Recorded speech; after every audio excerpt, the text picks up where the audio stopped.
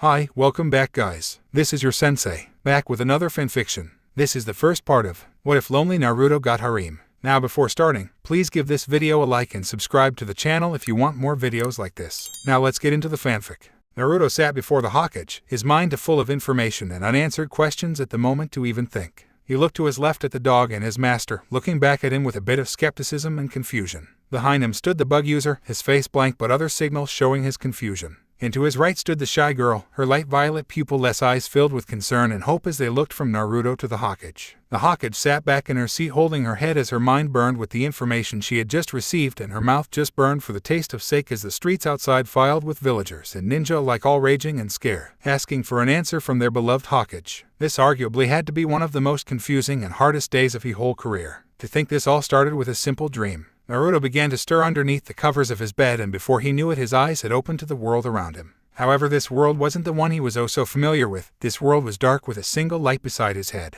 What time is it? He thought to himself, expecting no one to answer his own thoughts. Except maybe that damn fox. He turned his head to look at the clock by his bed. It read 5:34 a.m. Oh Sonova, he muttered in his mind, curling up attempting to return to the land of dreams, but it was no use. Not that it would have aided him anyway. For the last few weeks he had been having very odd dreams, most of them dealing with the demon fox residing in his stomach. Why he had just woken up from a particularly odd dream where Kyuubi had well he didn't quite remember, but it was odd to say the least. He groaned and rolled out of bed, landing on his feet and deciding to take a small stroll to clear his mind and hopefully get back to sleep. He exited through his bedroom window and jumped down with ninja grace to the city streets, taking to a brisk walking pace to hopefully get this cleansing of his soul through with before the villagers awoke in the early morn. He sighed as he thought back to what had happened recently. He had come back to Konoha after a 2.5-year-long leave with the Sennin jury only to be ordered on a mission to save the case kid, Gaara. Needless to say he had succeeded and returned to Konoha only to begin getting these weird bouts of pain in his stomach along with his warped dreams. He shook his head and a thought struck his head that it was a tad bit warm out that night, but he quickly dismissed it. Konoha could have some weird weather now and again, couldn't it?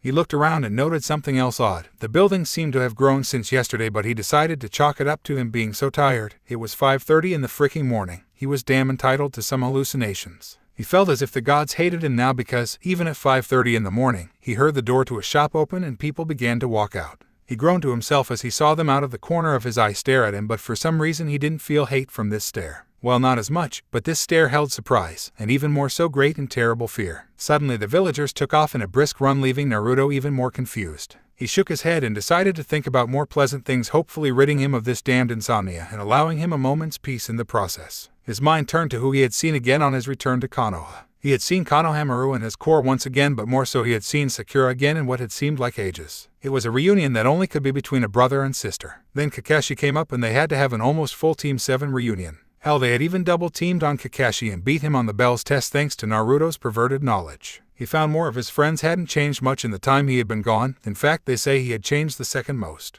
He smiled and shook his head at his latest encounter. Team 8 had been a blast to see again. Shino was his same cold and collected self with almost silence, but Kiba and Akamaru. Akamaru apparently had the world's biggest growth spurt because he had changed from the dog that was forever perched upon Kiba's head to the dog who now carried Kiba on his back like he was a feather. He had to smile in spite of himself at when he had seen Hinata. She plain stuttered to no end with that red blush of hers, then fainted in front of him. He was still confused as to why, but it certainly made an entertaining scene. His neck muscles seemed to twitch a bit when he thought of the deep red blush on her, but he once again chalked it up to being up so early. He sighed, comparing his friends to when he first saw them to how they looked and acted now, but that train of thought ended early when he made it to his apartment, completely missing the screams of the early morning villagers while he was lost in thought. Naruto yawned and jumped in through his window again only to find the time had become 6:30. Wow, a whole hour. I must have lost track of time. Might as well go train seeing as how I'm not getting back to sleep anytime soon. He thought before he realized he had to get used to the bathroom first. He yawned, causing his jaw to crack a bit. He rolled his neck and entered the bathroom to use the facilities. That's when he noticed the sink was a little too tall for him. Seriously, who the hell is screwing with my mind? Kakashi or someone must be putting on some sort of genjutsu just to piss me off this morning. He sighed and raised his hands to make a seal to release the jutsu, but no matter how many times he tried, the sink still stayed too tall for him to reach. Oh damn it, he thought as he jumped and put his hands on the sink. What the hell, I jumped but my feet are still on the ground. What is going? He thought, but stopped short as he looked in the mirror. Now he was correct, he hadn't left the ground when he jumped, nor had the sink suddenly grown shorter. He looked into the mirror with wide blue eyes, and the only thing that stared back at him was the face of a fox, its golden fur shining even with minuscule light of the waning light bulb and its 3 golden tails swishing in the shadows behind him. Naruto moved his head right and so did the fox. He moved his hand to wave in front of his face and the fox did the same thing, waving a paw much like Naruto had. Naruto looked at his hands only to see padded fox's paws on the ends of his golden furred wrists. Naruto did the only thing he could think of. He took in a deep breath and screamed until the world around him spun and he fell into unconsciousness. Naruto opened his eyes in a snap and recognized his surroundings in an instant. "You damn fox!" Naruto yelled to the darkness of his mind as he stormed along the corridor to Kyuubi's cage. "What the hell did you do to me?" Naruto ranted as he closed in on the cage only to show one thing: the gates were open, and it looked like nothing was inside. Naruto on instinct fell back into his fight or flight reflexes. His muscles tensed, his eyes darted all around, his fur stood on end, and his heart began to speed. "Hyuga, get out here and face me like the demon you are." Naruto growled to the darkness only to get nothing but the silence of the hall as a reply. "Kid," came a sudden voice from all around his being. Naruto jumped to attention and spun looking for any signs of life, but all that existed in this plane was himself and the darkness. "Hyuga," Naruto called, his voice full of confusion. "Where the hell are you?" Naruto sighed as he heard nothing for a long while, intent on leaving this place until, from the darkness of Kyuubi's cage came a wisp of red chakra and a weak growl. "I hate you, you know that," was the weak snarl from inside the open cage as from the vast darkness crept a small and almost harmless-looking five-tailed chibi Kitsune. Naruto took a moment to stare at the mini-beast before erupting into a fit of laughter so intense that it hurt his sides. "Kyuubi," Naruto laughed, "you're a freaking midget." Kyuubi growled at Naruto, but in his present state he couldn't do a single thing to stop the boy. After Naruto had calmed his laughing, he said with an interrogating look, "Time to start explaining a few things, starting with this." Naruto gestured to his foxish body with his three tails. Kyuubi sighed and turned his head away with a disgusted look. "I hate you and that damn fourth Hokage. You and that bastard." Kyuubi growled in anger before he turned back to Naruto, his blood-red eyes the only thing threatening about him. "I won't bullshit you, I tried to break the seal." Naruto's cerulean fox-like eyes shot open and then narrowed as a growl issued forth from his throat. "You what?" Naruto shouted with such rage that it caused Kyuubi to flinch a bit. "Remember your little stomach pains, your odd dreams. I was working on my way out, but you." Kyuubi shouted as all his five tails pointed directly at Naruto. "You and that damn seal. The fourth must have known I would try something like this." Kyuubi grumbled as he finished his statement. "What are you rambling on about, or have the thousands of years of your life finally caught up with you?" Naruto said mockingly. Kyuubi was really close to attacking the kid, just on the razor's edge, but he restrained himself and continued. "The seal used what I had planned and backfired on me. You can see the result of my short-sightedness." Kyuubi sighed and hung his head in what looked like shame. "What do you mean, backfired?" Naruto asked, curiosity and a bit of amusement tinting his tone. "I mean that when I chose my moment to release myself, the seal took my work and threw it in my face. When I was locked in here, I was torn into the three essential parts: mind, body, and soul. I still have my own mind and soul because that is impossible to transfer over to a human even with the seal, and even harder to just dispose of. But my body." Kyuubi paused for a second looking at Naruto in all his golden glory. "My body apparently has been transferred to you, along with all of its chakra and powers. I can now safely say, congratulations, you lucky freaking bastard." Naruto was dumbstruck for a moment until he said, "Even though my brain is a bit fried at what you just told me, 1, how the hell are you still here? 2, why haven't you tried to escape or take over? And 3, if you're the nine-tailed fox and I have your body, why do I only have 3 and why do you only have 5? Kyuubi sighed and said in an eerily sedated tone, 1, this is my mind and soul projected to you due to the seal, and I've said. 2, if I were to escape I would only be a mind and soul with no body, hence I would be technically dead and it would be utterly impossible for me to attempt to take over of your body without my own power. Finally 3, what makes any being? It is a strict balance between body, soul, and mind. You only have the power of a 3-tailed fox, ergo that is what you are given. Why I'm only a 5-tail? Well, let's just say it would break your mind with complexity. On another somewhat related note, once you were given my body, the seal that old pervert and the other silver-haired pervert placed on you was broken." Naruto's head spun with this new information before he questioned with worry, "I have your body, but what about my human side?"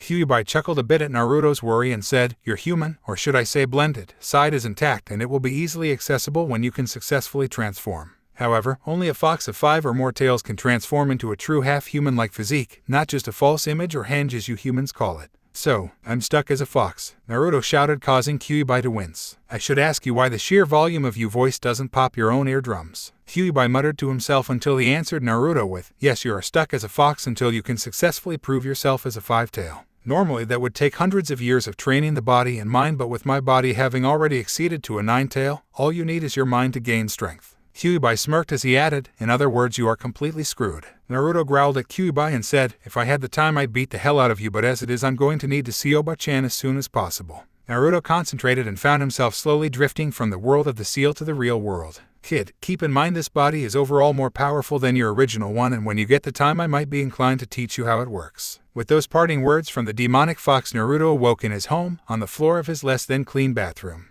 Okay, first thing to do, use the toilet, then it's off to see Oba-chan. Naruto quickly did his business with minimal troubles and took off for the Hokage Tower. However, just as he had stuck his head outside of his front door, he looked down upon the street and saw what seemed to be an endless mob at the base of his apartment building, all screaming and hollering for the death of the demon fox. Naruto quickly and quietly crept back into his apartment, swiftly locking the doors with his tails and making a break for his bedroom window. Thank the gods I live on the second floor, he thought to himself just as he reached his bedroom, only to be intercepted by two ninja who had snuck into his home through his open window. Crap. Kyuubi. What the hell do I do? Naruto shouted in his mind as he was slowly cornered. What the hell do you think, kid? Fight! Kyuubi shouted from his subconscious, spurring the fox boy to do the one thing that came naturally in this situation, stand his ground then charge like mad. What surprised him the most was, the second he took a step forwards, both ninjas backed up, fear glowing in their eyes. He smirked to himself as he charged, causing the ninjas to panic and sent them on their way as they clumsily stumbled out his window.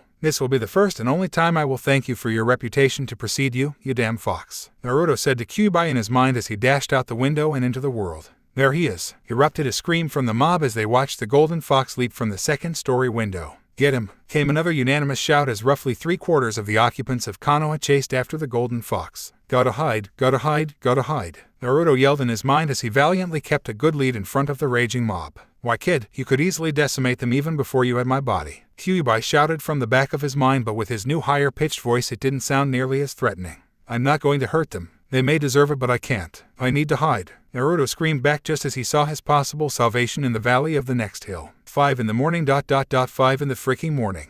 Who the hell gives missions at 5 in the morning? Shouted the enraged ninja as his enormous pet dog walked along beside him. Kiba was the ninja's name, and he walked ahead of his group with his arms crossed. Kiba-kun, came a timid voice from the female of the team, her pale violet eyes fixed to the ground a few paces ahead of her steps. It was a last-minute mission to the Hokage-sama. We had to take it, she stuttered lightly, hoping to get her teammate calmed down. Well, at least as calm as he usually is. Ever hear the expression, let sleeping dogs lie? He groaned as he looked at his other teammate. Shino, what time do you have? He asked as the silent boy replied with a curt, 7 great. We wasted 2 hours on that dumb mission. I'm out of here. What the hell is that? Kiba was cut short as, in the blink of an eye, a golden flash ran right past them, then out of sight as a massive mob chased after the golden streak. All three blinked confused, but Kiba was the only one to say something. What the hell? Come on, let's go see what's up. Kiba hopped on Akamaru and began to lead the way, followed quickly by Thainsect user Shino, but the female of the group made no indication of moving. Noticing this, Kiba asked, Hinata, what's the matter? We gotta hurry if we want to see what they were after. Hinata merely looked down and blinked a few times before completely registering what she was seeing.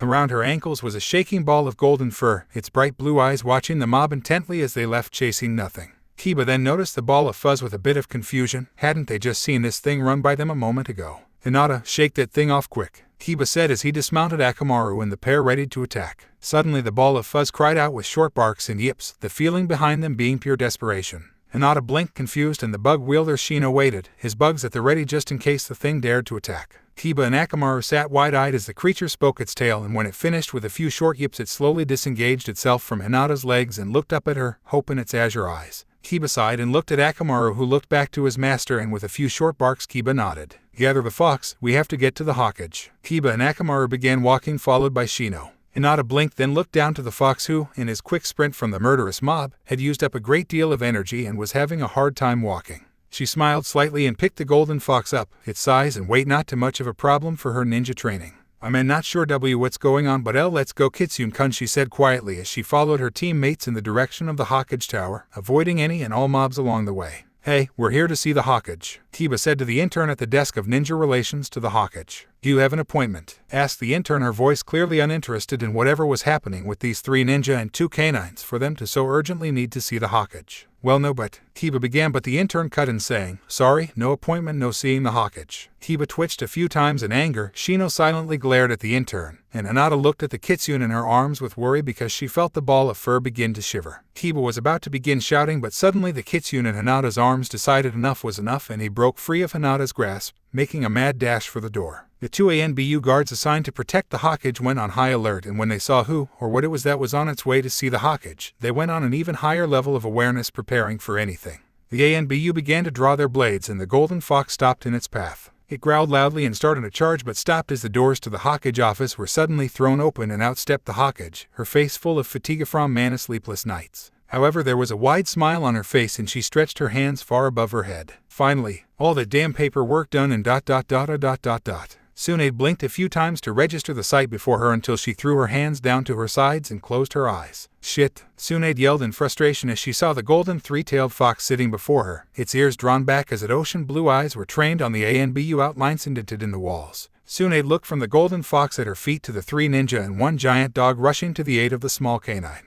I really need a drink, Tsunade said as she walked into her office, sitting down in her chair and awaiting any and all explanations as to what the hell was going on. Tsunade sat with her head in her hands as the three ninjas and two canines walked in. It had been days since she had a full night's rest and this was the last thing she needed. I need a damn drink. Badly, Hokage-sama, came three voices from the group before her and four of the visitors bowed in respect. The only one not bowing was the golden fox that sat with such a sense of self that it vaguely reminded her of someone. Yeah, Hokage this and that, what's with the fox? We found Kitsune-kun running from a mob. The normally shy girl answered. Tsunade raised her eyebrow and was about to comment until Kiba spoke up, drowning out all other voices. Naruto asked us to come. Everyone in the room save for Akamaru and Kiba turned and stared blankly at Kiba, a clear indication they thought he had gone insane. But Kiba-kun. We haven't seen Naruto-kun all day, Hinata said with confusion thick in her stuttering voice. Kiba sighed and pointed right at the golden fox. Yes, you have, Hinata. He's sitting right there. All of a sudden all the eyes in the room turned to the fox, who looked very sheepish. I didn't believe it at first, but then it asked Akamaru and I to bring it here to plead its case. It said you would understand.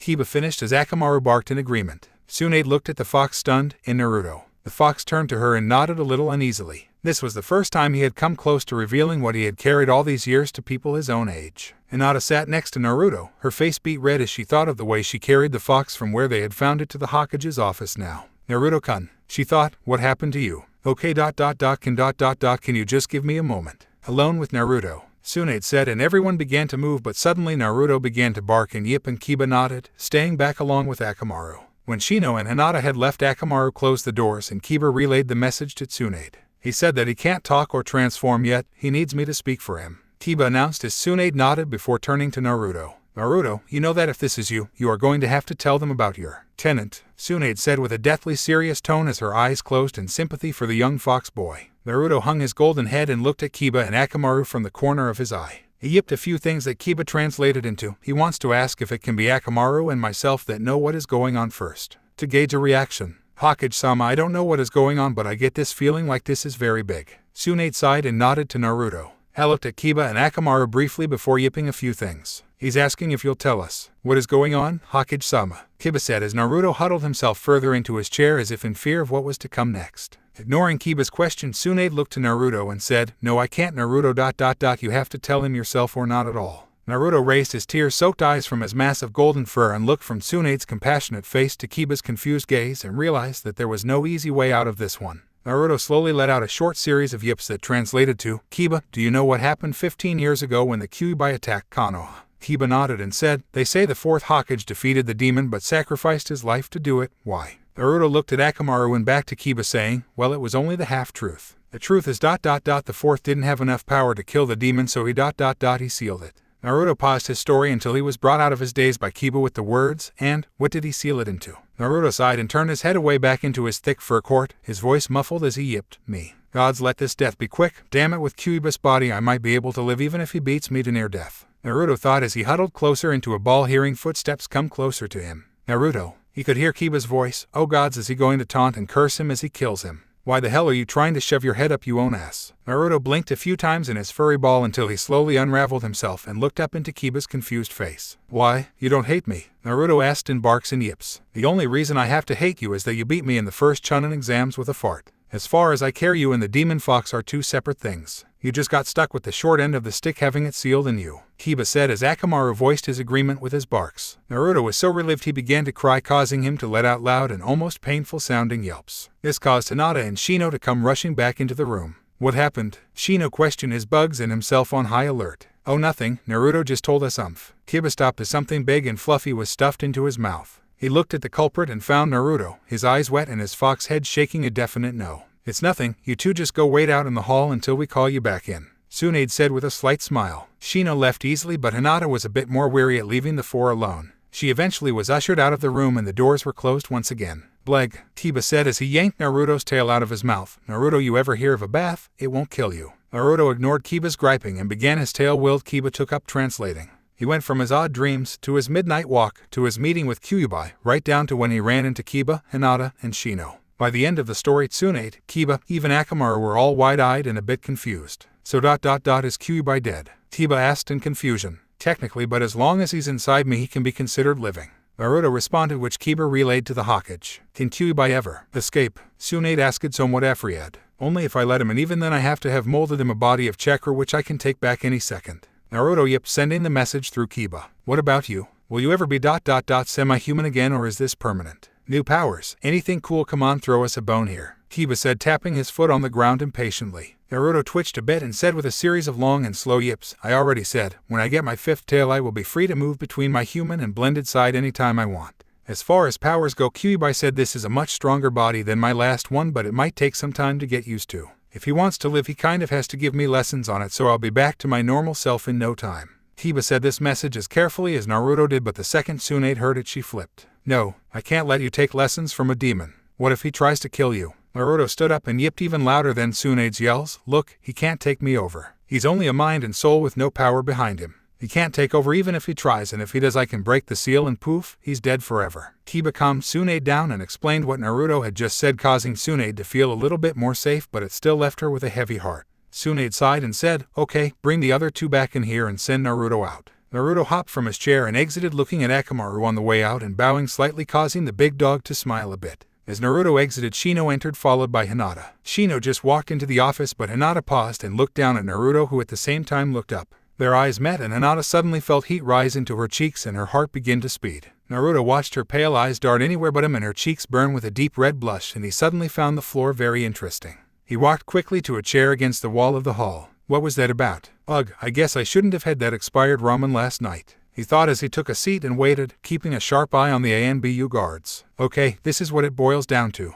Tsunade addressed the 3 ninja and 1 ninja dog in her presence. As far as I can tell, that fox is indeed Naruto for one reason or another. Tsunade glared to Kiba, silently telling him to keep his big mouth shut. Kiba obeyed and Tsunade continued. However, Naruto won't be able to live like a normal human until we find some way to change him back, so it leaves me at this. At this point, Tsunade looked around the room and said with a sigh, one of you 3 is taking the fox home. I'll do it, came a stuttering voice from one of the 3. All eyes turned on the blushing Hinata and she elaborated, I don't mind it, and no one would think to find Naruto K-kun at the Hyuga compound. Tsunade couldn't help but smile to herself. She knew the young heiress had what could easily be the world's biggest crush on what could easily be the world's thickest-skulled person. She was a sucker for romantic stories, but when it came down to business there wasn't any room for it. I'm sorry Hinata, but we can't. For one, your father would have a fit if he found out what, or rather who was his daughter's new pet. 2, you can't understand what Naruto is saying ... or yipping. So I'm left with one option. Tsunade sighed and prepared for the firestorm that was destined to be the response. The only one here qualified to take care of Naruto ... is Kiba.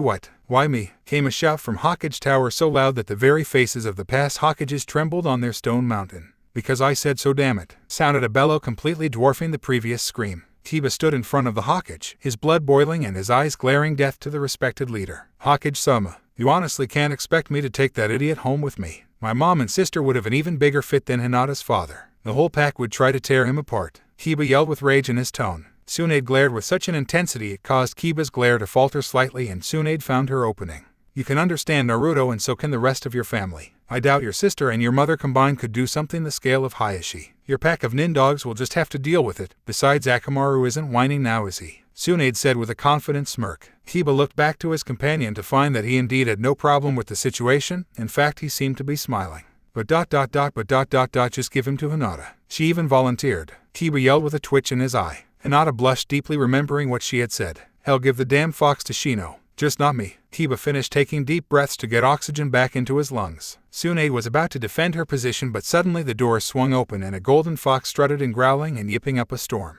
See, even he's agreeing. He'd gladly go with Hinata rather than me, Kiba said, translating the yipping into human language. Hinata turned an even darker red and had to begin mentally calming herself down lest she faint like she did when she had seen Naruto again after his 2.5-year leave. Tsunade twitched angrily a few times and was on the edge of using her demonic strength until a large and angry buzzing noise drowned everything out except its own tremendous vibrations. Everyone quieted and turned toward the source, Shino. Shino stood, his bugs out in a swarm and making as much angry noise as possible. In a flash they had receded back into Shino and all was quiet once more. "Stop arguing like little children and get to a resolution," Shino said with such anger in his normally silenced voice that all involved in the argument slightly hung their heads, some more than others. "Hokage-sama, it's very well known that you're a gambling person, so let's say that the responsibilities of Naruto fall on a simple game of Jankenpo," Shino offered, and suddenly Naruto produced the best grin a Kitsune can. With a few short yips and the rules defined, the game was on. "Ready, Hokage-sama, cause you're about to lose badly," Kiba said as he readied his hand.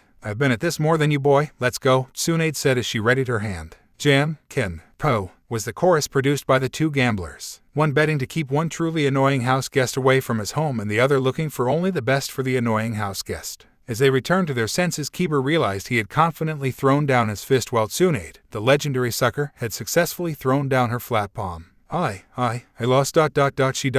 she won," Kiba muttered in disbelief as he stared at his fist. Tsunade smirked with a superior air to her and she sat back down in her chair. "So it's decided. Naruto lives with Kiba until he either resumes his human-like form or B talks in normal human language." Tsunade smirked as she watched three ninja walk out of her office, leaving Naruto and Kiba. I lost," Kiba whispered to himself. Naruto simply growled and followed the group out, yipping some things that would have earned him a good solid punch had Kiba translated them. She won," Kiba said, shaking slightly and staring at his hand. Tsunade rolled her eyes and said, "Kiba, get over it. You have a fox in your house now, wrap your mind around that rather than your loss." Kiba turned and began his way out, his mind still stuck on the fact that he had lost. Suddenly the four that had left came rushing back in and hastily slammed the doors closed. "Hokage-sama, we have a problem," Shino said as bugs flowed out of him to hold the massive doors closed. Tsunade blinked and stood, walking from her chair to the balcony. She swiftly opened the latch on the glass doors and opened them wide, being greeted by the loud yells of the townsfolk. "Kill the fox! Kill the fox! Kill the fox!" was the unanimous earth-shaking chant as the mob swarmed the base of Hokage Tower. Tsunade stared momentarily at the group, then turned back into her office, striding up to her chair and plopping down with her head in her hands. "Oh damn it," she muttered as the group before her sat waiting for her commands. By now Kiba has snapped out of his stupor and heard the chants and calls for Naruto's demise. You aren't actually going to give in to them, are you?" Kiba asked, resembling a Naruto-level question.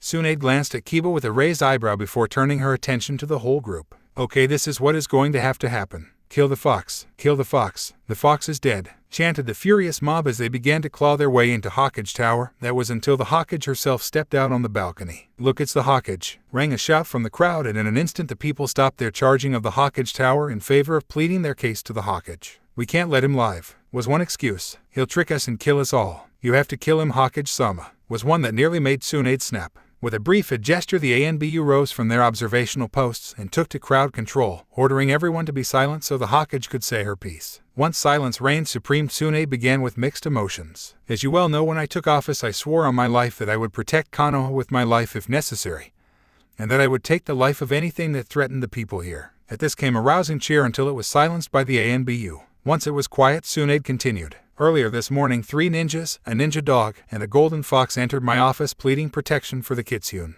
This caused many of the crowd to boo in disgust, but they were silenced, and Tsunade continued. I allowed the fox to tell me its story, and I find." Tsunade paused, watching as the crowd hung on the edge of their seats in anticipation, most likely for the announcement of the death of the golden Kitsune. "I find the fox has done nothing that warrants its death, and it is hereby granted protection by the office of Hokage," Tsunade said, ignoring the boos and hisses of the crowd along with the occasional "how could you do this?" "I hereby decree that if anyone is found hitting, threatening, or in any way harassing or harming said fox, they will be dealt with by ANBU members. This is my word, and it stands as final." Tsunade then turned and headed into her office as the screaming and yelling behind her grew to a fevered pitch with their disappointment of the Hokage. Tsunade sat in her chair, reaching under her table and letting her fingertips graze over the bottle of emergency sake she kept at all times, with the thought that the second the group left it would be drained without so much as a blink. Everyone was tense as they sat in the Hokage's office, all of them on guard just in case the mob attempted to break the ANBU line holding them away from Hokage Tower. Sure, they would stop a few of them, but if everyone attacked in force, they couldn't be accountable for what might happen. Luckily, the mob was slowly dispersed with the help of the ANBU and a few choice Jonin. When all was said and done, the group of 5 sat outside of Hokage Tower, all waiting to take their different paths home after such a horrific morning. As they said their parting words, the sun had just barely began its journey across the sky. Kiba sighed and said, "I'm going home and crashing for the night. Her day." Hokage-sama said, "We had a few days off just for this morning, right?" Yes, I must get home and tend to my insect collection. Good day, Shino said before walking off into the city. I have tea to go to. Father, is G going to be furious? Hinata said quietly as she shuffled her feet a bit. Yeah, I'm just going to love explaining to Mom and Sis why we have a golden fox for a new pack member. Especially since it's Naruto. I swear I'm going to be killed, Kiba said as he turned with a wave and began walking with Akamaru by his side. Later Hinata. That just left Naruto looking up at Hinata with his ocean blue emotional eyes. Hinata looked down at Naruto and as she did a faint blush grew on her cheeks, but she was able to hold it at bay long enough to bow and say, I'll see you later, Naruto-kun. She then looked at Naruto with her pearl-like eyes and a light smile on her lips. Naruto looked into the girl's pale eyes and her cutely blushing face and suddenly felt as if the fur on his face caught fire. He quickly shook it off and resolved to get a good night's sleep. He smiled the best a fox can and looked at Hinata with a look clearly expressing his gratitude. He swiftly turned and followed Kiba and Akamaru to his new home. Hinata smiled and walked home with a slight skip in her step. She wasn't sure, but she was a little more than certain that behind the look of thankfulness in his eyes, there rested something more. Kiba looked to his side to see Naruto walking beside him, his fox body giving a light bounce every second step he took. He rolled his eyes and muttered to himself, you better be worth the damn trouble. Hinata would kill me if something were to happen to you. Mom, sis, I quote him home. Along with a trailing rat, Kiba muttered the last part as he entered his home followed by Akamaru and Naruto with a slight scowl on his fox lips. Kiba, you missed breakfast, where were? At this point Kiba's mom had entered the scene and upon seeing the golden fox with her son and his dog she was greatly confused. What is that? Kiba brushed his hand through his hair and said, This is Naruto, Mom. Kiba's mom stood in shock for a few minutes until her dog companion Kiramaru walked in with a yawn. Upon seeing the golden fox and his partner's reaction to it he said, what's with the gawking, Sum? It's just a fox, we in the pack see them all day. This fox is Naruto, Sum said, the hair on the back of her neck standing on end. Kiramaru suddenly went on guard with adrenaline pumping in his veins and growled menacingly at Naruto. Leave this home if you wish to live, runt, Kiramaru growled, but Naruto, having faced much worse, just rolled his eyes. In a series of yips and barks he said, oh how I wish I could, but there are a few things stopping me. At this Kiba began his explanation at what had happened, how he had found out about Naruto's demon and, as much as it pained him, how they were expected to keep Naruto in their home. No matter how much she hated it, no matter how much it irked him, both Sum and Kiba had to accept Naruto in their home. After a brief showing around the grounds, Kiba and Akamaru left to get some rest. Naruto was free for the remainder of the day. Naruto took this time to try and catch up on his own rest, but no matter how hard he tried, the smell of dog and the overwhelming feeling of being watched all the time made him lose his fatigue. Gods. What is there to do at this time of day? Naruto questioned no one in particular as he wandered the vast yards of the Inuzuka home. You could start by leaving and never coming back, came two voices from the darkness of the bushes. Naruto turned just in time to see two large whirlwinds of claws and fangs heading straight for him. Naruto's instincts kicked in and he swiftly jumped to the side, narrowly avoiding the whirlwinds. The whirlwinds proceeded to die down and stop entirely, revealing two ferocious-looking dogs, both of them having a deep, almost bluish-colored fur. Naruto blinked confused and said, who the hell are you? The two blue dogs stood tall and proud and said, we are the Oromaru twins and we will drive you off these lands, you demon fox. Both twins readied themselves and when they were ready they called out, Gatsuga. They began their attack with a sprint, then they leapt up into the air, spinning into two devastating whirlwinds. Naruto this time just barely avoided the attacks, they were so close that his fur closest to them was singed. The whirlwinds that were the Oromaru twins ceased and they took a moment to find their bearings. They reassembled the landscape after their vicious spin and quickly came to realize the fox had gone. Where is he? Asked one twin as he looked around and took in the air, hoping to catch on to the fox's scent. This way, said the other, catching Naruto's scent and rushing towards the felling fox. Naruto hid in the deep brush surrounding the Inuzuka home in hopes of escaping those insane blue dogs. What did I ever do to them? He thought loudly. Kid, now's the time for a brief lesson on Kitsunes, came Kyuubi's almost welcomed voice. Hurry up, you damn fox. Naruto thought as Kyuubi sighed and began his explanation. Kitsunes are revered the world over for their image-making abilities. A Genjutsu kid, Kyuubi spoke with what one could interpret it as a smirk. Genjutsu, I don't have hands to make seals. Naruto thought loudly. Before Kyuubi could respond, Naruto felt a very foreboding presence, and he leapt clear from the hedges just in time to miss the Oromaru twins' Gatsuga attack. Can't you just leave me alone?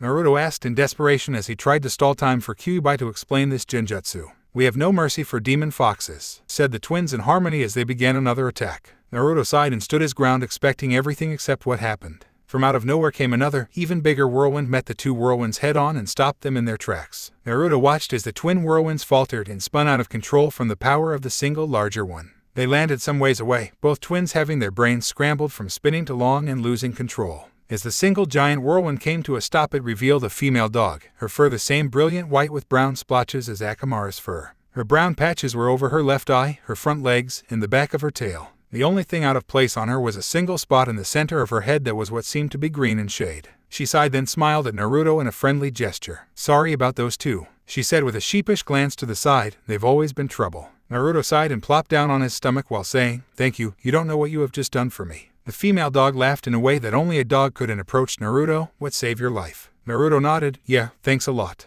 "It's no problem. My name is Midori," said the female as she walked over and greeted Naruto like every other animal, sniffing. "WOAH," Naruto said as he jumped up and backed away, slowly scooting on his tails to cover his rear. "Oh, sorry, didn't know you were so sensitive," Midori said with a slightly suggestive tone. Naruto stared blankly for a few moments before saying, "Anyway, my name is Naruto. Thank you for saving me." "It's really no problem, Naruto-kun," Midori said as she sauntered up to Naruto and rubbed against him as she passed him, only to circle around and sit eerily close to him. "So what are you here for?" Midori questioned innocently. Naruto blinked a few times but managed to get out.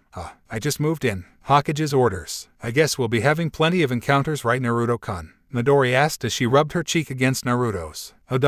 Yeah, sure. I have to go now." With that, Naruto sped off faster than he ever thought possible, leaving behind a very confused Midori. True to his word, Kyuubi began to teach Naruto how to work his body and what it could really stand up to. However, Kyuubi found that teaching Naruto during the day was a great risk to the boy's health due to the almost constant challenges from the dogs of the home. Most of the time they were fended off by Midori, much to Naruto's dismay, but sometimes he had to run for his life. Kyuubi had found a way to teach Naruto that would still allow the boy to have a normal sleep schedule. Naruto would spend his days avoiding the dogs and the miscellaneous villagers who were out for his blood, and at night Kyuubi would teach him through his dreams. Kyuubi first taught Naruto a few things about Kitsune illusions and how to perform them without seals. Naruto picked it up as quickly as he did everything else, and soon he found hiding in an illusion came naturally to him as expected in the body of Kyuubi. He even used the illusion to meld with a tree so well that he nearly gave Kiba a heart attack when he disappeared for a whole day. Moving on, Naruto was also told by Kyuubi to find that lazy smartass and hopefully get something from him in the art of improving the mind, because he could only teach so much to the boy. That is where we join Naruto, Kiba, and Akamaru on their way to find that lazy smartass. How hard can it be to find Shikamaru? Look for a shogi board and there he is, Naruto yipped in frustration. They had just spent the last few hours looking for Shikamaru, but the lazy Chunin seemed to have disappeared off the face of the earth. Kiba sighed and said, "Naruto, I hate to break this to ya, but I have a mission today, so I have to get going soon.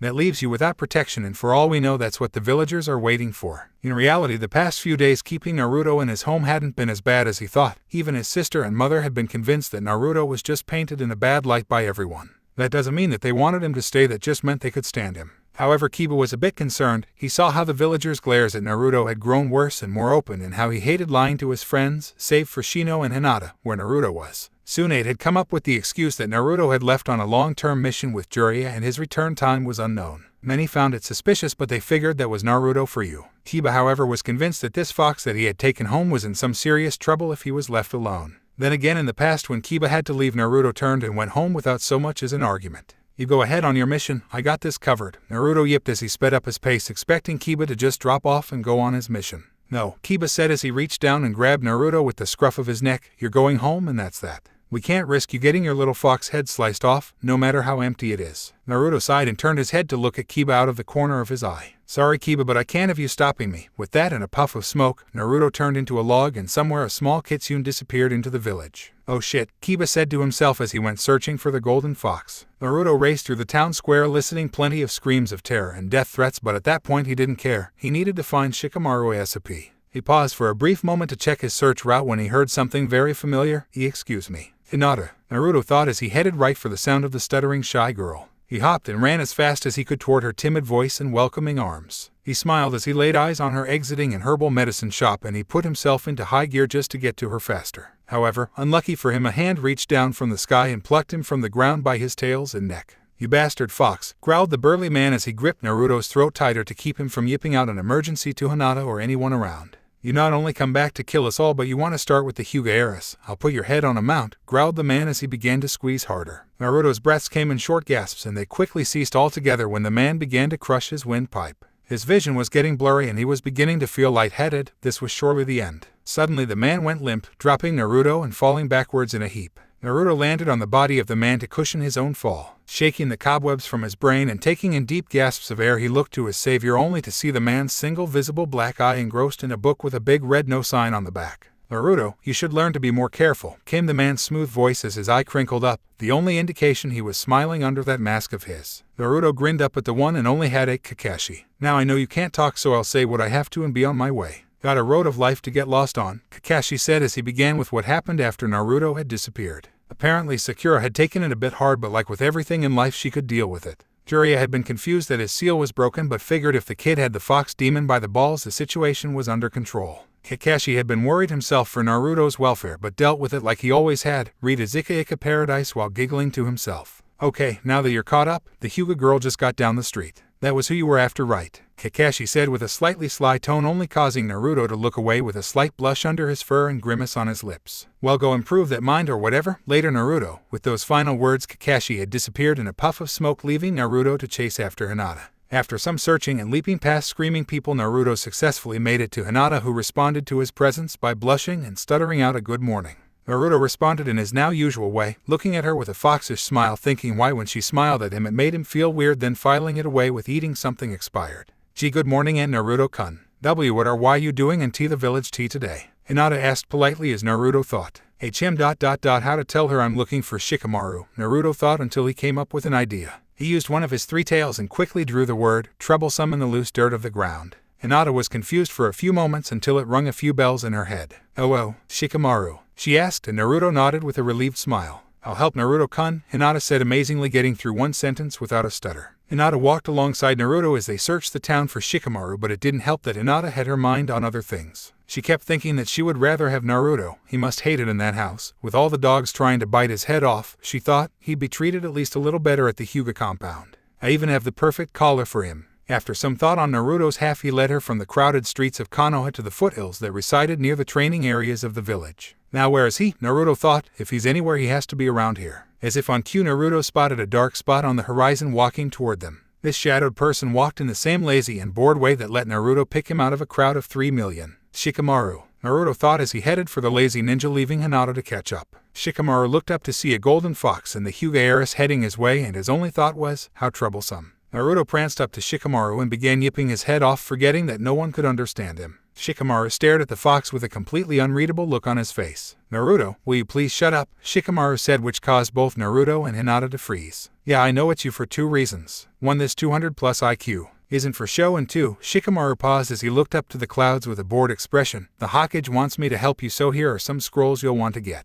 After getting over the initial shock of having Shikamaru already know, Hinata took down notes of what Shikamaru said. "Remember, Naruto, you have to be in tune with your body, mind, and soul to achieve anything. At least that's what the theory is. Now go away. Before your troublesome interruption, I was having a very nice day," Shikamaru said, shooing the two away so he could look at his clouds. After getting the necessary items, Hinata walked Naruto to Kiba's house just in time to get Naruto's head thoroughly chewed off by both Kiba and Tsume. After being screamed at to no end, Naruto bid farewell to Hinata and took his scrolls to his and Kiba's room to study. 2 weeks later, after dark, when everyone's asleep, Naruto sat in the darkened hallway of the seal with Kyuubi sitting directly in front of him, their eyes locked on each other and not moving. Kyuubi smirked and raised his third tail, taking a small shogi piece and moving it just right. "Your move, kid." Naruto stared at the board with what would seem to others as a blank look, but by now Kyuubi knew it was a look of planning. The boy had improved over the 2 weeks he had been training in his mind. To be truthful, he had never expected the boy to catch on so quick, but then again he should have expected it, since the boy did master the racing in an unholy amount of time. It also helped that the boy had a sort of motivation from a certain person who visited whenever she wasn't on a mission. Naruto had resolved to himself, in what he thought was private, that he would gain 5 tails just so he could walk around with her in public without drawing too much attention. Kyuubi found it admirable in some aspects and dumb in others, but he thought as long as the kid got his tails, that's all that mattered. Kyuubi figured even if this kid only got 5 tails, no one was going to be able to stop him. Just think if he got 9. Naruto slowly raised his tail and made a quick move. When that had happened, Kyuubi knew the game was his. Oh well, the boy tried. Kyuubi made his move, but at the last second saw something he had not expected. Naruto had just lured Kyuubi into a trap. Naruto grinned and began carrying out his plan. Kyuubi smirked. "Yeah, this kid's a miracle." "Kid, do you remember the last lesson from your scroll of Zen?" Kyuubi asked as he made a move to stop the boy's assault. "Yes, Kyuubi-sensei, it was the whole moon and the entire sky are reflected in one dewdrop on the grass," Naruto said, moving his piece to run interception. Kyuubi glowed a bit at the thought of him being a teacher, but digressed and moved his piece, spelling the end for the boy. "And the meaning was?" Kyuubi asked with a confident smirk. Naruto tilted his head to the side and moved his overlooked piece, completely toppling Kyuubi's offense and assuring him the game. Something with such incredible insignificance often holds the greatest value, Naruto said with a smile as Kyuubi stared at the shogi board in disbelief. All because of one piece he had lost the game. Kyuubi took a few moments, but then he softly began to chuckle. This chuckling grew in his throat, and in moments he was letting out a loud hearty laugh. "Oh kid, you're on your way," Kyuubi said as he calmed his laughter. "Thank you, Kyuubi-sensei. Can you teach me some jutsu now?" Naruto asked, eager to learn jutsu from the eon's old demon. Kyuubi couldn't help but laugh and say, "Sure, tonight I'm going to teach you something that is absolutely necessary for you to be the king of the Kitsune." Kyuubi paused, watching Naruto sit on the edge of his fox butt. "You're going to learn fire." On the very edge of Konoha stood two figures, their dark cloaks hiding them from prying eyes as they walked along the city walls looking for their way in. They both wore wide-brimmed hats and large black cloaks with red clouds embroidered on them. The taller one of them had strapped to their back a large, mostly flat creation that was held in place by bandages that completely covered the item. The shorter of the two kept his hands deep in his pockets, but if one were to see his hands they would be fidgeting, and they were right to do so. They had heard some odd information coming from this place, they just had to check it out. "Itachi, you sure that story's true? I mean, the kid can't just turn into the fox, right?" The larger of the two asked in a rough voice, but he received no answer. "Soon, Nine Tails," Itachi thought as he found the hole in the wall's defenses and used it to its fullest. "Soon the Akatsuki will take hold of you." For the next few days after learning the secret to his Kitsune fire abilities, Naruto spent it at the training fields hidden far behind the Inuzuka household, practicing and perfecting his own technique to use. He had still kept up with his scroll studies and his evening lessons with Kyuubi, but now his mind was more focused on the goal ahead. When they weren't on missions and had a few hours of free time, Kiba and Akamaru accompanied Naruto to the grounds to help him train his abilities. This also allowed them to teach him a few Inuzuka clan techniques since he was living with them. They had to teach in secret, but they found that, just like with him in his studies with Kyuubi, Naruto picked up incredibly quickly. When Kiba and Akamaru had to leave, Naruto would continue his training, but with no one to spar with he had grown increasingly bored. The logs would just fall apart as if they were made of balsa wood rather than heavy oak. The only other thing he could work on was his speed, but with Kyuubi's body that was more than easy. On the 5th day of his self-induced training, Naruto took some time off to rest. He lazily walked along the training fields of Konoha, knowing that going anywhere near the village was an untimely death waiting to happen. Little did he know what he was doing just now might warrant him the exact same fate. Naruto yawned and looked for a place to rest, and that's when he suddenly noticed it. He smiled with a little nostalgia to himself as he wandered into the training fields of his old team, Team 7. He sighed as he looked at the 3 poles, long ago replaced, but the spots in which they stood held more significance than anything before. This was where they had passed the Bell's test. This was where they had first become a team. This is where they met before missions while waiting hours on end for that lazy pervert to show up. This is where he ran to just before the Chunin exams. This was where she found him and gave him the little confidence she had so he could continue on. He smiled to himself and sighed in a fox way as he walked to the poles, running his paw over one of them in remembrance. "In Naruto-kun," came a shy and stuttering voice from behind him that he could tell in an instant that it was the girl that he had just been thinking about. He turned his fox head to see the pale-eyed girl looking at him, then to the training poles. Naruto scooted a few inches over and patted the ground next to him with one of his tails as an invitation for Hinata to sit, which she obviously accepted. She walked over and quietly sat next to him as he looked up to her with a questioning gaze. She caught his gaze and began quietly, "I was just..." She took a side glance at Naruto, who was in rapt attention to her, which caused her to blush, but she gulped down her nervousness and continued with, "The clan has been upset with me ever since I lost to my sister. Sometimes I can't handle their stares so I come here to think." Naruto saw the deep look of sadness in her pale eyes and did what came to his instinct. He wrapped his tails around her in a comforting embrace. Hinata's eyes immediately switched from sadness to pure shock, so much so that she nearly fainted but held her head together, slowly getting used to Naruto's warm tails wrapped around her. She could smell his scent perforating from the furry appendages. It smelled like the deep forest with a hint of ramen. She sighed with a serene look on her face and began to pet Naruto's tails absent-mindedly, sending the fox boy deeper into the state of comfort that he had entered the moment he surrounded Hinata with his tails. Naruto with his enhanced nose could pick up Hinata's scent easily, and to him it smelt wonderful. It was a light scent of lilacs with a small hint of something he couldn't quite place, but nonetheless it led him into an incredibly relaxed state.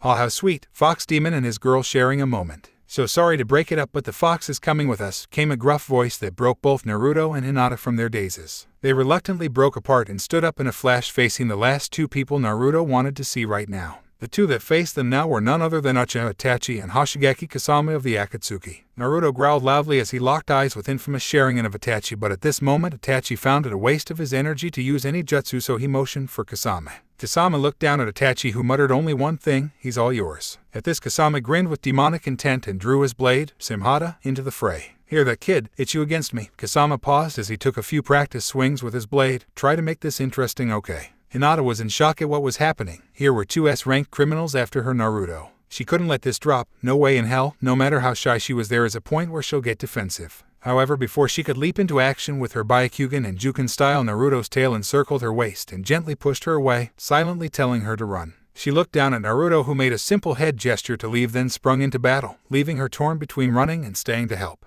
Kisame laughed and said, "Ah, this is going to be fun after all. A golden fuzzball protecting what's his. Kinda brings a tear to your eye, not." Kisame launched at Naruto, his sword raised for a powerful strike. Hinata's eyes widened in fear while her cheeks burned with a blush from what Kisame had said. Kisame brought his blade down on where Naruto should have been, only to see the ground beneath his blade but no bloody fox. "Hey, where is that demon?" Kisame wondered out loud as he pulled his sword from the ground, causing the bandages that were attached to the blade to rip, revealing the blade in all its gory glory. Hinata gasped as Kisame's sword was ripped from its bandages and it showed its true nature, but that was nothing compared to what was darting from the forest to Kisame's back. Kisame smirked and raised his sword to block the claw attack Naruto attempted from his back. "Nice try, fox, but I'm stronger," Kisame said as he held his sword against Naruto's claws. Naruto growled angrily, and with a powerful blast Kisame's sword was thrown far away, the remaining bandages on it ablaze with dark red flames. Kisame backed up a few paces in surprise, allowing Naruto to find an opening.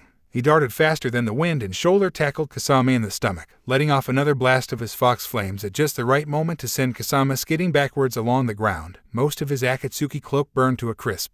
Kisame stumbled back a bit, then turned to the side, narrowly avoiding another tackle explosion by Naruto. Kisame grabbed the scruff of Naruto's neck midair and spun him quickly, sending him flying across the ground. Naruto skidded to a stop, then turned to face the shark man with killing intent in his fox-like cerulean eyes. Kisame held still for a few moments, the shadows of the day casting their darkness over his face. He raised his head to reveal a sick smile on his shark-like face and a murderous glint in his eyes. He let loose a haunting laugh and screamed to the heavens, "Finally, a challenge." He grabbed the remaining pieces of his cloak and threw his arms out from his sides, revealing the sleeveless flak armor he wore under his cloak. With a sick laugh, he clasped his hands together in preparation. Kisame began a series of quick hand seals and finished as he plunged his hand into the ground with the cry of "Suiton-Kyuusui." Suddenly the earth began to tremble and Kisame removed his hand from the hole he had created, only to reveal a gushing geyser of clear water. In no time the geyser had filled the training field in a deep level of water, causing all who were in the area to channel chakra into their feet to stay afloat. "Crap, this isn't good," Naruto thought as he channeled chakra into his paws. "Y'all think, kid, this body is fire-based, so in other words, water equals bad."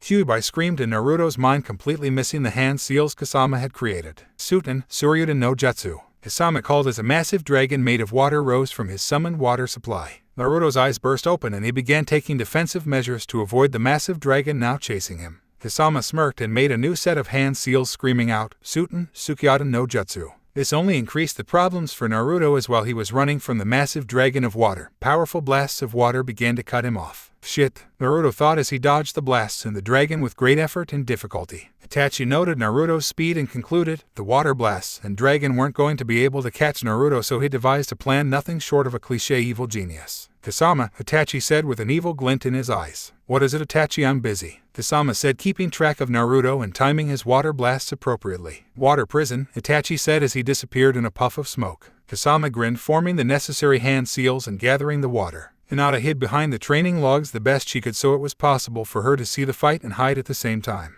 In a flash her ninja reflexes kicked in and she went for a Juken back-handed tenketsu shot. However, her hand was caught by the wrist mid-air with a mocking scoff. "To think you're the heiress of the great Hyuga clan," said a mocking voice as she turned her head to face Itachi's blood-red gaze. "Kisame," shouted a voice as through the air a small body was thrown into the battle zone. Kisame grinned his shark-like grin and raised his water prison to accept the hostage. The girl flowed into the water prison easily, then the prison closed up, leaving the girl a captive of Kisame's powers. "Hey fox," shouted Kisame with a mocking laugh, "look what I caught on the fly." Kisame held up his water prison. Captured inside was Hinata, holding her breath to keep from drowning. Naruto looked at Kisame, then back to avoiding the water blasts, but he did a double take which threw off his agility, allowing for several powerful water blasts, and the water dragon to hit him head-on, sending him flying into the woods. "Heh, kid loses his head over one girl. I'm going to enjoy this," Kisame said with a smirk as one of his water clones took over, holding the girl in the prison, allowing him to retrieve Hinata. Naruto lay on the tree branch, his body battered with some bones under the skin fractured. He was also soaked to the bone, but all this didn't matter in the least. The only thing he thought about at this moment was pure and simple, unimaginable revenge against the offender Kisame.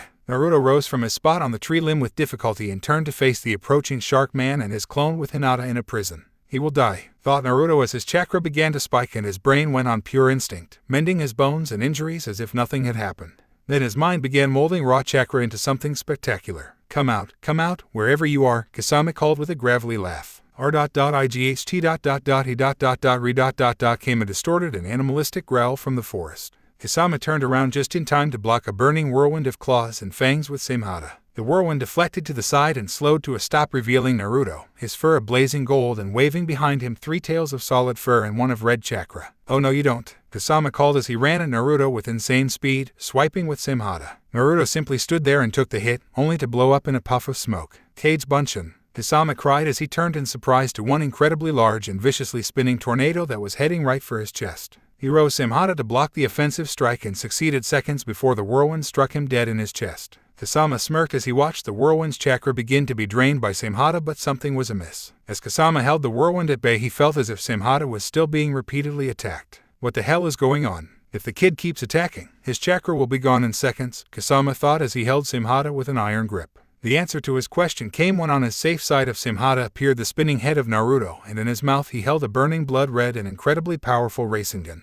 Kasama's eyes shot open in horror as the world seemed to slow down. Hinata splintered like a piece of wood and its shark skin and teeth pieces scattered, leaving Kasama with no defense against the burning Rasengan and drilling Kitsune. Naruto slammed the Rasengan into Kasama's chest, and with the added spin from his Gatsuga he quickly burned a path through Kasama's armor, skin, lungs, heart, and out his spinal cord on the other side. As Naruto burst from Kasama's back, his fur was ablaze with fire, and trailing behind his body were 4 burning tails. Rasengan, Senkuki, Naruto growled out as he skidded to a stop on the water behind Kasama, the burning Rasengan in his mouth a mere horrific memory. Kasama stood frozen, his eyes open in shock. This had been a big surprise. He turned his head to the side to look at Naruto, who glared at him with blazing blue eyes, the very edges having tints of a deep red to them. Suddenly Kasama coughed and blood poured from his mouth, staining the water below his feet blood red. His chest was no longer made of bone, muscle, and blood. It was a hollow shell with a foot-wide tapered radius hole in its center, the edges burned into cauterization. Kasama wavered momentarily, then fell face first into the waters he had brought to the surface, his body sinking beneath them along with the shattered remains of Hinata.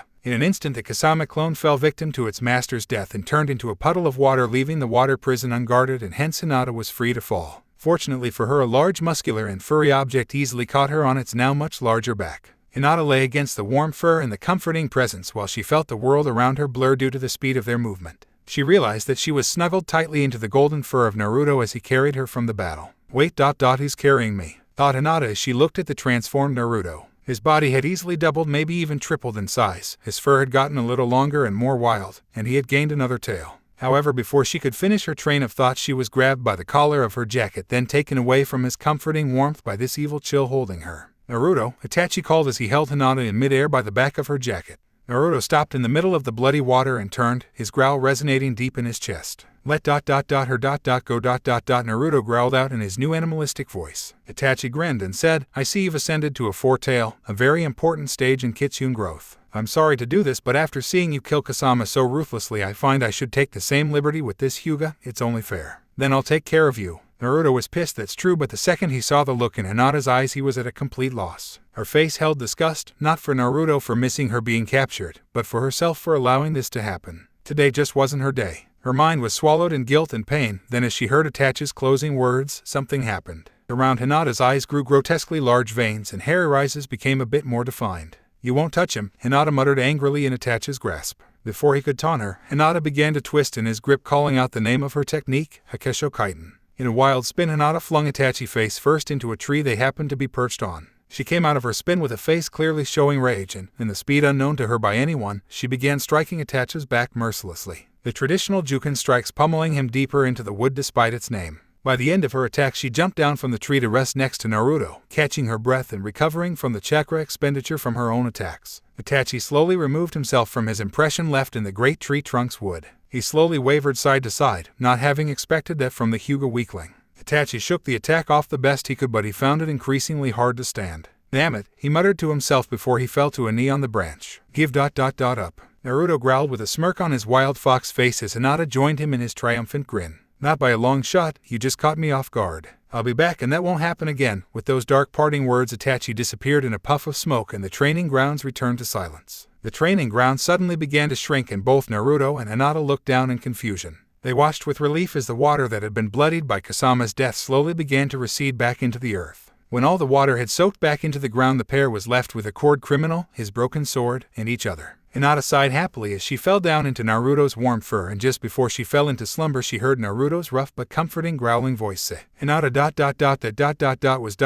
awesome. She felt a warm presence surround her and she fell into a peaceful slumber." Naruto sighed with a soft smile on his foxish face and decided he was stuck with cleanup duties. Taking great care not to wake Hinata, he gathered up the body of Hoshigaki Kasama for the Anbu and Obachan. He also discovered the shattered Simhata and took it in his mouth. As he walked through the town of Konoha, many gasped, some just stared, others cursed him, but Naruto ignored them all except those who dared to stray close to try and get the sleeping girl off his back. With a growling and animalistic, "Go away," they would flee like cowards. Naruto, after a long procession through the streets of Konoha, reached the Hokage's office. Completely ignoring the intern, he waltzed into the Hokage's office, dragging the body of Kasama behind him and carrying the sword Simhata in his mouth. Tsunade stared in disbelief as this giant fox creature simply barged in on one of her meetings with the body of Hoshigaki Kasama wrapped in his tails and the great sword Simhata shattered in its teeth. Naruto spit out the sword and dropped the body unceremoniously on the ground, saying in a growling hiss, "Special delivery, Obachan." And Naruto, Tsunade said, causing the fox to face a shocked Tsunade, a stone-faced Hyuga Hiashi, and a surprised Shizune.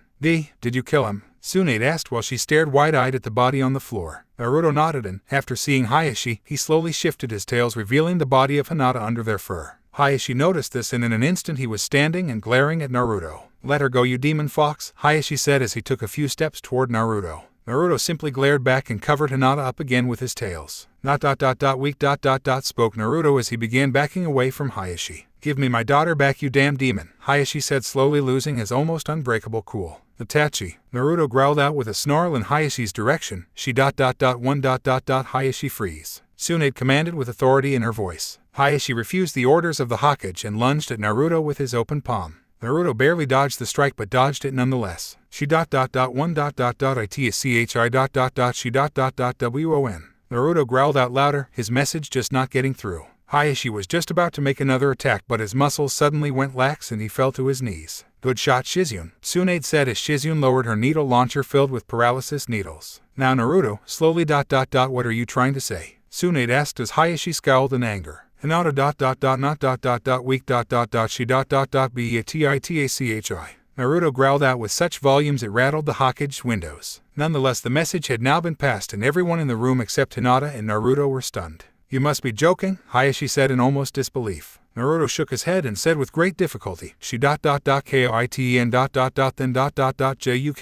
then ... he ran." "What about you, Naruto?" Tsunade asked with concern. "How did you ... kill Kasame?" Naruto grinned a bit and said, "Nu. Jutsu, R. Rasengan, S. Senkuki." Naruto turned swiftly, heading for the door to the Hokage's office but stopping just before he passed Simhata. He bent down and plucked the biggest tooth from the shattered pieces and held it in his mouth as he walked out. "Naruto, where are you going?" Tsunade questioned as he reached the doors of the Hokage's office. "Let go of my daughter." Hiashi roared, the paralysis being slowly ebbed away by his struggles. "Take ... Hinata ... home ... Naruto grumbled as he disappeared in a golden blur. Tsunade smiled to herself. Maybe those romance stories really do have a place in the field. He had better not try anything, Hiashi growled as he slowly and clumsily got to his feet. "I highly doubt he would. No matter what you think of him, Hiashi, he really is a good boy. Just a little stupid at times," Tsunade said with a smile on her lips. "As long as he comes nowhere near my daughter or my home again, I couldn't care less," Hiashi said, brushing off his clothes and getting ready to chase down a certain fox for his daughter back. "Oh, I think there might be a problem there, Hiashi," Tsunade said with a smirk, "seeing as he's staying at your mansion from now on."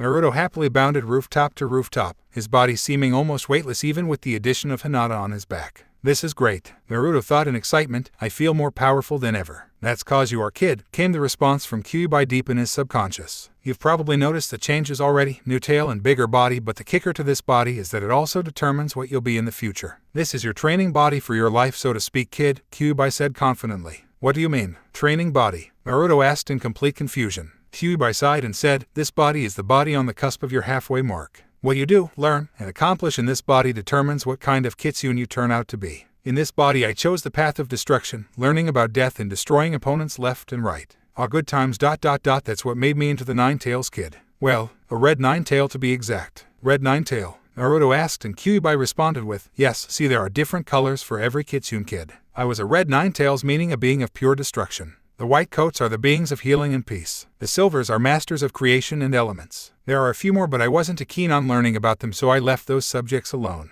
As far as I know, only red coats can become full 9 tails, seeing as every silver, white, or any other coat died before they became more than 7 tails. In reality, Kyuubi knew completely about the other kinds of Kitsunes and what they were capable of. There was another path he knew of besides his own that assured at least 7 tails. However, that path was something even he found dark and devastating, the path of a void Kitsune. He had a good idea what path Naruto was heading down, and that path was one that many feared to tread. It held the greatest challenges but also the greatest potential. Kyuubi sighed to himself mentally as he cut communications with Naruto. He's on his way down a really long and painful path. Naruto easily bounded over a crowd of screaming villagers without giving it so much as a flick of his ear. However, when the girl on his back gave the slightest shuffle, he paused briefly to check and make sure she was as comfortable as can be. When he saw her curled up in his tails and fur, he couldn't help but smile, then turn his head away quickly, feeling the fire on his face fur begin again. Ugh, what the hell? I haven't eaten anything expired in weeks. What is wrong with me? Naruto questioned himself, only to hear snickering in the back of his mind. What the hell are you snickering at, you demon fox? Questioned Naruto to his resident, only getting a curt nothing in response.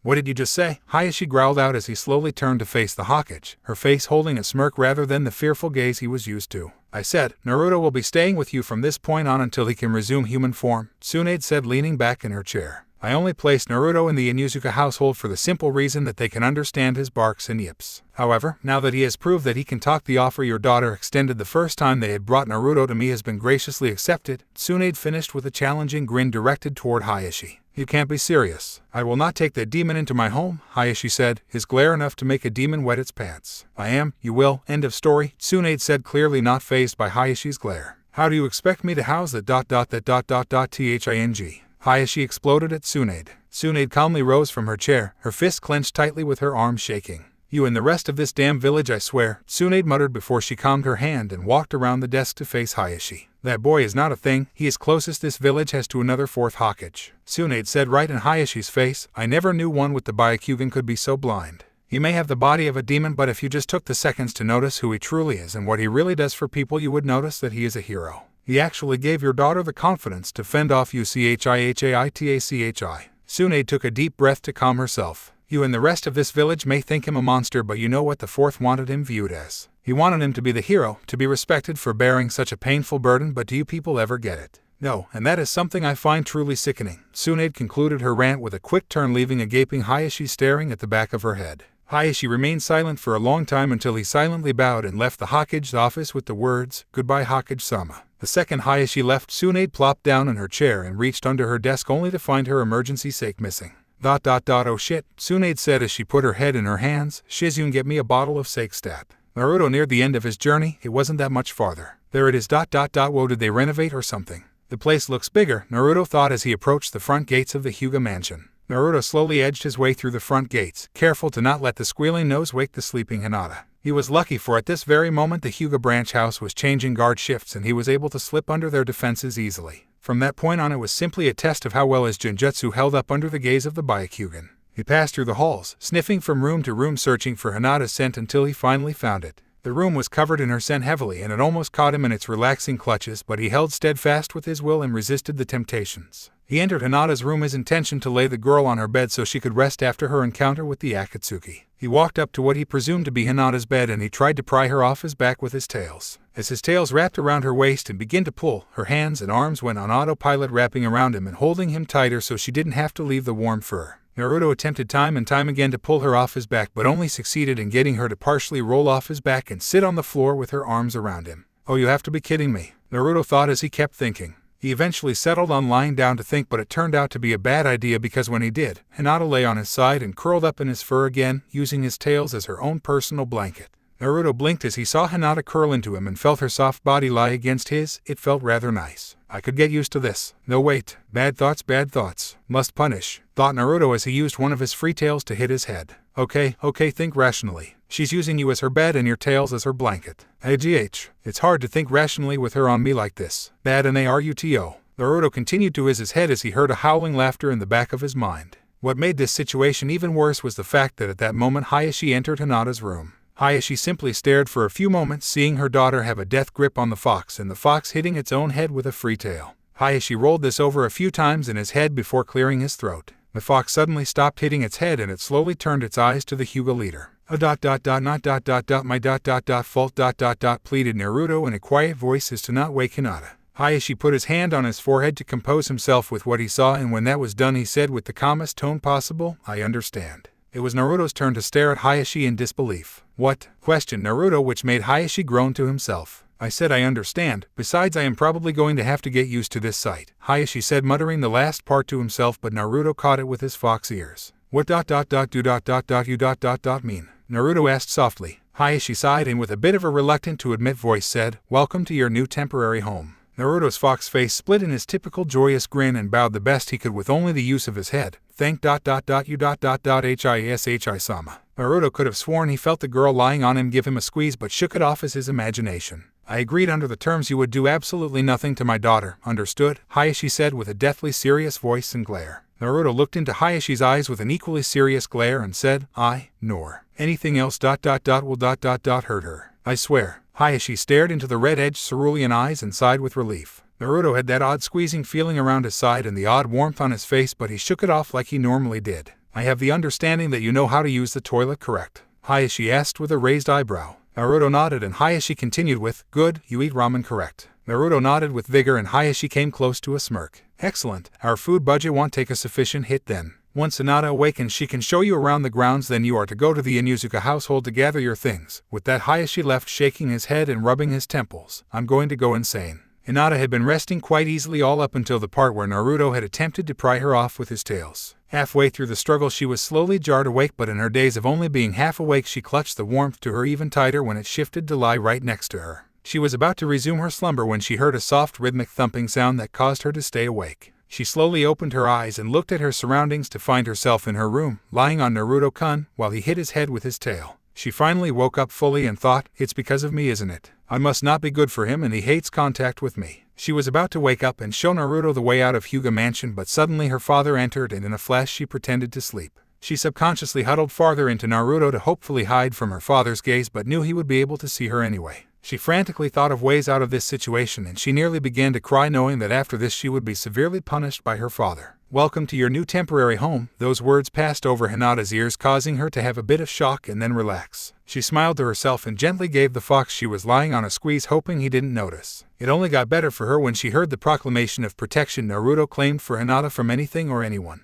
It made her so happy she gave Naruto another squeeze, this one knowing he felt, seeing as his body stiffened a bit but then relaxed quickly. After Hiashi had left, Hinata decided now was as good a time as any to wake up, so she let out a big yawn and stretched. "Hinata, you awake?" Naruto asked, his voice getting less rough and broken, but it still held that animal edge to it. Hinata slowly opened her eyes to meet Naruto's red-edged azure orbs and nodded with a flushed face. Naruto smiled and asked, "Show me around." Hinata looked at Naruto in false confusion and he said with a smile, "I'm here to stay." Hinata produced a shy smile and got up from Naruto, but she didn't walk for her door. Instead she approached her dresser and opened the top drawer. Naruto was confused by her actions and did the only thing that came naturally to him: he followed her. After rummaging through the various items she had stored in there, she quickly pulled out a small normal-looking flat box. She turned with a smile on her blushing face and gave the box to Naruto, stuttering out, "H here in Naruto-kun." Naruto raised a fox eyebrow and accepted the package with one of his 4 tails. Holding it in place with one tail, he wrapped another tail over the cover and swiftly pulled it off. Lying in the box was a large and somewhat thick leather strap connected on the ends by a thick metal plate. Inscribed on the plate was the symbol for Konohagakure. Naruto looked at the strap in confusion for a few seconds until Hinata took the strap out of the box, wrapped it around Naruto's neck, then clasped the 2 metal pieces together. Naruto blinked a few times and looked around the room for a mirror. Once he found a suitable full-length mirror, he walked up to it and found that Hinata had just put a collar on his neck. He stared for a few moments until he turned his head to look at Hinata. "You've been planning on this, haven't you?" he asked with a few confused blinks. Hinata bowed with a deep blush on her face and said, "I'm sorry Naruto-kun, why you don't have to wear it if why you don't want to. I just thought I would look nice. Why you need a V village S symbol, right?" Naruto smiled and nodded his head. "Yeah, I do, thank you, Hinata-chan." After getting over the initial shock of being called Hinata-chan by Naruto, she gave him a brief tour of the grounds. Naruto found that the grounds were very large and open, with a few private training fields out in the rear of the home. Seeing as how Neji was on a mission, he didn't get to run into his favorite branch member, but he did have a few run-ins with the branch members. They were in the kitchens and in the guard towers, basically the servants of the house. To his surprise, he found that many of the branch members didn't look at him with the same gaze of hate as had the villagers. Some did, that was true, but still there were those few that gave him a look of fear and pity. They knew what it was like to live with a cursed seal like Naruto had. Most never had their seals active, but Naruto's had been to the fullest extent it could be. Hinata, on the other hand, was getting looks of approval and pride. She was being held up in a favorable light for the Itachi incident. Apparently word spread through the grapevine quickly and many people respected Hinata for what she was able to do. "Sister," came a confident younger voice from behind the pair as they walked through the main house. Hinata and Naruto jumped slightly at the sheer volume of the sound, but they both turned around to be greeted by the sight of Hinata's sister Hanabi. "What is that thing doing in our house?" Hanabi hissed out in anger towards the demon fox boy. Naruto was used to these comments, so simply stood there with an impassive stare on his face. Hinata glared slightly at her sister and said, "This is our new house G guest, Naruto. You know father will find out and he will kill that thing," Hanabi said with a superior smirk on her face. "I don't think so, sister," Hinata said with a smirk of her own as her stutter began to dissolve. "After all, he did invite this thing as you put it into this home." Hanabi stared wide-eyed at her sister in disbelief. Did she just speak to her with a smirk? "Well, I'll go to father. I'll get that thing killed," Hanabi said, losing her cool for being shown up by her weaker sister. Naruto simply smirked and sauntered closer to Hanabi, causing her to back up. She heard the legends, she knew what Kitsune were capable of. Hanabi then realized what she was doing and froze. This wasn't any way for her to act, she was a Hyuga. Hanabi lunged out at Naruto, preparing for an instant death Juken strike to the heart. Naruto easily sidestepped it and wrapped Hanabi up in his tails, separating her hands so she couldn't form any hand seals. Hanabi gulped, her mind telling her to scream for help but her Hyuga training telling her to remain poised and calm. Hinata walked over to her sister with a smile that made Hanabi's skin crawl and said, "Oh, Naruto W will be with us for a long time, Hanabi, count on it." With that said, Naruto let Hanabi go, her eyes wide with fright at her sister's eerily grinning face. Hinata began to leave with Naruto following. Just as Naruto passed by Hanabi, he turned to look into her pale eyes with his own red-edged sapphire orbs and said, "See you around." Hanabi was struck with an even stronger fear as Naruto rushed past her in a golden blur to follow Hinata on their tour. Naruto walked alongside Hinata, his golden ears in rapt attention as she explained everything she was permitted to.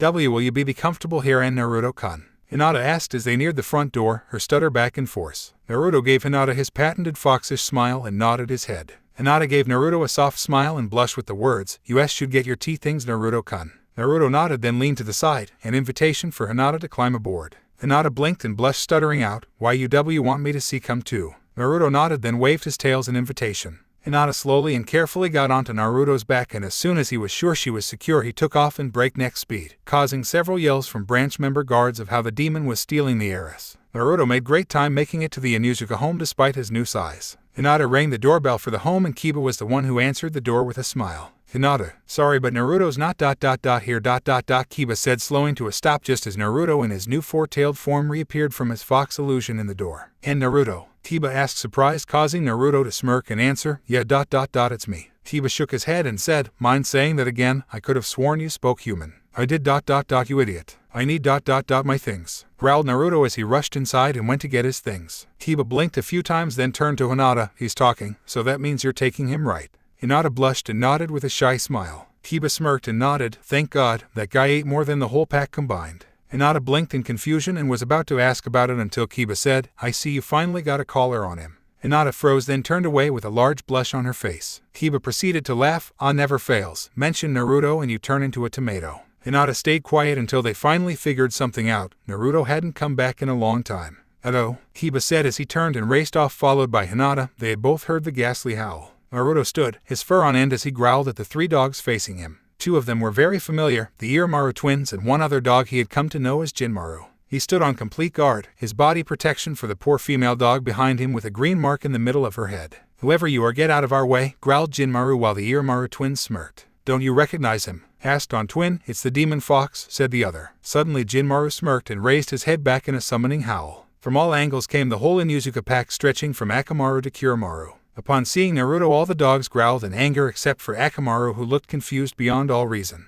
"You're dumb enough to come back? Oh, this is sweet," Jinmaru growled. "Now we'll prove how weak the demon truly is and how strong our pack has become." "Prepare to die, demon fox," growled the twins as they took a running leap and attacked with a tandem Yatsuga while Jinmaru simply stood there. Naruto smirked to himself and took a running leap, turning into a massive whirlwind of a Gatsuga, completely overshadowing the twins and sending them into a dizzy heap. "This is what happens when you threaten my friend," Naruto growled as he came out of his spin. Quickly grasping the world around him, he turned to find Jinmaru had gone. "Where the hell is he?" Naruto asked inside his mind when he suddenly felt a presence behind him. From the sky came Jinmaru, his mouth wide open for a killing bite at Naruto's throat. Naruto quickly rolled to the side and grasped Jinmaru around the stomach with his tails. He smirked and twisted quickly, putting extra power into slamming Jinmaru into the ground. In an instant Jinmaru was knocked out and it was over. Naruto turned around with a growl, causing the semi-circle of dogs to back up save for 2. Anyone care to try me? Naruto growled as he stood tall and proud with the defeated at his paws. Midori quickly rose from her spot on the ground and ran to Naruto, nuzzling against his side with a serene smile on her face. Naruto ignored this in favor of paying attention to Kiramaru, who was walking right for him.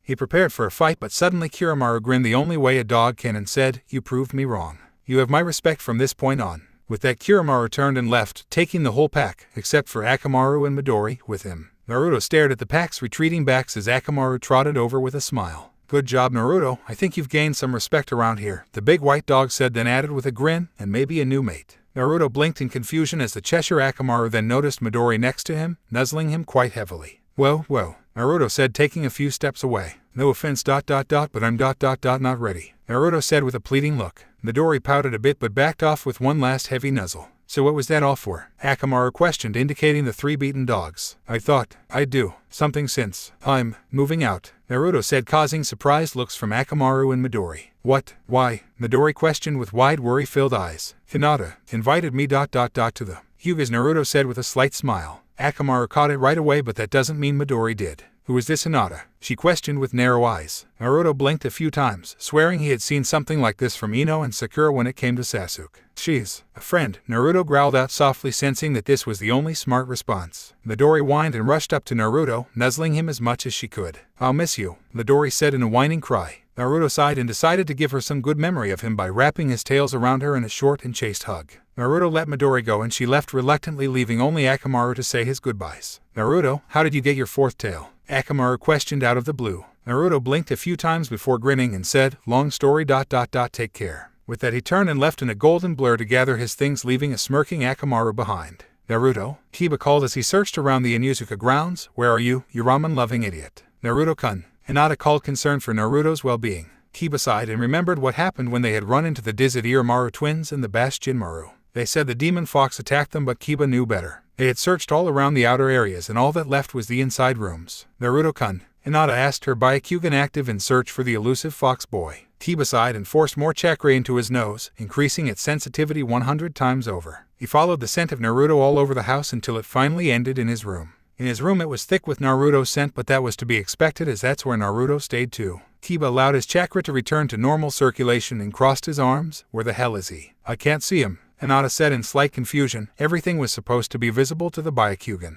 "Look up," came Naruto's growling voice as he peeled himself from his fox illusion ceiling, falling and landing right on top of Kiba.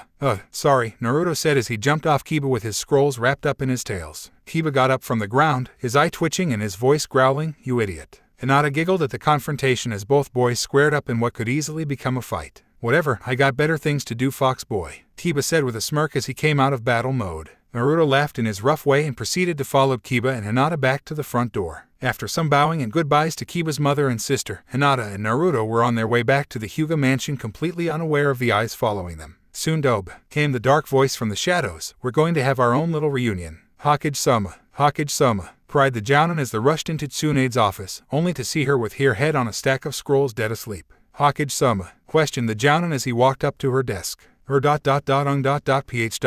muttered Tsunade as she turned in her sleep. "Hokage-sama, wake up. We need your leadership now," said the Jounin, pushing on her shoulder to wake her up. Tsunade turned away from the offender after grunting in protest to being awoken. "Hokage-sama, this is important. We have reports of Uchiha Sasuke in the area." With this, not only did Tsunade wake up, she sprung to her feet, knocking over her chair and desk in the hurry. She grabbed the Jounin by the collar and screamed in his face, "What? Why didn't you tell me sooner?" Not waiting for an answer, Tsunade marched out of her office to call an emergency meeting of the council. This was big news indeed. After living only 1 week in the Hyuga residence, Naruto found that one could get into an amazing amount of mischief in such a big house, especially if people rarely came down the same hallway within 10 minutes of each other. He found scaring Hanabi to be his second most favorite pastimes, right after Hinata giving his fur a good once-over with a brush. He really enjoyed the home and found that many of the branch members who had glared at him the first time they had met him now seemed either impassive or even smiling at him. He knew that the guards with the Byakugan had seen him once or twice and frightening the younger main house sister, and they found it to be more than enjoyable. He even got a request from one of the cooks for a very special illusion. It turned out the younger Hanabi was terrified of spiders, and even more so, the bugs Shino had contracted into symbiosis with himself. It should go without saying that the cook got his wish, and from that point on whenever Naruto wanted ramen he got it in force. Meanwhile Naruto would spend at least a few hours a day with his scrolls and with Hinata, attempting to get his broken and animalistic voice tamed and fluent.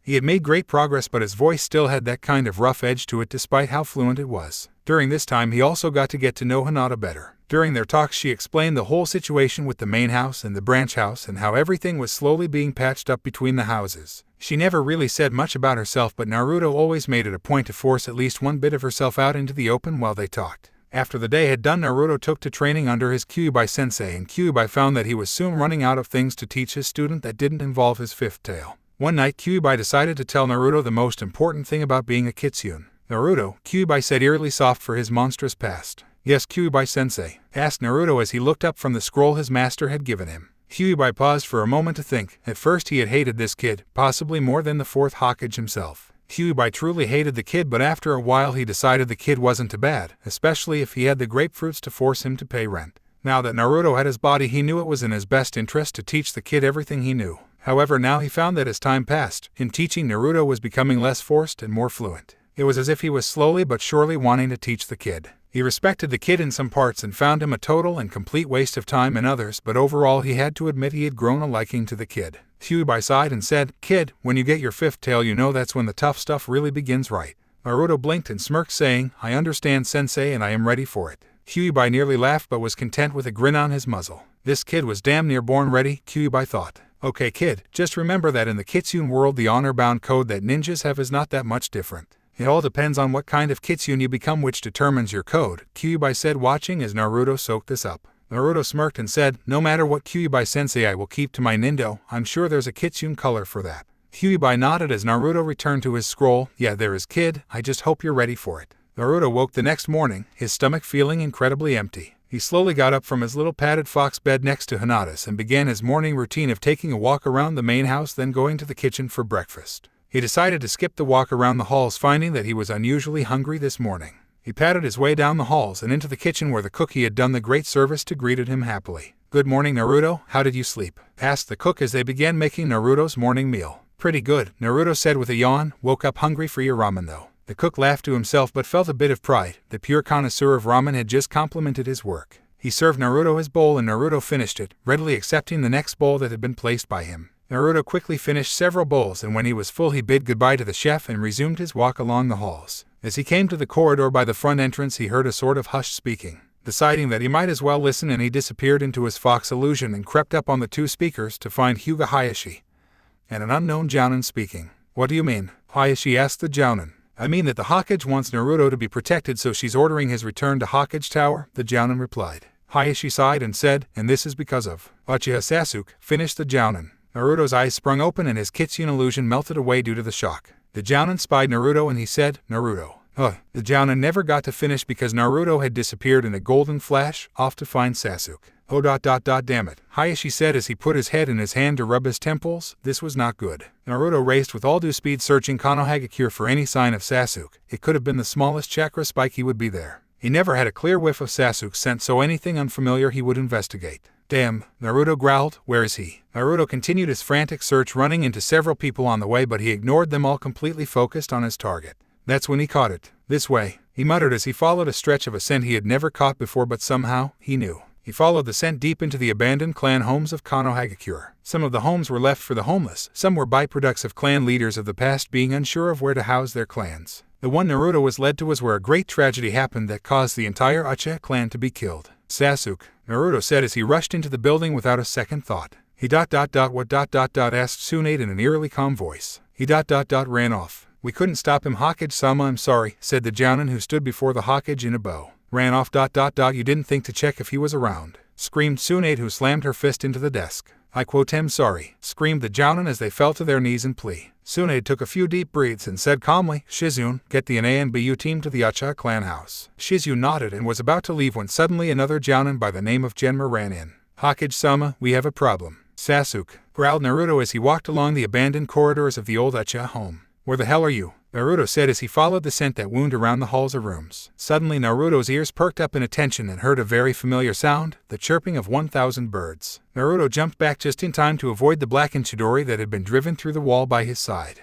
Naruto, came the dark voice from the cloud of dust. It's been a while, friend. Naruto simply stared into the cloud as from the darkness came Sasuke, his curse seal in prime level 2 form. His clothes of pure black and around his head a long banded sound head protector. So Sasuke, how does the power feel? Naruto growled angrily as the dark Chidori around Sasuke's hand dissipated. It feels. Sasuke began lifting his open palm to his eyes. He clenched his fist, cracking his knuckles. Sublime. Sasuke slid into a fighting pose and grinned. Care to take it where we left off? Naruto growled out, I thought you said you wouldn't obtain the Mangekyou Sharingan that way. I hate loose ends, Sasuke said as he took off in a blur. Naruto felt the rush of air behind him and ducked just below the kunai strike to his head. Taking advantage, Naruto wrapped his tails around Sasuke's and pulled his around like a whip, but Sasuke firmly applied chakra to his feet and stayed where he was. He grasped Naruto's tails and pulled him around, spinning him in the air before slamming him into a wall. He pulled Naruto from the rubble and repeated his action with another wall. Sasuke smirked and proceeded to lift a heavy piece of rubble to find Naruto wasn't there. Sasuke sneered and said, Dope, where are you? Right here, screamed Naruto's voice as he leapt from his illusion in the rubble and slammed his burning paw into Sasuke's stomach. Naruto's paw exploded in an inferno and caused Sasuke to fly backward into one of the few indented walls. Sasuke pulled himself from the wall with a grin on his face. Not bad, Dobe, Sasuke said as he formed his hand seals. You too, you bastard, Naruto said just before he opened his mouth wide, and in a flash came a burning red Rasengan. Sasuke bent to one knee and held his hand, the darkness surrounding his palm and sounding like the chirping of 1,000 birds. Sasuke suddenly leapt forward, his hand dragging across the ground, leaving a deep gash as it headed straight for Naruto. Naruto shot forth with equal speed, leaping in the air and spinning like a tornado.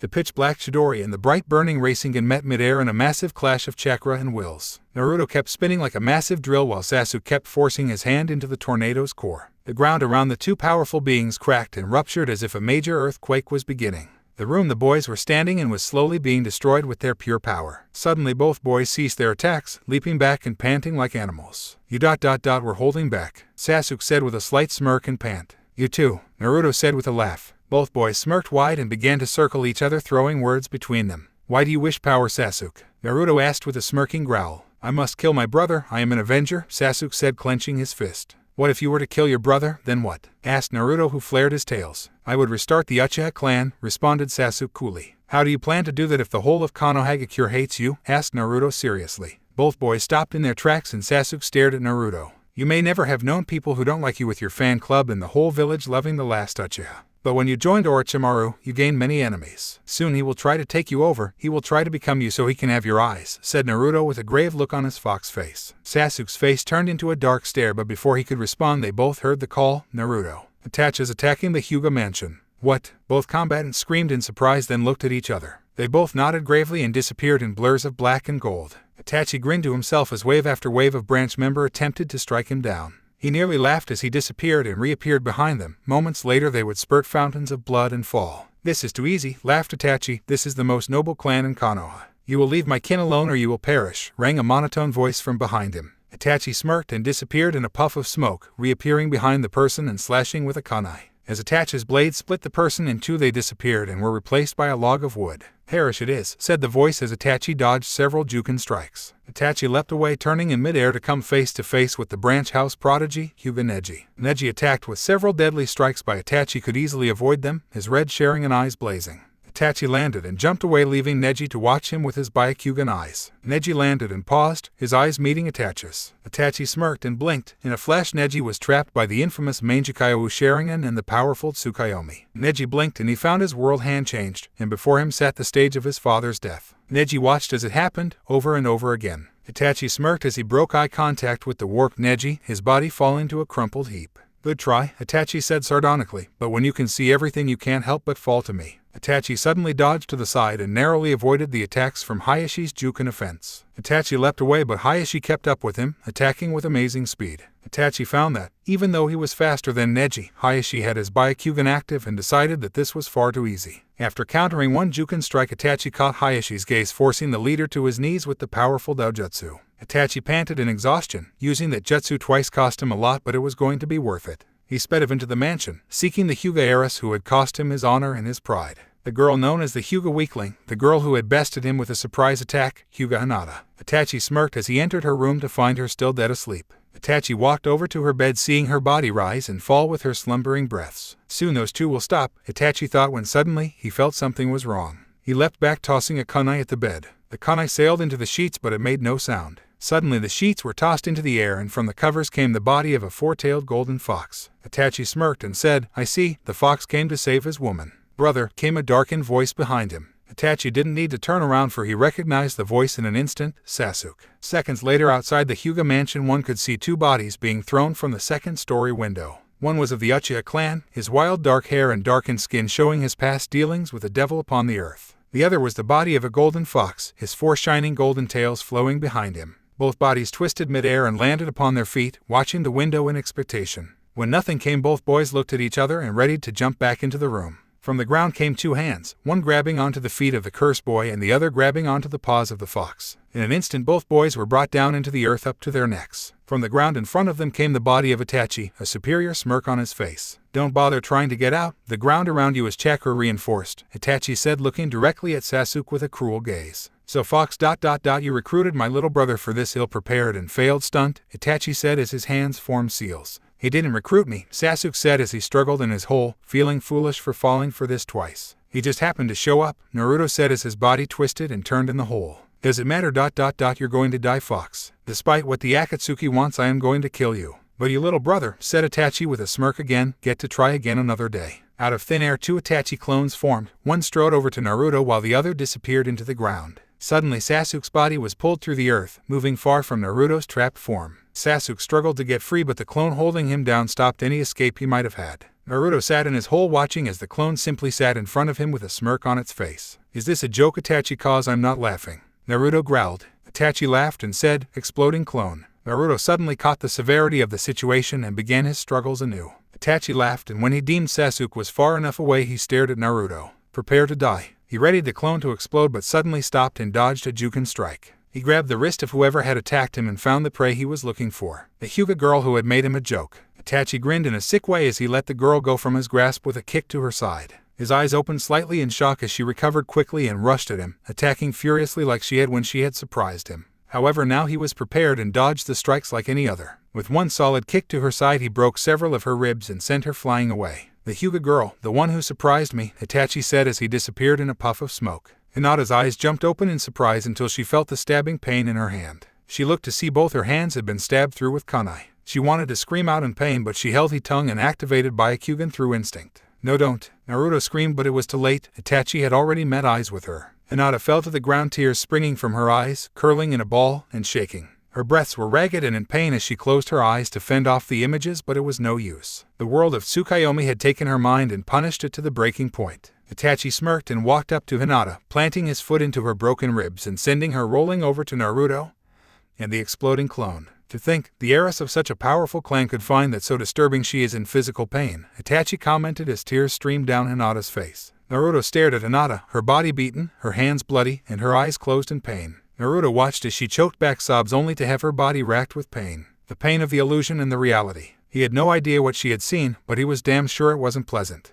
Itachi was going to pay. Itachi watched as Naruto struggled with double efforts to release himself from the earth, but all he did was stir the earth around him. "It's no use, Fox, you need someone capable and strong to dig you out," Itachi said in a mocking tone. "Well, someone capable, strong, and willing to," Itachi laughed, then turned to Sasuke. "Our little brother, how goes the avenging?" asked Itachi with an unfazed straight face. Sasuke struggled in his ground prison. "Not too well, I suppose." "Oh well, you always have another day," Itachi said with a calm straight face that cracked in a wicked grin. "Aren't you just happy when a plan comes together?" Itachi asked with a cruel laugh. "Now where was I? Oh yeah," Itachi said, turning to Naruto and Hinata with the exploding clone. His eyes opened in surprise and confusion as he found the clone had been slain and both his captives were gone. What the Itachi questioned only to get, "Hey Itachi," as a response from behind him. "You said someone capable, strong, and willing, right?" said Naruto as he thrust two of his tails deep into the ground around Sasuke, pulling his straight out of the ground with no problem. Itachi's eyes widened as he looked to Naruto, his fox form looking more wild and even on the brink of unstable. Behind him waved four tails of fur and one of pure red chakra. Sasuke began to form seals and Itachi began to retaliate with his own. "Oh no you don't, little brother." Naruto growled and leapt into the air. He then wrapped his tails around himself from his rear to his snout in a circle formation.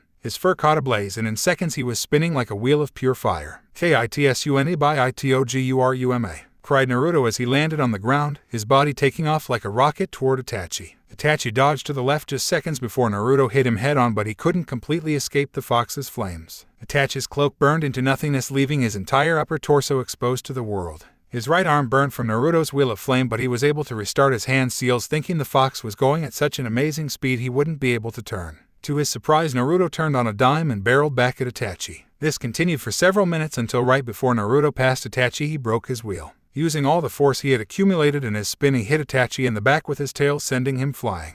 Itachi felt a painful sting in his back and looked over his shoulder to find the largest tooth from Hinata protruding from his back, swiftly seeping his little remaining chakra away. Meanwhile, Sasuke had been forming hand seals and gathering his chakra at an alarming amount. His entire right arm crackled with dark chakra, and the second he saw his brother fly into the air, he took his shot. He disappeared in a blur, the hand-like wings sprouting from his back aiding his direct flight. Itachi turned mid-air mere seconds before he realized what had just happened. He felt a heavy pressure in his stomach and heard the chirping of 1,000 birds. He turned his fading vision to his little brother, his curse seal in full activation as he glared into his brother's eyes with pure malice, his promise of not being his brother's puppet dashed. Itachi smirked and took one of his last breaths, saying, "Success, brother, you've killed me and fulfilled yourself. I tested your capacity and found it to be better than my own. You're a true Uchiha killer like your brother and father before you." Itachi smirked with bloody teeth as Sasuke's darkened hand faded and turned into a normal arm, the curse seal's effect worn off. Avenger Uchiha Sasuke. What woman would marry a man who had such ruthless hate that he left his village to kill his only brother? Congratulations, brother, for in the end, it wasn't I who killed the Uchiha clan. It was you. With those final words, Itachi's eyes grew dull and glossy, and his Sharingan disappeared from existence, leaving behind the natural eyes of the Uchiha clan, dark as the night sky. Naruto didn't watch the spectacle in the air, his mind was focused elsewhere. He darted along the brush and undergrowth of the forest near the Hyuga home, searching for where he had left Hinata. He knew he couldn't have here near the field, and despite what he wanted to do, he had to leave her as far away from the danger as possible. "Hinata-chan," Naruto asked in a soft whisper, and no. And Naruto-kun, he heard several whimpers, then soft sobbing. He rushed toward the source of the noise and found Hinata, her body in a ball and her eyes filled with tears. "And Naruto-kun," Hinata whimpered as she saw him. He breathed out a sigh of relief and took a step forward, only to see her flinch in response. He looked at her confused as she huddled into her ball farther and farther from him, fresh tears springing to her eyes. "Hinata-chan," Naruto said softly, hoping to get her calm, "I'm not going to hurt you." Hinata opened her mouth to retort, but nothing came except the sobbing sound that racked her body. She closed her eyes to shut out the world around her. Naruto, seeing her eyes close, took a quick sprint, and in half a second he was at her side, his tails curled around her in their warm embrace. Hinata's eyes shot open in fear, and she began to thrash about in Naruto's tails. Despite what she was doing, Naruto didn't once tighten his grip. He left them in a warm but firm grip. "Hinata-chan," Naruto's smooth voice called, "It's okay. I'm here. Nothing is ever going to hurt you. Never again." As Hinata slowly ceased thrashing, Naruto's tails began rubbing her back in comfort, spreading their golden touch to heal her. Hinata at first felt fear and pain from the fox encircling her with its tails. Slowly but surely she began to feel more and more calm to the presence. With time she felt completely at peace with the warm tails surrounding her in their warm golden embrace. The pain in her hands and stomach had even stopped. She felt as if the tails were her shield to the world and they wouldn't let anything touch her. She shuddered slightly with the comforting warmth and let one last straggling tear fall from her eyes, which was wiped away by a warm hand. Hinata sighed and smiled as she slowly opened her eyes to be met with Naruto's blazing blue. However, before something more could happen, Hinata realized something very important. Naruto was no longer in fox form, he was in the shape of a half-human, and he had 5 golden tails. That, and there was the small fact that he was completely naked except for his leather collar. Thanks to luckily placed tails, Hinata never caught a true glimpse of him, but this was enough to make her blush to the roots of her hair, then fall into a dead faint. Naruto blinked in confusion before looking down at his body. "Hey, I'm human," said Naruto before he noticed the obvious, "Oh god, I quote am naked." From somewhere deep in his mind he could hear the howling laughter of a certain demon fox. "Change back, change back," Naruto screamed in his mind as he kept his tail securely wrapped around his waist to protect the possibility of anyone seeing anything. Despite his pleas and cries, Kyuubi was enjoying this far too much to tell him how to change back, so Naruto, filled to the brim with embarrassment, gathered Hinata up in his arms and took off back to the Hyuga mansion, careful to not let his tails fall from their strategic locations. Just before Naruto entered the Hyuga compound, he formed a hinge around himself, giving him the appearance of him having his normal clothes. He sighed and walked into the Hyuga compound to find Anbu and Medicnin running around at an insane pace, checking all the fallen if they were alive. Naruto saw Hyuga Hiashi and Hyuga Neji both sitting on a couple of chairs, their eyes frozen in blank stares as people asked them questions. They're just gonna have some problems, Naruto thought as he walked towards them with Hinata in his arms. Hiashi broke his stare at the dog-masked Anbu asking him questions and turned to Naruto, a spark of life floating into his eyes at the sight of his daughter, well and alive but fading just as quickly. The dog-masked Anbu followed Hayashi's line of vision and found Naruto, his body human in form, but as the dog-masked Anbu looked on he saw through the hinge and saw the naked half-fox boy beneath. He blinked a few times in complete confusion before saying, "Naruto." Naruto could recognize that voice anywhere. "Kakashi, how are you?" After the formalities were over, Naruto explained everything that had happened. From what he saw, Itachi had attacked to get to Hinata. The Hyugas defended for a while before he got there. He took off without finding what had happened to Itachi to find Hinata, who had been placed under Itachi's illusionary world. He purposely left out Sasuke's return and many other things to protect him. Kakashi sighed and filled in Naruto's blanks. "First, Naruto, it's not nice to lie about such a big detail like Sasuke's return. 2. You were correct on Itachi's plan, but it will never go fulfilled. Itachi was dead when we got here with Sasuke's hand in his stomach." Sasuke was muttering something about bastard and dead brethren. His curse seal was deactivated and we asked questions, but Sasuke just didn't respond to anything we said. "We took him into the Hokage's office for questioning," Kakashi said with a gravely serious tone. Naruto looked downtrodden for a moment until Kakashi asked, "Why are you naked, by the way?" Naruto blushed and muttered, "When I transformed into a fox I didn't have any clothes on, so when I transformed back it wouldn't make sense if I had them, now would it?" Kakashi laughed and pointed to Hinata in Naruto's arms. "I suppose she saw you, that's why she's unconscious." Naruto twitched in anger along with blushed in embarrassment, causing Kakashi to laugh. How is she?" asked a voice just above Kakashi's laughing. Naruto turned to look into the traumatized eyes of Hyuga Hiashi. He lowered his head to look at her and said, "She's just fine. I swore on my Nindo that nothing would harm her." Only Hayashi's eyes expressed his relief, and the spark he had for a moment or two was back in his eyes, but maybe this time it wouldn't die. Naruto looked down at Hinata and he remembered her hands had been run through with kunai. He looked at her hands that had crossed on her stomach and found they were perfectly fine, not a scratch to be found. He found this odd but ignored it in favor of saying, "Kakashi, watch her along with Hayashi-sama and Neji. I have a few things to talk to the Hokage about." Kakashi nodded and accepted Hinata as Naruto took off in a blur of golden light, his direction being Hokage Tower. "You damn fox, how do I change back? What about my clothes? Damn it, answer me." Naruto screamed in his head, but all he got back in reply was complete and utter silence. "Don't make me sing that stupid song in my head over and over again to get you to talk," threatened Naruto. Naruto heard what sounded like a sigh in the words, "Kid, welcome to the big leagues." This caused Naruto to stop on the roof he had landed on and talk with the demon in his mind. "What are you talking about?" Naruto asked in pure confusion. Naruto heard that sighing sound once again and he heard Kyuubi's voice ring. "5 tails, kid, I told you 5 tails and you got them." Kyuubi chuckled a bit and said, "You know, I thought you'd become this. I was kind of hoping not, but apparently I don't get my wish." "What are you rambling about?" Naruto asked, even more confused than before. "Golden Kitsune," was Kyuubi's solemn reply. "Golden? I thought you didn't know Kitsune coat colors," Naruto thought to Kyuubi. "Well, I lied, kid. I know all about them and this is the story. The Golden Kitsune is one of the highest ranked, right below the Celestial and Void Kitsune. Not many have made it to the road of the Golden Kitsune because they were selfish, and those who have, mostly died or were stripped of their tails for going against their own code. A Golden Kitsune is a Kitsune of protection. They protect with everything, even if it means their life," Kyuubi said. "You took your first step in the 4-tailed stage when you promised to protect that girl. Then you decided to protect your old friend by not going full out with that drill attack. You attacked Itachi with full force when he harmed that girl. Then you protected that traitor friend by digging him out and taking on Itachi." Kyuubi paused and took a deep breath. "What solidified your 5th tail was the healing of the girl's injuries both physically and mentally and re-promising her nothing would harm her. That proved you were worthy of the golden coat. Congratulations, kid." Kyuubi finished, leaving Naruto in stunned silence. "If you want to change back, it's as simple as a fox reality illusion. Just cast it on yourself into your fox form. This works both ways. On the clothes issue, just buy some and don't worry about it. They should shift with your form. I'll save the rest for tonight's training." With that said, Kyuubi severed the link with Naruto and sat back to enjoy the show. Maybe I should have mentioned the human form Kitsune C. Nah. Naruto, after shaking off the shock of what Kyuubi had just told him, decided that it would be best to find some clothes first. Oba-chan would see right through the henge. He rushed to his apartment and grabbed one of his orange and black suits, but not matter what he tried, they didn't fit worth a damn. "Oh damn it," he said to himself as he threw the last of his ripped black-orange jackets and pants into the pile. "I hate shopping," said Naruto as he produced the henge once again and exited his apartment. He decided to walk through the streets and let the villagers have a good scare. As he walked the streets, he heard many gasps and had many stares, but what made today odd was the glares of hate came only from the men. From every woman or girl he passed, they stared at him with the look of a predator. This made him more uncomfortable than the glare, so he hurried to the only ninja equipment and clothing store that allowed him to shop. When he entered, the girl at the counter immediately jumped up to help him. This had definitely never happened before, but he accepted the help and picked out a sleeveless black and orange shirt with black ninja pants and black sandals. He also grabbed a pair of special ninja fighting bandages and even a pair of red boxers. He sighed as he took the items and entered the changing room to try on his clothes. "What is up with all the girls today? It's like Sasuke all over again," Naruto muttered as he looked at the door before turning to the full-length mirror to take a look at himself. His eyes opened in surprise. This was definitely him looking back from the mirror, but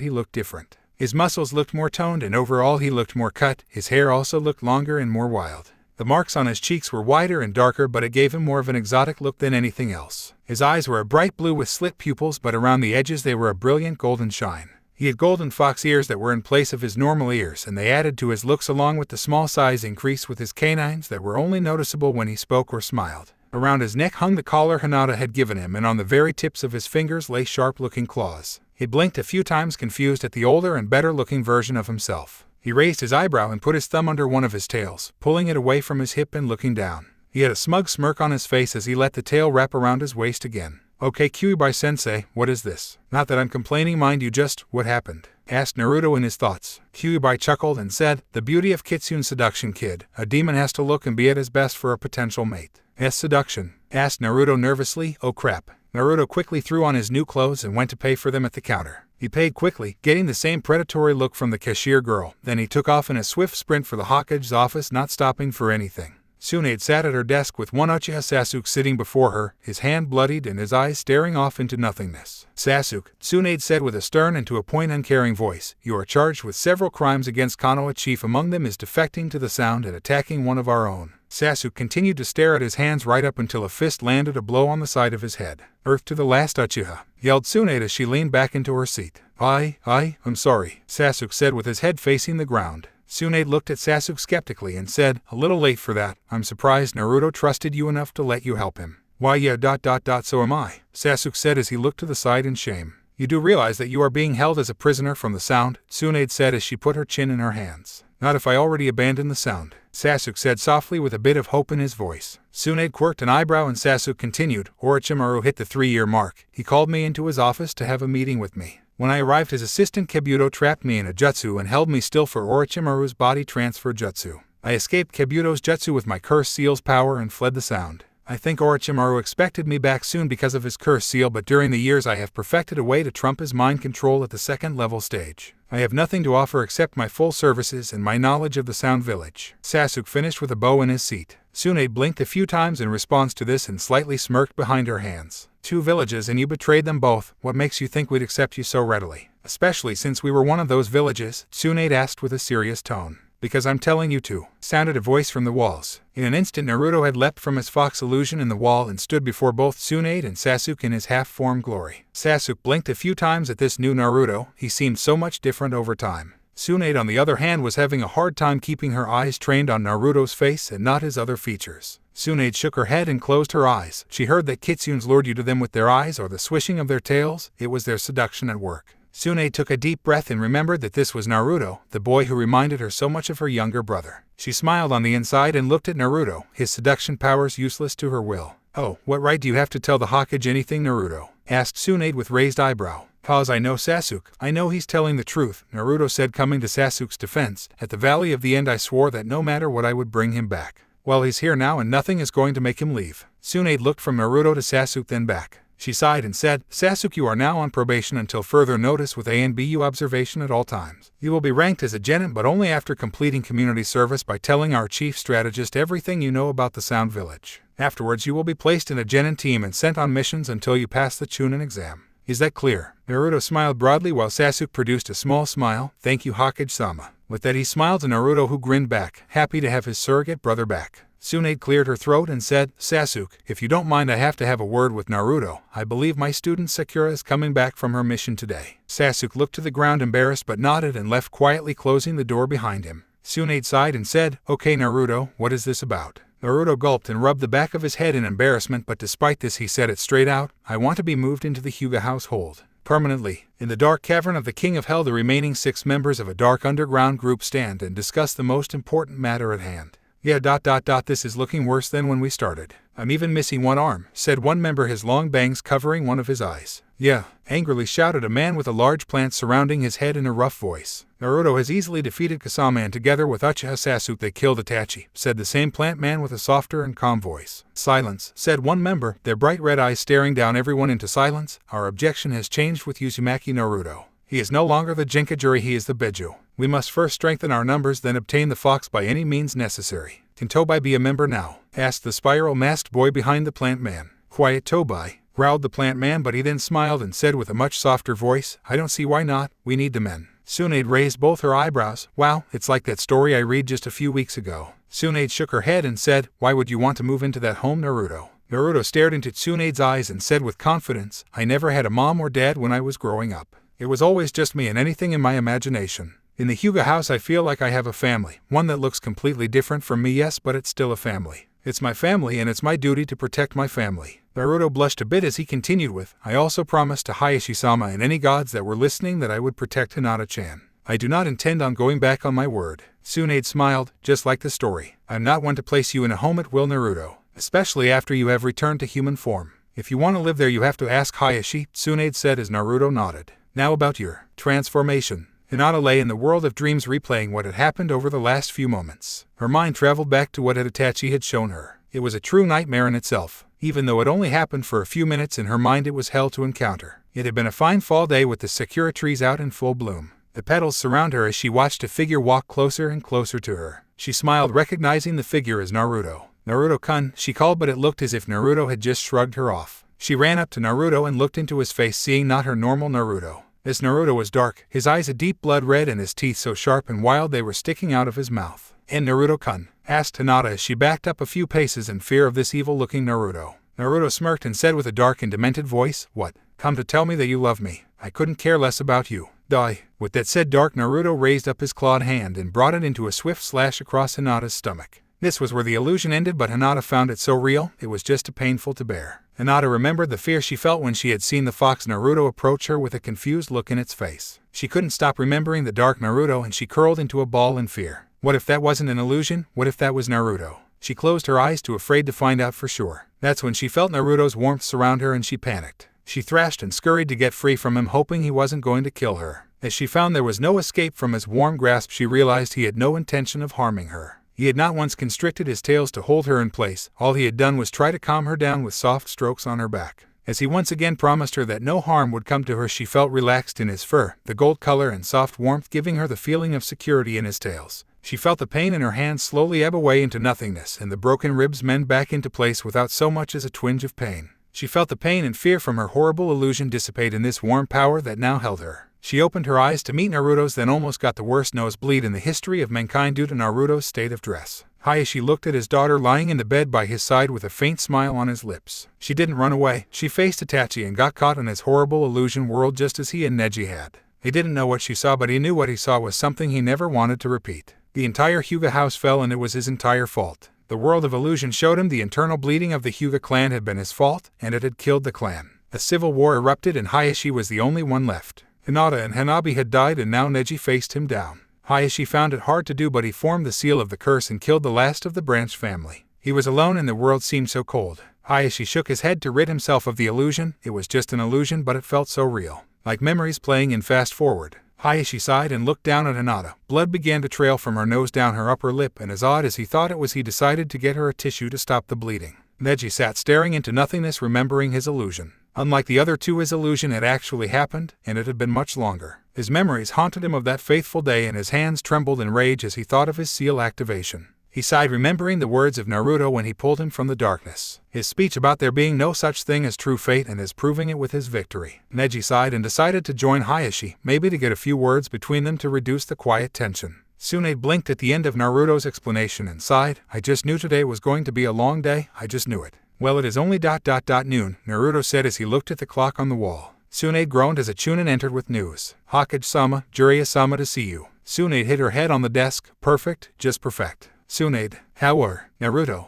is that you? Jiraiya said with a large smile and good attitude as he entered Tsunade's office. What are you so happy about, Oro-sanin? Asked Naruto, who got a bop on the head as a response. What did I tell you about calling me that? Anyway, how are you? Looking good, I see. Must be driving the ladies wild. Jiraiya said with a perverted smirk, causing Naruto and Tsunade to scowl in response. Jiraiya, what the hell are you here for? Tsunade growled before Jiraiya continued with something that might get him pummeled. Oh yeah, Jiraiya continued with as he quickly shifted to a gravely serious face. Good news, bad news time. I got a tip that the Akatsuki are now completely focused on Naruto here. That's the bad news. So what the hell is the good news? Tsunade asked angrily. Jiraiya smiled and said, I also got a tip saying that due to Naruto killing Kasama and Itachi they need to recruit members, which could take a long time, years even. Tsunade let out the breath she was holding and said with a monotone, Great ...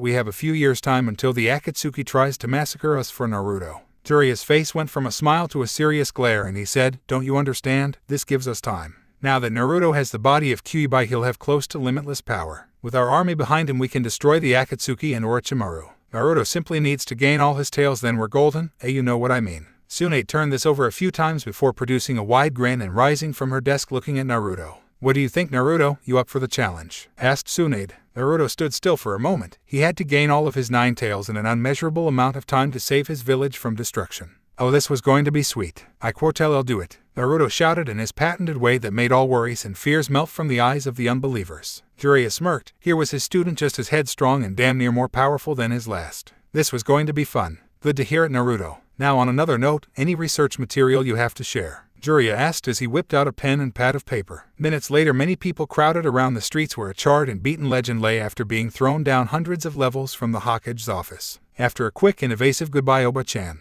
Naruto ran to avoid the oncoming punch from Tsunade's legendary fist. He smiled to himself as he easily glided above many homes and business buildings. This was truly a new level of power. He had never felt so freely before. He was going to enjoy this as it lasted. Sitting in a tent on the outer grounds of the Hyuga mansion was one of the main house and one of the branch house, awaiting for the awakening of one main house girls. Maybe it was a good thing Hanabi was still at the academy. Hiashi looked to his side and saw Neji sit by him, his eyes trained on nothingness even as he looked down at Hinata. "Kakashi says she'll be fine, she just needs her rest," Hiashi offered, but Neji just muttered an understanding, and there was silence once again. "I apologize," came Neji's voice beside him. "During the first Chunin exams I came to hate the main family so much that I tried to kill Hinata. I learned the Kiten and the other clan techniques without your consent. I trained under you, something the council looked down upon greatly. I blamed the main house for my father's death when it was his choice. I apologize." Hiashi nodded in understanding and said, "You are forgiven, but it is I who should ask your forgiveness." Neji snapped out of his stupor. "It was I who allowed the usage of the curse seal on the branch members. It was I who caused your deep hate for the main house. It was I who, despite my pleas, allowed my brother to go in my stead as a corpse. For that I apologize and vow that from this point on I will strive to correct my mistakes, more so than I have in the past." Hiashi finished with a deep sigh. It was true, Neji had noticed how Hiashi had always come from the meetings with the council with tired eyes and shaking his head. He had been trying to pass the banishment of the curse seal technique among other things, but the council ignored him.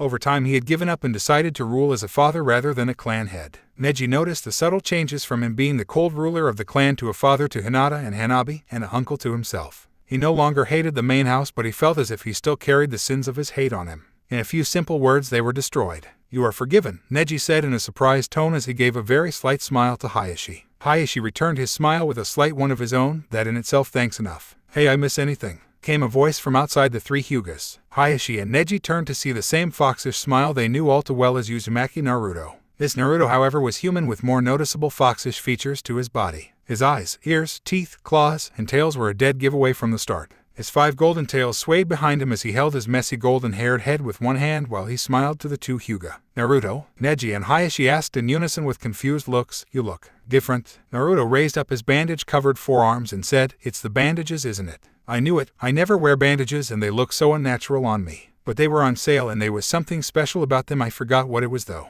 Hiashi and Neji looked to each other, the same thought in their heads. "Idiot." Naruto laughed and said, "I'm kidding. Yeah, I know I look different. It's some kind of side effect from the Kitsune body. It's Kitsune C." Naruto slowed to a stop, noticing who he was talking to, and some quick thinking. It's Kitsune shape-shifting. If a Kitsune is discovered by its tails while hiding them, they transform back and run away. I don't need to hide, so the rule doesn't apply to me. Neji and Hiashi were both skeptical but accepted nonetheless. Naruto shuffled a bit in his spot and said, "Hey, I've been meaning to ask a question." Hiashi looked at Naruto, who seemed nervous all of a sudden. "Well, I don't really have any place to go now, and since I'm in human form, Tsunade wants me to go back to my apartment, but I never like it there. It's too cold and cramped. I wanted to know if maybe you have a spare spot for me in the branch house quarters. That is, if you'd let me move in." Hiashi translated Naruto's entire speech into one simple phrase, "Can I move in?" Hiashi decided to debate this in his mind a bit before responding with a yes or no. He had heard from his youngest about her frequent run-ins with the demon fox boy and the illusions he used on her. There was a strike on his side.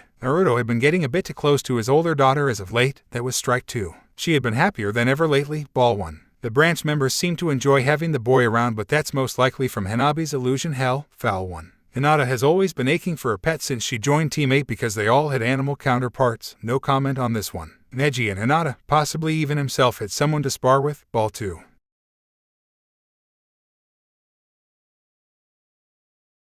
Naruto protected Hinata and to an extent all of the Hyuga like he would a family. The ball had now been pitched. He had gained his 5th tail, which allowed him even more power that would help guard the mansion from attack. The ball comes like a straight arrow. Then again, if Kyuubi were to attempt to take over the mansion, was doomed. Oh, the ball curves to the right and down. Naruto watched in confusion as Hiashi sat thinking intently while Neji sat next to his uncle, watching along with Naruto. Naruto then noticed a small disturbance in the girl behind both Hyuga clan members, and in an instant he was at the other side of the small cot looking down at the slowly seemingly awakening girl. Hiashi observed with some thoughts of Naruto does seem to protect her a lot. In fact, he acts like her own personal shield. Oh, too late, the bat has swung. Hinata-chan, are you okay? Naruto asked softly with fear on his face. Hinata shuffled, revealing all she was doing was moving in her sleep. Naruto sighed and he lay his tails on the cot, covering Hinata in their golden warm embrace. This simple action caused a content smile and sigh from the girl. Hiashi watched this, his thoughts along the line of Naruto as maybe overprotective. The ball and bat meet. Naruto slowly turned his head to face Hiashi, a serious look on his face. I told you I'd protect her from anything, even myself if necessary. I promise that protection over this entire home, on my word as a golden guardian Kitsune, I swear it. The ball has been struck and it is going,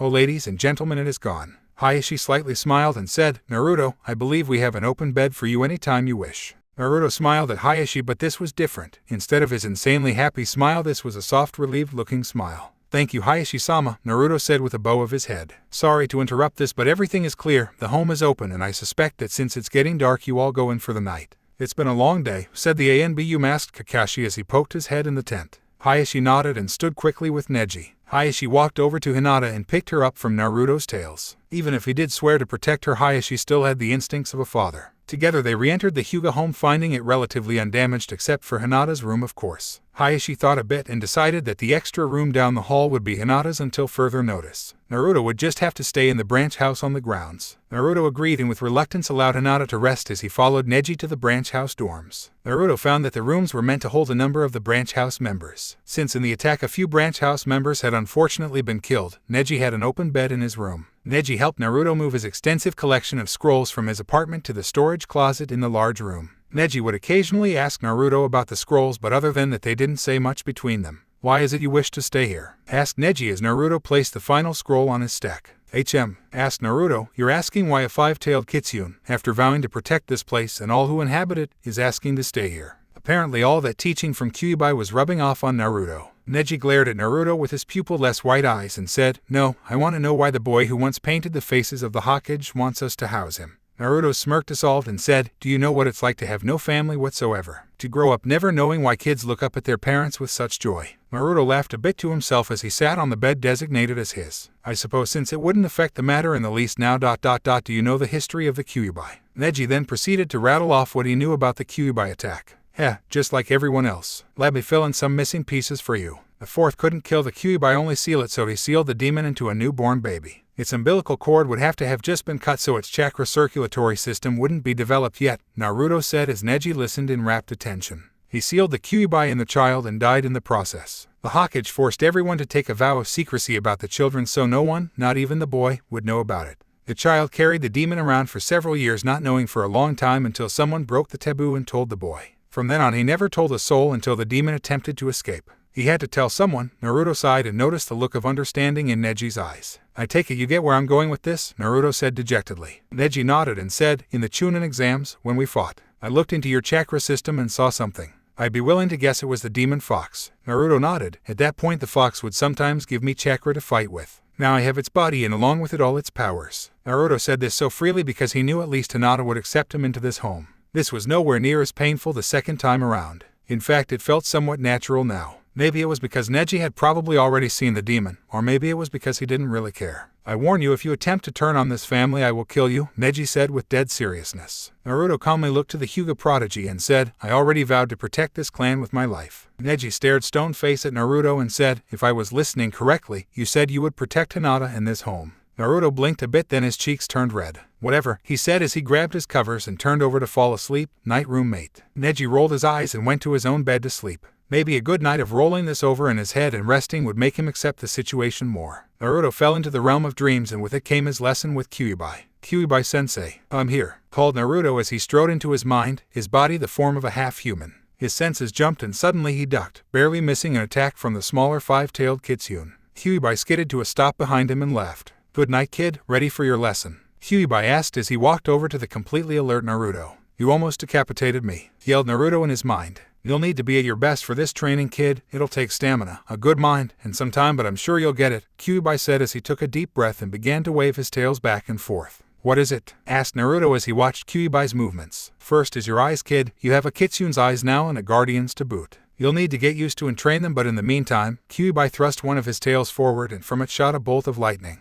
Naruto's eyes snapped open and on pure instinct the golden edges of his blue eyes began to glow and the world around Naruto slowed. He saw the bolt coming and he dodged to the side just in time to miss it. Naruto landed on his back as the bolt hit the ground and dispersed into nothingness. Welcome to the next level, kid, Kyuubi said as he began to rub his tails together once again. The morning after Naruto had told Neji about what he had carried for so long and what he was now, Neji took to it pretty well. He didn't hold the hate for Naruto as had many others, but he was a bit more weary around him more than normal. Naruto accepted this, saying it was better than hate. Naruto, after his breakfast of ramen, rushed down the halls of the complex in his human form. He felt a tad bit uncomfortable with the branch house females looking him over and even worse swearing he saw one that had the Byakugan active and blushing like mad. He pushed it to the back of his mind and went directly to Hinata's room. Naruto sighed to himself and sat down on a chair next to her bed, watching her sleep peacefully, wishing he could wake her and tell her how good of a job she did. Naruto watched and waited, his mind strolling over random things. The ramen was good this morning. I think the cook did something special to it. Hinata-chan looks happy. She's kinda cute when she's sleeping. Wait, no.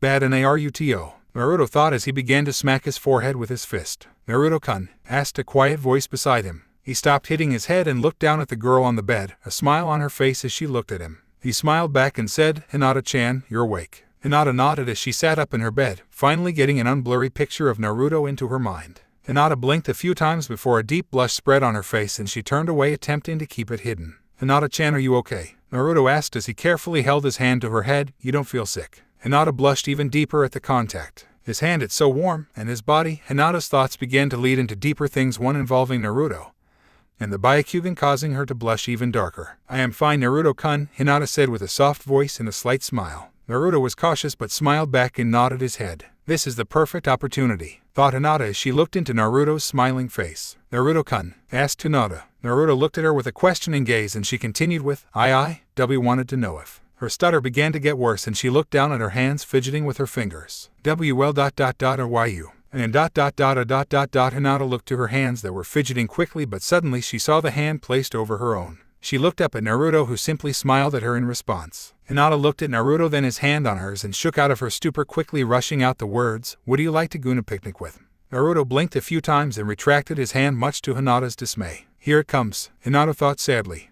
Could you say that a little slower? Asked Naruto as he scratched the back of his wild hair. Hinata gulped and said, I asked if. Why you wanted to go with me on a pea picnic? Naruto blinked then smiled wide, saying, yeah. Just remember to make some of those rice balls like the last time. They were awesome. Hinata smiled and nodded, sure Naruto-kun. Sweet. When are we going? Naruto asked with a scratch to the back of his head. Tea this afternoon, offered Hinata, to which Naruto smiled and nodded. Yeah, that sounds good. Well, you'll want to get a shower and dressed and stuff, so I'll see you later, Hinata-chan. Noon at the front door, okay? Bye, said Naruto as he reluctantly stood and exited the room. Hinata had to force herself to look away from him lest she use the Byakugan for inappropriate means. Sasuke wandered the streets of Konoha trying to remember everything he could, but this was all such a blur. For the past several years of training under Orochimaru, he had slowly forgotten what Konoha looked like, what it felt like, how it smelled. He remembered how back in the Sound the days were almost always cloudy and it was always cold. Here it felt warm and the sky was sunny save for the few clouds hanging overhead. He sighed as he felt the presence of his doppelganger, the ANBU that had tailed him almost every hour of the day. Yesterday had been quite an interesting day since it had been his 5th day back. He had been rushing through the streets of Konoha, being the victim of many people's glares and even some who called out for NBU to get the traitor. He ignored these and focused on his target, the front gate where all ninja who recently completed an out-of-village mission gathered. He landed at the gate just in time to run into Sakura and her new team. It seemed like a 16-minute staring contest, but in the end he got something that greatly resembled Guy and Lee. Sakura walked up to him, slapped him quite hard, then hugged him and cried into his uniform. He was never one that was good with comforting, and with his brains rattled from the slap, all he could do was awkwardly wrap his arms around her in a confused hug. After a bit of crying, she demanded to know what had happened and how he got back. He explained everything with Naruto, Itachi, the Hyuga mansion attack. He told her everything. He smiled to himself as she, like she did when they were first assembled as Team 7, asked him out on a date. He rolled his eyes, but just for sport he accepted. He had to admit it was fun hearing what had happened while he was away, but he didn't have many funny stories. Of course there was the Kabuto to Pants incident, but that was completely irrelevant. They parted ways and he went to his apartment to rest for the night. He woke up in the morning and decided to take a walk around the village to remember what he had forgotten. He reached out once again to felt he had two ANBU tailing him, and in an instant both of them were gone. This was his chance. He disappeared at top speed, his goal being the northern wall. Once he was where no one could see him, he quickly pulled out a summoning scroll, and in an instant he had a small flashing beacon and a carefully written scroll.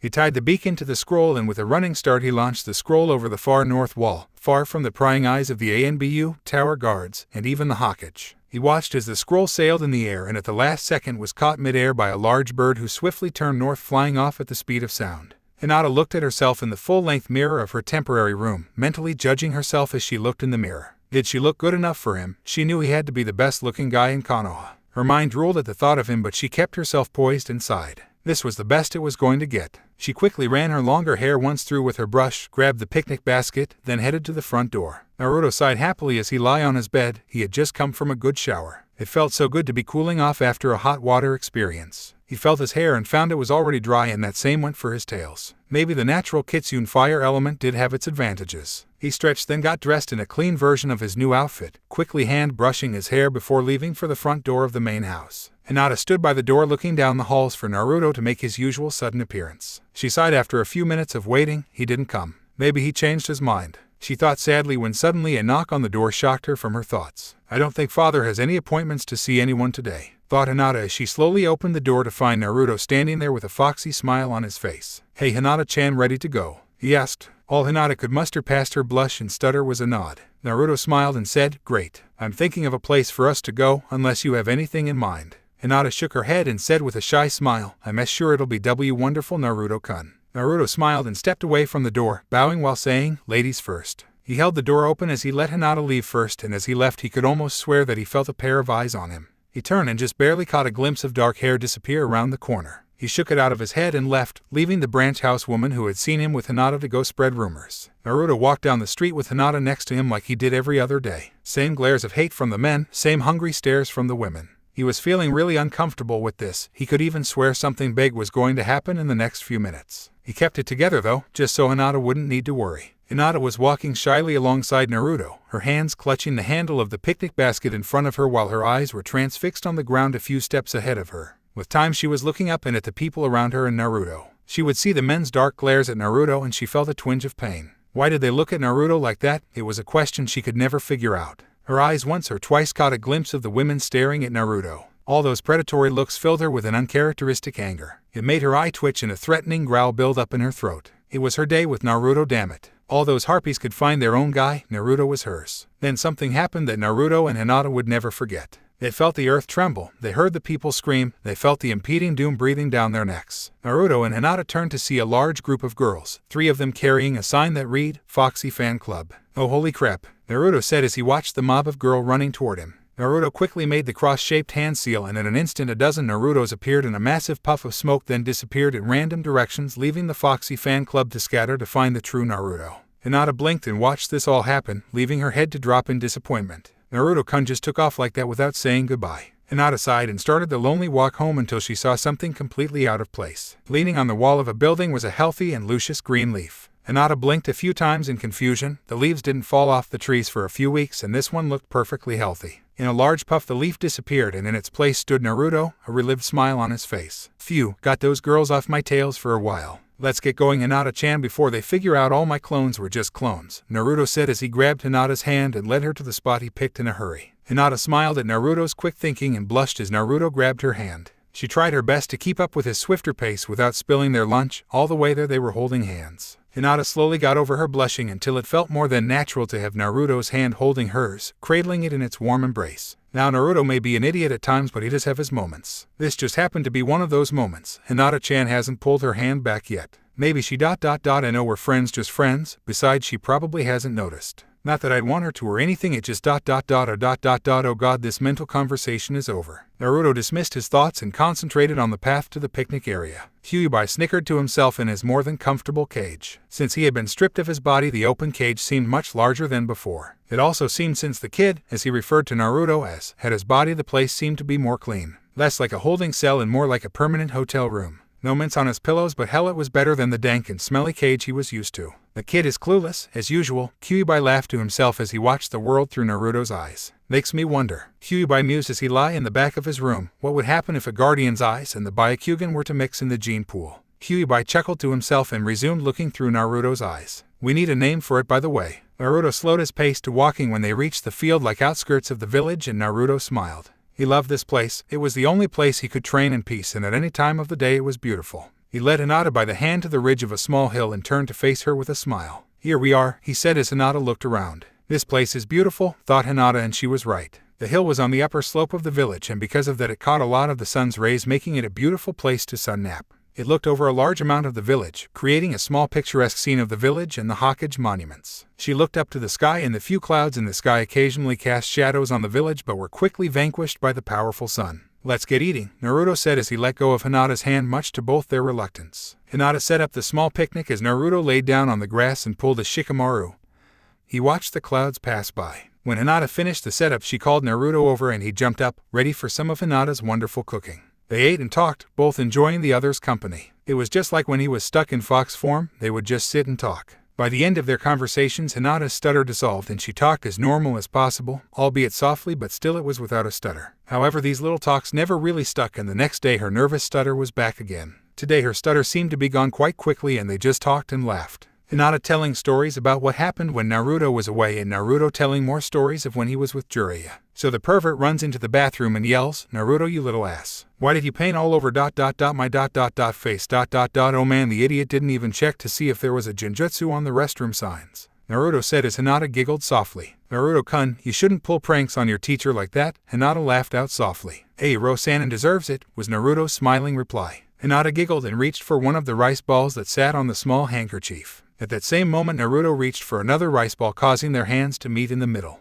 Naruto and Hinata looked at each other, then quickly retracted their hands, both blushing and turning away in some way or another. Naruto said while brushing back his wild hair with his hand, trying to think of something to say. "When did you learn Kiten?" he asked in curiosity. He didn't think much of it at the time, but now he was interested. He never did figure out how she learned it, and he never thought to ask until now. "When you left I trained more," she offered as a simple answer, but she saw Naruto wasn't buying the short explanation. "I asked father to teach me, but he refused. Then Neji offered his help and taught me. He made me swear not to tell father because it was sacrilege for a main house member to learn from a branch house member," Hinata said. Naruto smiled and said, "Well, I think that little problem will be taken care of really soon." Hinata raised an eyebrow in confusion. "What do you mean, Naruto-kun?" Naruto laughed. "I just have a feeling, Hinata-chan." Naruto took a large bite from a freshly acquired rice ball as Hinata just looked at him confused until she dismissed it. "Was it worth questioning when you're with Naruto-kun?" Naruto and Hinata finished off the rest of the picnic and headed for home. Neither had noticed that they had spent the whole day on their picnic. Naruto was on high alert due to the Foxy fan club, but it seemed that those clones really did their job well.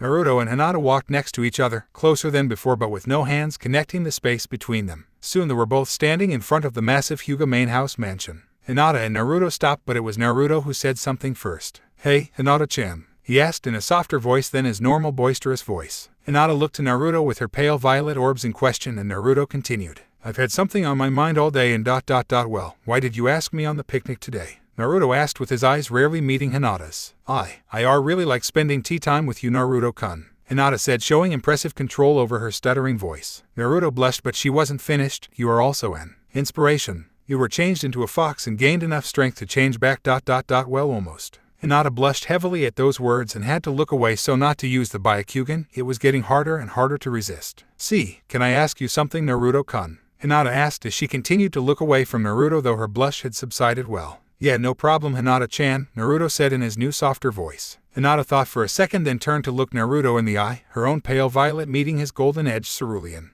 "Why did you say yes?" Naruto was stunned for a second but then smiled softly. "I like spending time with you too, Hinata-chan. You listen even if I tell some stupid stories. You're the nicest person I know." Naruto smiled wider as he watched Hinata blush and turn her face away, but still periodically looked at Naruto from the side of her eyes. "Besides, if I didn't have someone like you in my corner, how else would?" His voice broke off for a second until he finished with, "How else could I have gotten stronger?" Naruto wrapped his arms around Hinata in a soft and warming hug. "You're awesome, Hinata-chan," Naruto said as he hugged her. Naruto hugged her with a smile on his face as he lay his head in her dark hair, slowly feeling her return the hug. "When did this happen? God, when am I ever given a clue on things? When did I start to like Hinata-chan?" He thought with a mental sigh. Hinata reveled in Naruto's warm embrace as she returned the hug with one of her own. This was pretty damn close to what her version of heaven was, and she was going to enjoy this as much as possible. Naruto-kun, please never let this end, thought Hinata, but as usual she didn't get her wish. Naruto slowly and reluctantly separated himself from Hinata, leaving the both of them feeling cold. You should be getting inside, Hinata-chan. Your father's probably wondering where you are, Naruto said with a sad smile. Hinata nodded sadly and slowly opened the door to walk inside. Good night, Naruto-kun, Hinata said with a shy smile. Good night, Hinata-chan, Naruto said as he returned the smile and left to go to the branch house dormitories. Naruto smiled and was in his own private paradise as he walked into the branch home. It didn't matter if everyone was looking at him oddly. Nothing mattered at all. He had just had a great day. Nothing was going to break it. Naruto, came a soothing voice from behind him. He blinked and turned just in time to catch a glimpse of a fist flying at his face. Hokage-sama brought the captain, said the ANBU member as he disappeared in a blur, leaving behind the captain of the ANBU and the Hokage. Kakashi, how goes the Sasuke observation period? Asked Tsunade with a gravely serious look on her face. Kakashi's visible eye twitched for a second until he calmed his silent anger. He has been acting strange, Kakashi confessed with a solemn look in his eyes. He spends a good portion of his time writing in a scroll, but he's incredibly careful. He always closes it when I attempt to see what he has written. He's keeping tabs on me like I am on him. Tsunade sighed and said, bring him in, I have a few questions for him. Uchiha Sasuke. Many people knew the name and many people know what befell his clan. However, not many knew how it affected him. Not many knew how deeply he was pushed that fateful night and how far he would go to kill the one responsible. Uchiha Sasuke, the last of the Uchiha literally now. Not many knew why, not many knew how, but almost all knew he was back. Now he was sitting in his old teammate's favorite food stop, a sign hanging outside calling for a going out of business sale. Sasuke smirked to himself as he read the sign. Naruto was the only way this guy stayed in business. Well, maybe he'll help the old man and young girl along. I'll have a bowl, pork. The old man nodded thankfully and began to make the bowl with Godspeed. Sasuke crossed his hands in front of his face in his patented thought look. He had recently killed his brother, rejoined Naruto and Sakura separately, rejoined Konoha ... then threw them to the snake. Good riddance. If they weren't dumb enough to trust him, maybe they would have seen this coming. Maybe he was spending too much time with that snake Sanin. Ramen's ready, sir, said the old man as he slid the bowl to Sasuke. Yeah, Sasuke said, tossing his money on the counter, then proceeded to eat his bowl. More thoughts plagued him as he ate. Why did he feel this sudden feeling? Why did he feel this stomach-clenching feeling? Hey Sasuke-kun, came a voice from the entrance of the ramen shop. Sasuke turned his gaze and found that it was the pink-haired girl from his old team. Sakura, Sasuke said in acknowledgement. I never thought I'd find you here, she said as she sat down next to him. Then why are you here? Asked Sasuke, purposely not looking at her. I was hungry. Besides, with Naruto AWOL, this place could use all the help it could get, Sakura said before she placed her order of vegetable ramen. From there the two began talking like old friends again. Sakura laughing and Sasuke smirking and chuckling. Sasuke, why did you leave? Asked Sakura from nowhere. Sasuke stared into his bowl of ramen, running over the reasons, his mind screaming at him to tell her everything. I needed more power, Sasuke said simply and coldly as he finished his bowl. Sasuke, Sakura said in a pleading voice, but Sasuke had already stood up and stormed out of the shop, leaving Sakura to stare at his back sadly. Why did I go? Sasuke questioned himself as he walked to his apartment.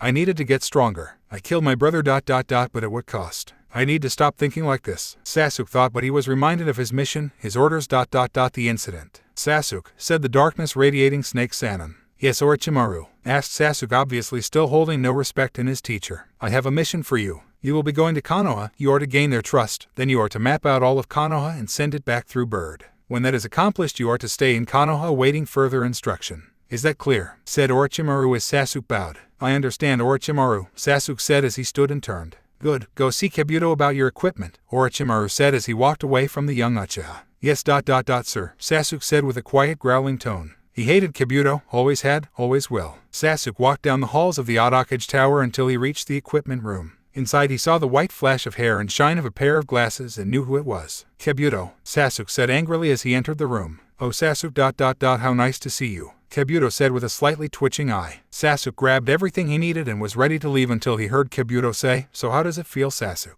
You get to betray the same village twice. You betrayed them just as Orochimaru did, was Sasuke's cool rebuttal. Ah, I was not a native of Konoha although I was raised there, said Kabuto with a smirk. That made no sense, Sasuke said with a skeptical look. All right, Vessel, said Kabuto, be sure to say hi to Naruto. I'm sure you and him have plenty of catching up to do after you almost killed him. Sasuke twitched and formed several hand seals in a flash. Okay, helmet head ...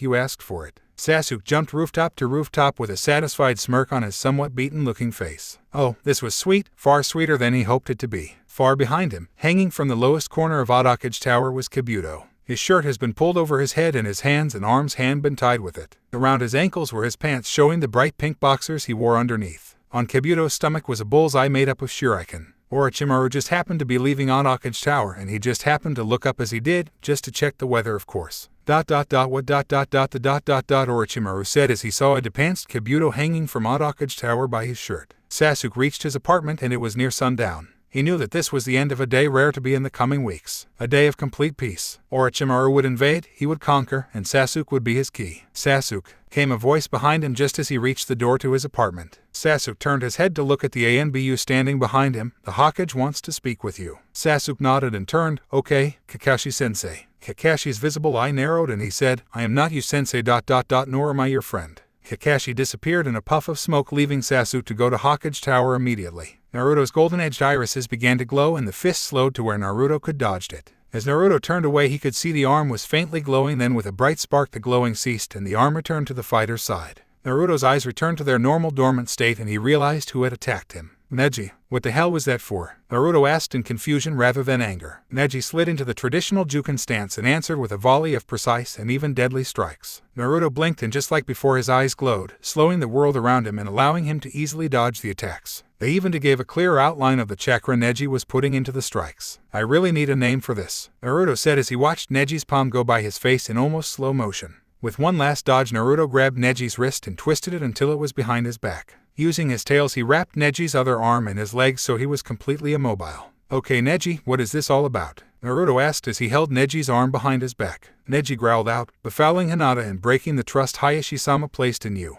Naruto's entire face turned a ghastly white and Neji took this opportunity using a quick chitin to throw Naruto off himself. Naruto slammed into a wall but was cushioned on reflex by his five tails. Neji took a deep breath and slid into a very familiar attack stance. You're in range of my divination field. Hinata was almost dancing on air as she walked to her room in the Hyuga mansion. She just had the most wonderful day with Naruto-kun and no one had dared to disturb them. He said that he liked spending time with her. She had an experience with what could only be described as heaven. Today was a great day. Hinata-san, Hiashi-sama requests your presence in his office, said a branch house member that had just bowed to her. Hinata froze. Okay, her day just had a severe turn downhill. Hinata slowly trod the hall down to her father's study. This was not good. He never requested her in his office unless it was to scold her for something she had done wrong that shamed the clan. She quietly slid the door open to find Hiashi sitting calmly at his study, his tired eyes scanning a scroll set before him. He rubbed his tired eyes, then turned his head up to look at his daughter in the door. Ah, Hinata, come in, he said as he swiftly rolled the scroll up and placed it on the ground next to where he was seated.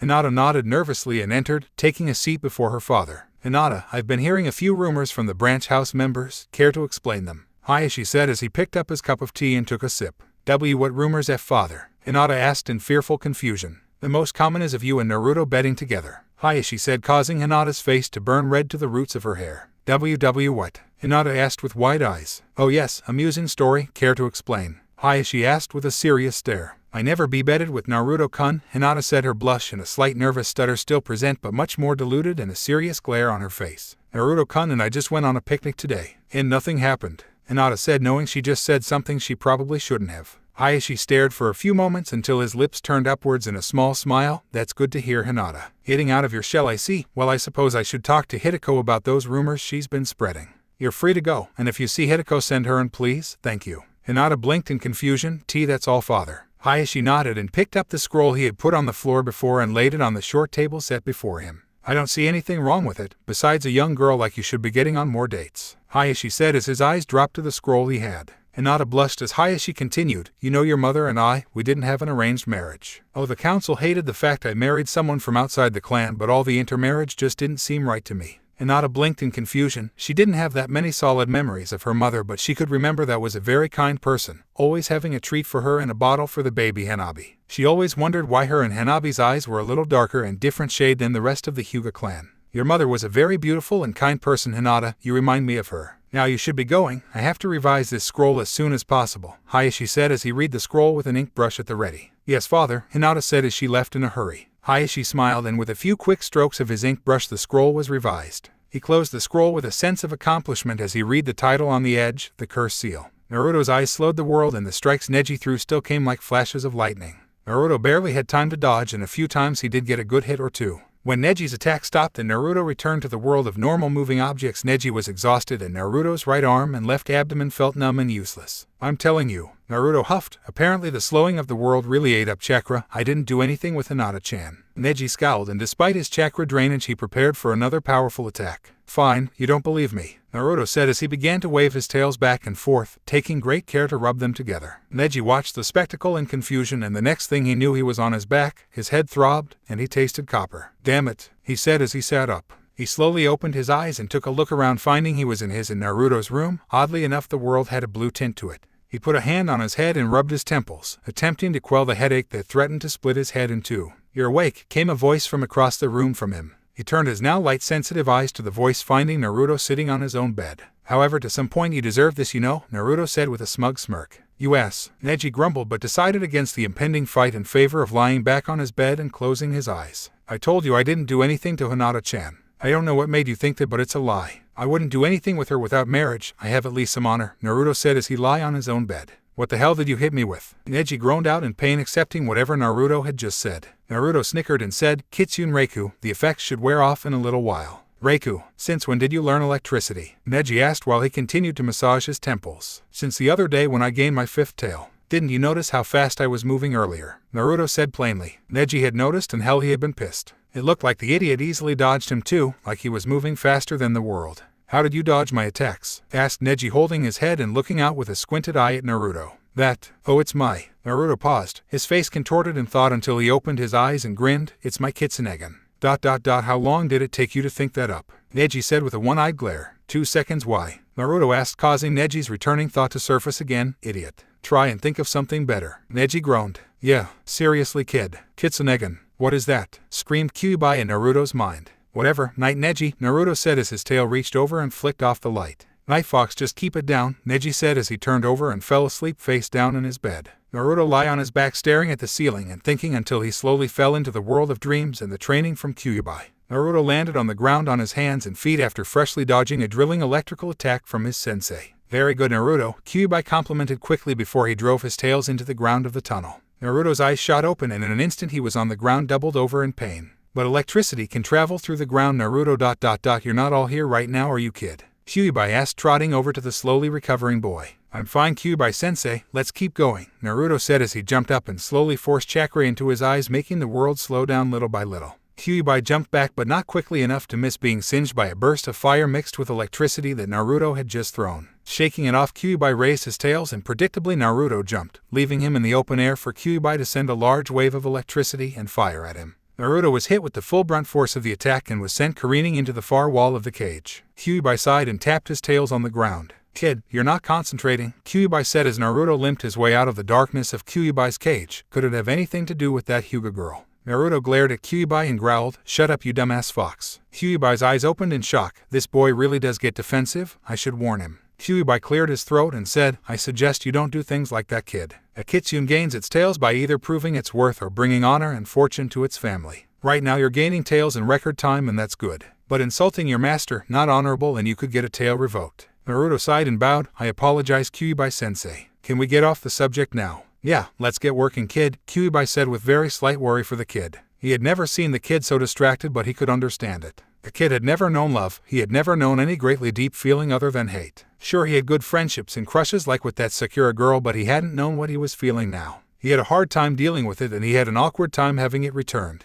Kyuubi smiled to himself, he knew what to get the kid going. I have new jutsu for you, Kyuubi said, and in a snap Naruto had taken the bait. New jutsu, Naruto said with his insane grin once again. Kyuubi almost laughed, good to have the kid back in high spirits. He was such a sucker for new jutsu. Sasuke looked up as he approached the great Hokage Tower of Konoha and unconsciously compared it to the odd Hokage Tower of the Sound. Odd Hokage Tower, taller ... but Hokage Tower is wider, he thought as he dropped his head to look directly in front of him. Sasuke coolly walked past the intern who didn't even bother to raise her voice to the powerful Uchiha. Sasuke opened the doors of the Hokage's office and sat down in the chair across the desk from the exhausted leader. Tsunade glared at the boy as he sat down in the chair across from her, her hands crossed on the desk in front of her. Sasuke, Tsunade began, I've been hearing word that you've been performing some things that have raised some suspicions from your ANBU detail. Care to explain? Sasuke said nothing and brought from his pocket a rolled-up scroll which he tossed at Tsunade. Tsunade unrolled the entire scroll, seeing an unfinished map of what looked like Otagakure. You told me I couldn't become a genin again until I produced something of value to your chief strategist, correct? Asked Sasuke coolly. Sasuke couldn't help but smirk at Tsunade's wide eyes. He had planned this a while ago. If he were ever to go to Konoha again, he decided to give his home village at least a little advantage. Too bad he had already given Otagakure all it needed. Sasuke winced to himself. What the hell is this feeling? He discreetly put a hand on his stomach and gave off a shock of light healing chakra to himself, something he learned from Orochimaru. However, the wave of chakra did nothing and the feeling remained. It was as if his stomach had been forcefully ripped out, turned upside down, and put back in with a rusty knife. This ... is very good, Sasuke. Do you remember enough to finish it? Questioned Tsunade, who rolled up the scroll and threw it back to Sasuke. Sasuke caught the scroll, stood and pocketed it. I'll have it on your desk by tomorrow. Can I go now? He asked. Not waiting for an answer, he went to the door and left quickly without so much as a farewell. Well, Kakashi? Asked Tsunade as she tapped her finger on the desk. Kakashi in full ANBU uniform appeared from the shadows, a glare in his one visible eye. He was lying, was Kakashi's three-word answer. About what? Having it tomorrow or him making the map? Asked Tsunade, to which Kakashi replied, about being our ally. With that, Kakashi disappeared in a puff of smoke, leaving the Hokage to reach for her freshly acquired emergency bottle of sake. Days passed. Sasuke followed up on his word and gave the completed map to Tsunade the next day. He was soon placed into a genin team under a jounin instructor, but still on high probation.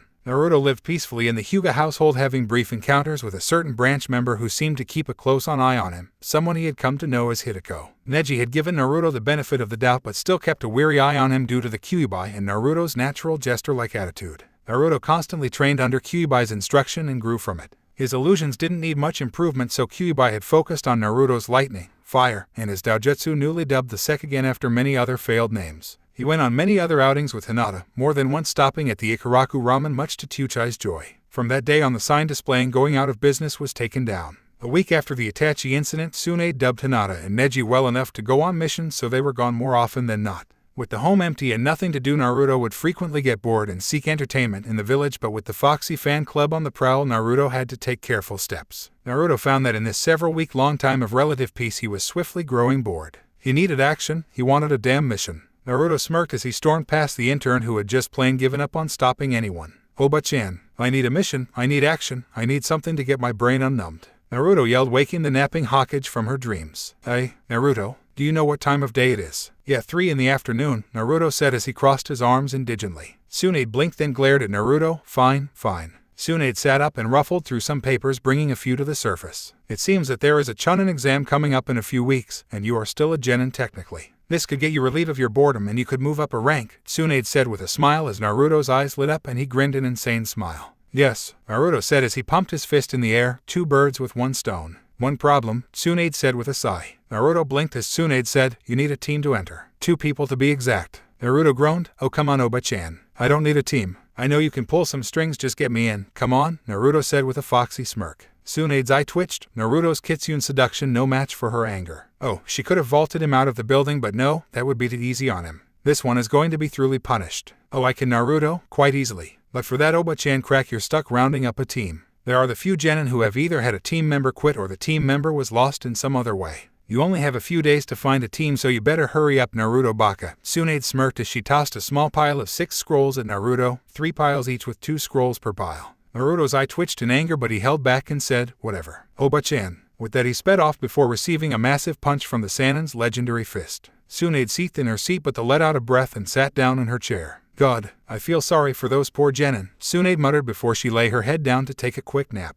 Naruto looked through the papers as he walked from the Hokage Tower back to the Hyuga mansion. None of these guys are cool enough for my taste, but I have to choose one of them. It's either that or no Chunin exams for me ... or them. Here's a couple that took it a few times over. 1 year behind me too. Naruto mused as he looked at the particular paper. Naruto decided to shuffle it in the back of his mind as he walked the grounds of Hyuga Mansion. He was getting more bored by the second until of course he spotted the younger Hyuga main house girl walking the garden to the training ground, every second or so checking her surroundings. She's gotten more careful, like that's gonna help her, Naruto thought as he slipped into one of his Kitsune illusions. Hanabi treaded the path to the training grounds very carefully. Ever since she had fallen into a pit due to an illusion, she always watched her step. She had her senses on high alert and even had the Byakugan active just to catch a glimpse of Naruto's golden tails. When she entered the clearing of the training grounds, she deactivated the doujutsu her clan was famous for and went about her usual routine of practicing with a training dummy. Suddenly she felt as if she wasn't alone and she stopped her Juken strikes upon the poor defenseless puppet.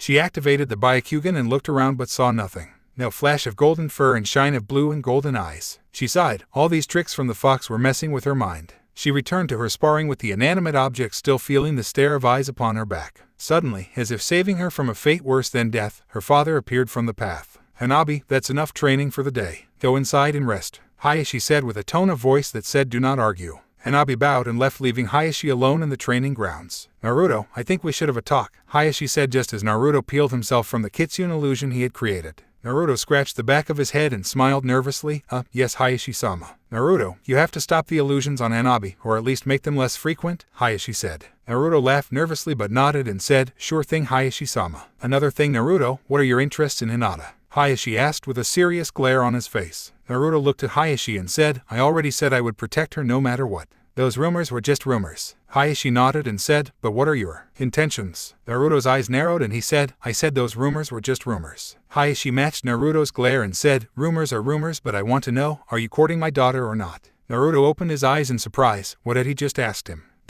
What? Naruto asked in confusion. Are you courting my daughter? Hiashi said, punctuating each word. Naruto stared confused. Was he? He had been spending a lot of time with Hinata, wanting to know more about her. The main reason he wanted to live here was so he could be around her. I don't know, Naruto said in an unsure tone. What do you mean you don't know? Do you care enough for my daughter to want to marry her or do you not? Do you want to always be there for her or do you not? Are you courting her or are you not? Hiashi asked harshly. I vowed to protect her. I want to be with her. I'd use my life to protect her.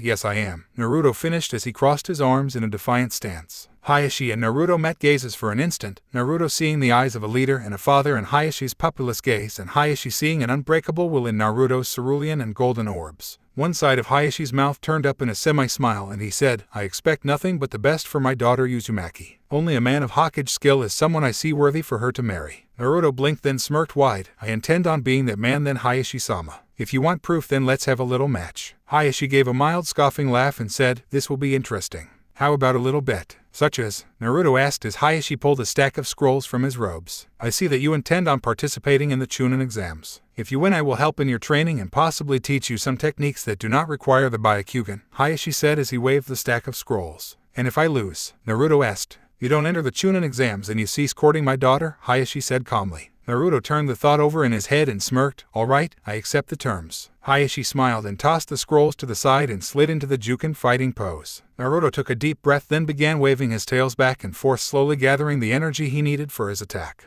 Hiashi gave Naruto no time to gain the upper hand and he attacked with blinding speed attacks. Naruto's eyes widened and his Sekigen activated, slowing the world to a snail pace. Hiashi stuck viciously with his attacks and like Neji, he found it hard to land a hit on the fox boy. He suddenly disappeared, causing Naruto to disengage his Sekigen and look around in normal world time. Suddenly he felt the wind whipping behind him and then the powerful hit from Hayashi's perfected Kaiten.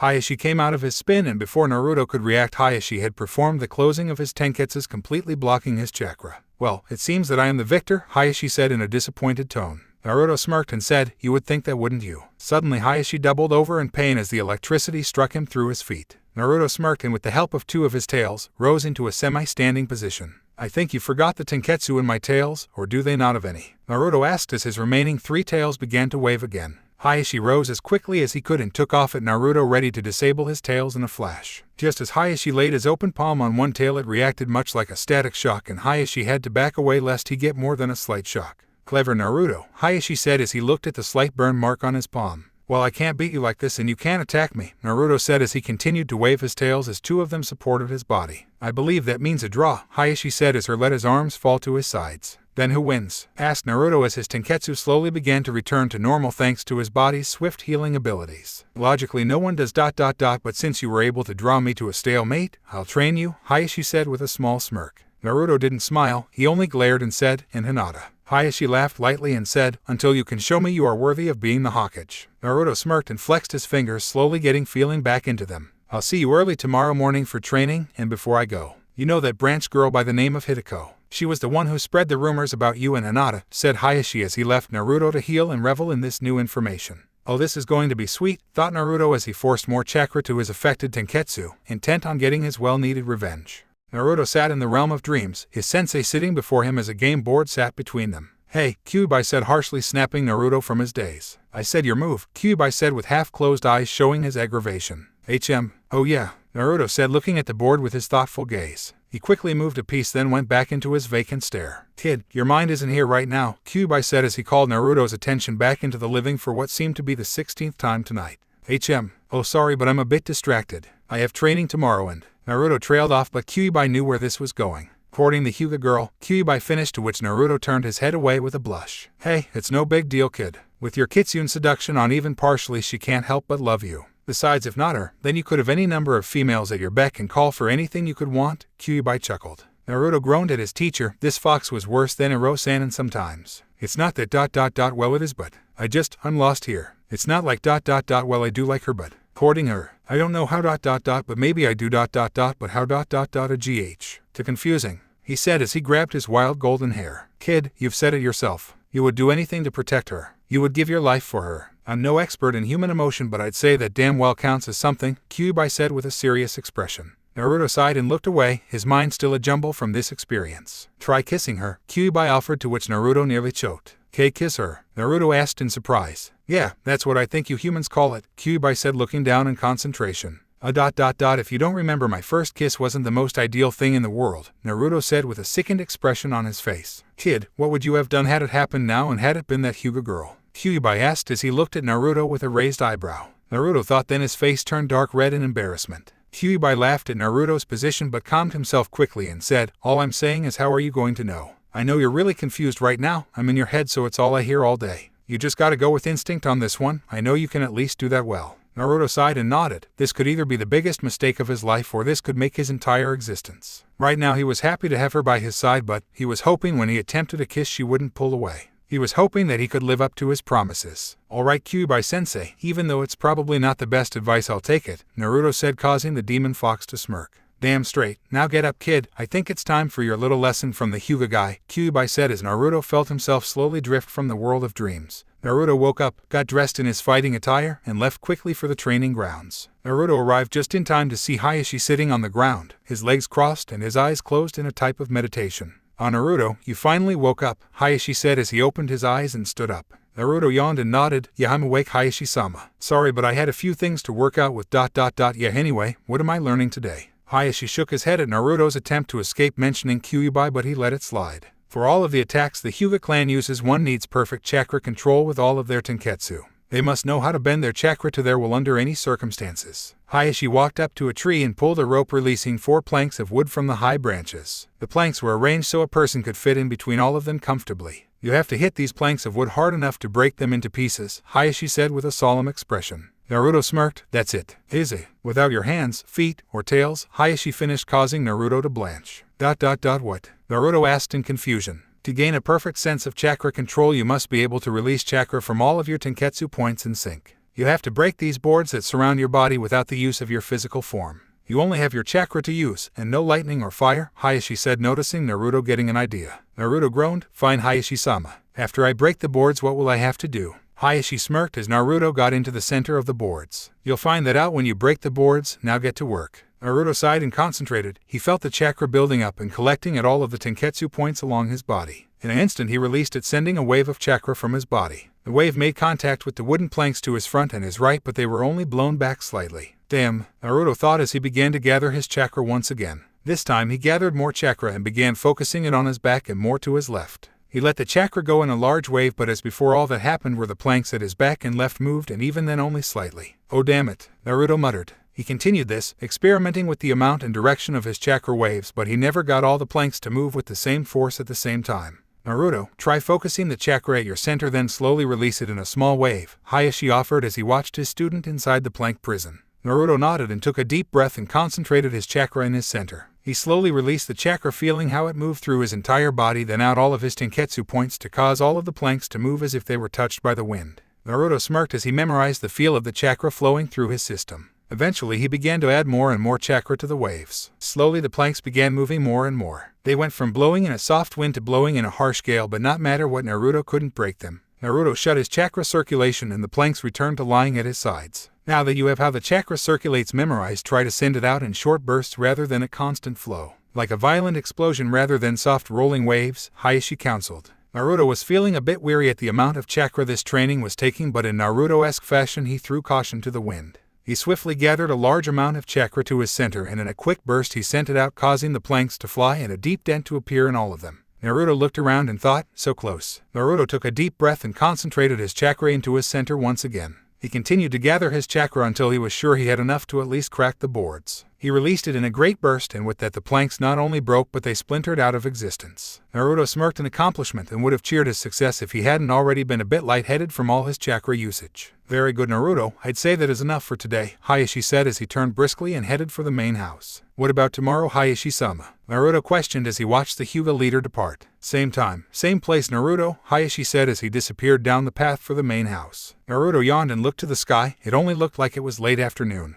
That was good because he still needed to round up a team for the Chunin exams. He thought of recruiting Sasuke, but he found that Sasuke had already found a team where one of their members had just up and quit being a ninja. Naruto was kind of angry but shook it off. Here he was looking at 6 scrolls, determining which would be the best on his team. Okay, where were those guys that I saw the other day? Naruto muttered as he sat looking at the scrolls in front of him. Ah, here we go. Good potential and power for a long-term genin. Ah, I see, only takes the exams that are held in the village, Naruto mused as he looked at the scroll to his left. And this one, he's a fire jutsu specialist. Wonderful, we have a human pyro and a Kitsune, Naruto said with a smirk. Their lucky day. Kyuubi laughed inside Naruto's head, causing the fox boy to laugh to himself. Hey, isn't today the day that Hyuga girl coming back from her mission? Mentioned Kyuubi. Yeah, but they shouldn't get back until ... Oh crap, Naruto thought, which caused him to quickly roll his scrolls up and look to the quickly darkening sky. He raced off to the front gates of the village. They should be getting back any second. Kiba let out an exhausted breath as the village gates came into view. Thank fricking God. Why did we take this mission? It was boring as hell. Kiba ranted just like he always does. Why are you complaining?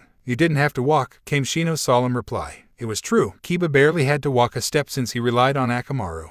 Whatever, Kiba said as he dismounted Akamaru and began walking, just to prove a point. Kiba stretched and in the process got a look over his shoulder to see the quiet girl of the team as quiet as ever. However, she wasn't looking at the ground as usual, and if he didn't know better he could have sworn she looked excited. Kiba smirked and shook his head as he turned his eyes back to the road. Hinata seemed really happy ever since Naruto moved into her home. A few days after the attack, Shino, Akamaru, and himself visited the Hyuga mansion to make sure their friend and teammate was okay. When Naruto answered the door in his new half-human form, they were pretty much thrown for a loop. Hell, Kiba and Akamaru damn near attacked him until they recognized his scent. Naruto explained everything that happened and left them at the door to get Hinata.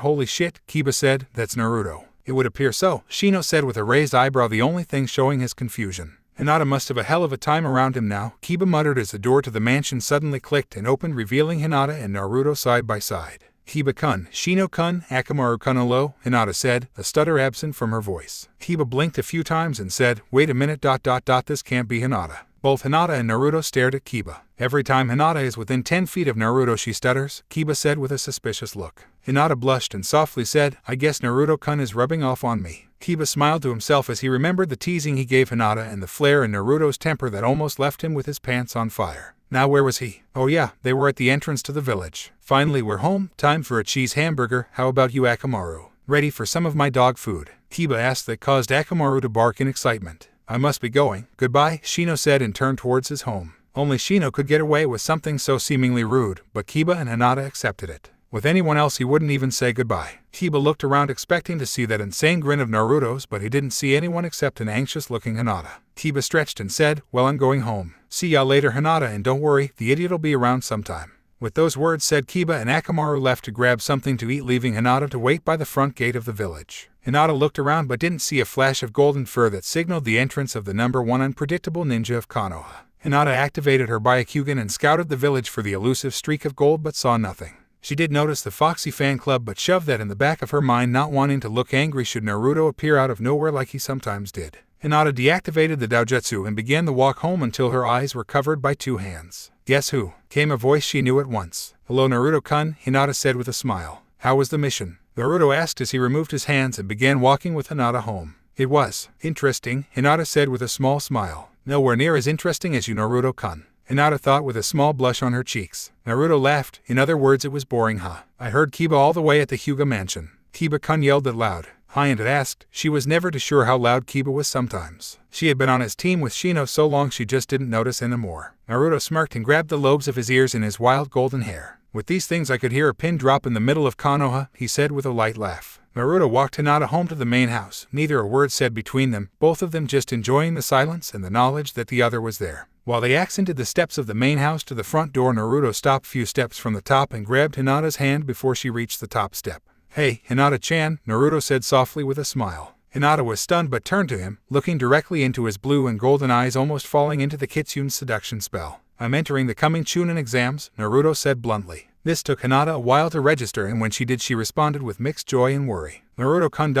you know you can get killed," Hinata said, which caused Naruto to blink a few times in confusion. Naruto's eyes then turned serious but in some sense caring too. "Hinata-chan, I said that I'd protect you. I swore on my blood and Kitsune honor that I would," Naruto said in a soft and comforting voice. "I won't die and leave you unguarded. I swear it," Naruto said, trailing off at the end. "Come on kid ... do it," Kyuubi whispered in Naruto's mind. "You know you have to ... do it ... kiss her." Kyuubi continued to whisper, hoping to get this drama to an end. Naruto's heart sped, his mind was swimming, he had no idea what to do. Hinata was standing there, looking at him with a hopeful look in her eyes, and he was lost. Instinct suddenly failed him and he couldn't follow his eon's old teacher's advice. Naruto sighed and let Hinata's hand slide from his own as he slowly turned. "Good night, Hinata-chan." "Good night, Naruto-kun," Hinata said sadly as she watched Naruto leave for the branch house grounds. She knew what opportunity had just arisen, and it had been horribly wasted. She gave a deep sigh into the darkness of the night and entered the mansion, unable to feel the twin streaks of tears that streamed from her eyes. As she walked the halls to her room, she heard the rain began to fall and the thunder roar. Naruto lay on his bed, listening to the faint sounds of rolling thunder along the night sky, hearing the soft pitter-patter of the rain as it landed upon the roof. He missed it, he had just completely missed it. "Kid ... you are an idiot," came a scowling call from deep inside his subconscious. "Shut up," Naruto said, sending the demon's voice deep into the unreachable recesses of his mind. "I blew it," he muttered to himself as he turned in his bed, knowing full well that he wasn't going to get any sleep tonight. When the morning had finally come, Naruto was about as close to sleep as he had been when he fell onto the bed several hours ago. His blue and gold eyes stared up at the ceiling, a familiar splashing sound alerting him that it was indeed still raining. He sighed and sat up from his bed, knowing it had to be about 4 or 5 in the morning at the latest. "I blew it," he muttered to himself, quiet enough to avoid waking his slumbering roommate. His stomach roared and he began the long and probably soaking wet path to the kitchen. Even if the cook wasn't awake at those hours of the morning, he knew how to cook ramen. He sighed as he opened the front door of the branch house. Even if he used the branch house entrance, it could take him a good 5 minutes of running in the rain to make it. Better get going now. Hinata lay awake on her bed, her eyes were bloodshot from her own crying. She almost had him, then she let him slip away. Her eyes would have started their watering routine all over again, but they were dry. She had no more tears to cry. Hinata lay curled up in her bed until she felt her mouth had gone dry and she was in desperate need of a drink of water. She sat up on her bed, trying to get her bearings in the dark room.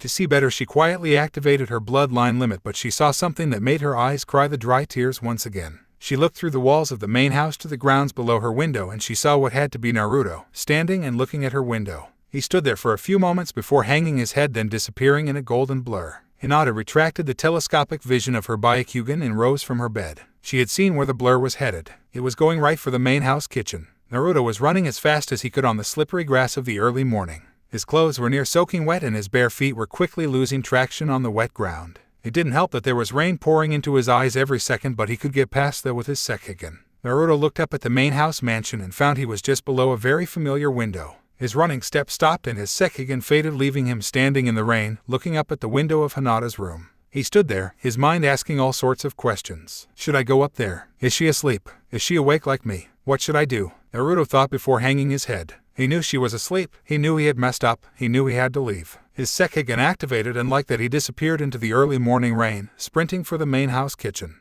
Naruto quickly and quietly opened the door to the kitchen, slipping inside before any of the branch house guards saw him and suspect the worst. Naruto looked about the large kitchen and resolved that he was going to make himself something to get this growling from his stomach. He began to look all over the kitchen, but no matter where he looked, he didn't find a speck of food. Where the hell is all the food? All I found is cookware, Naruto grumbled mentally. "Hey Naruto-kun," whispered a voice outside his little mental circle, and from the volume and the slight stutter he knew who it was. "Hinata-chan," he asked as he turned to have his fox eyes land upon the form of a girl. She was standing in the doorway that led from the kitchen into the hallway. His sharpened eyes looked through the darkness and saw that she had deep circles under her eyes, and her pale violet pearls had been tinted with a reddish tone. She had been crying, and it was his fault. "You might want to use tea the pantry, Naruto-kun," Hinata said softly and sadly. Naruto looked down for a moment in shame. He had made her cry and it tore his heart to pieces. He looked back up into Hinata's bloodshot eyes, feeling unworthy under their gaze, and replied, "Sure. Where is it?" Hinata led Naruto to the pantry, which luckily was right next door to the kitchen. "Here it is, Naruto-kun,"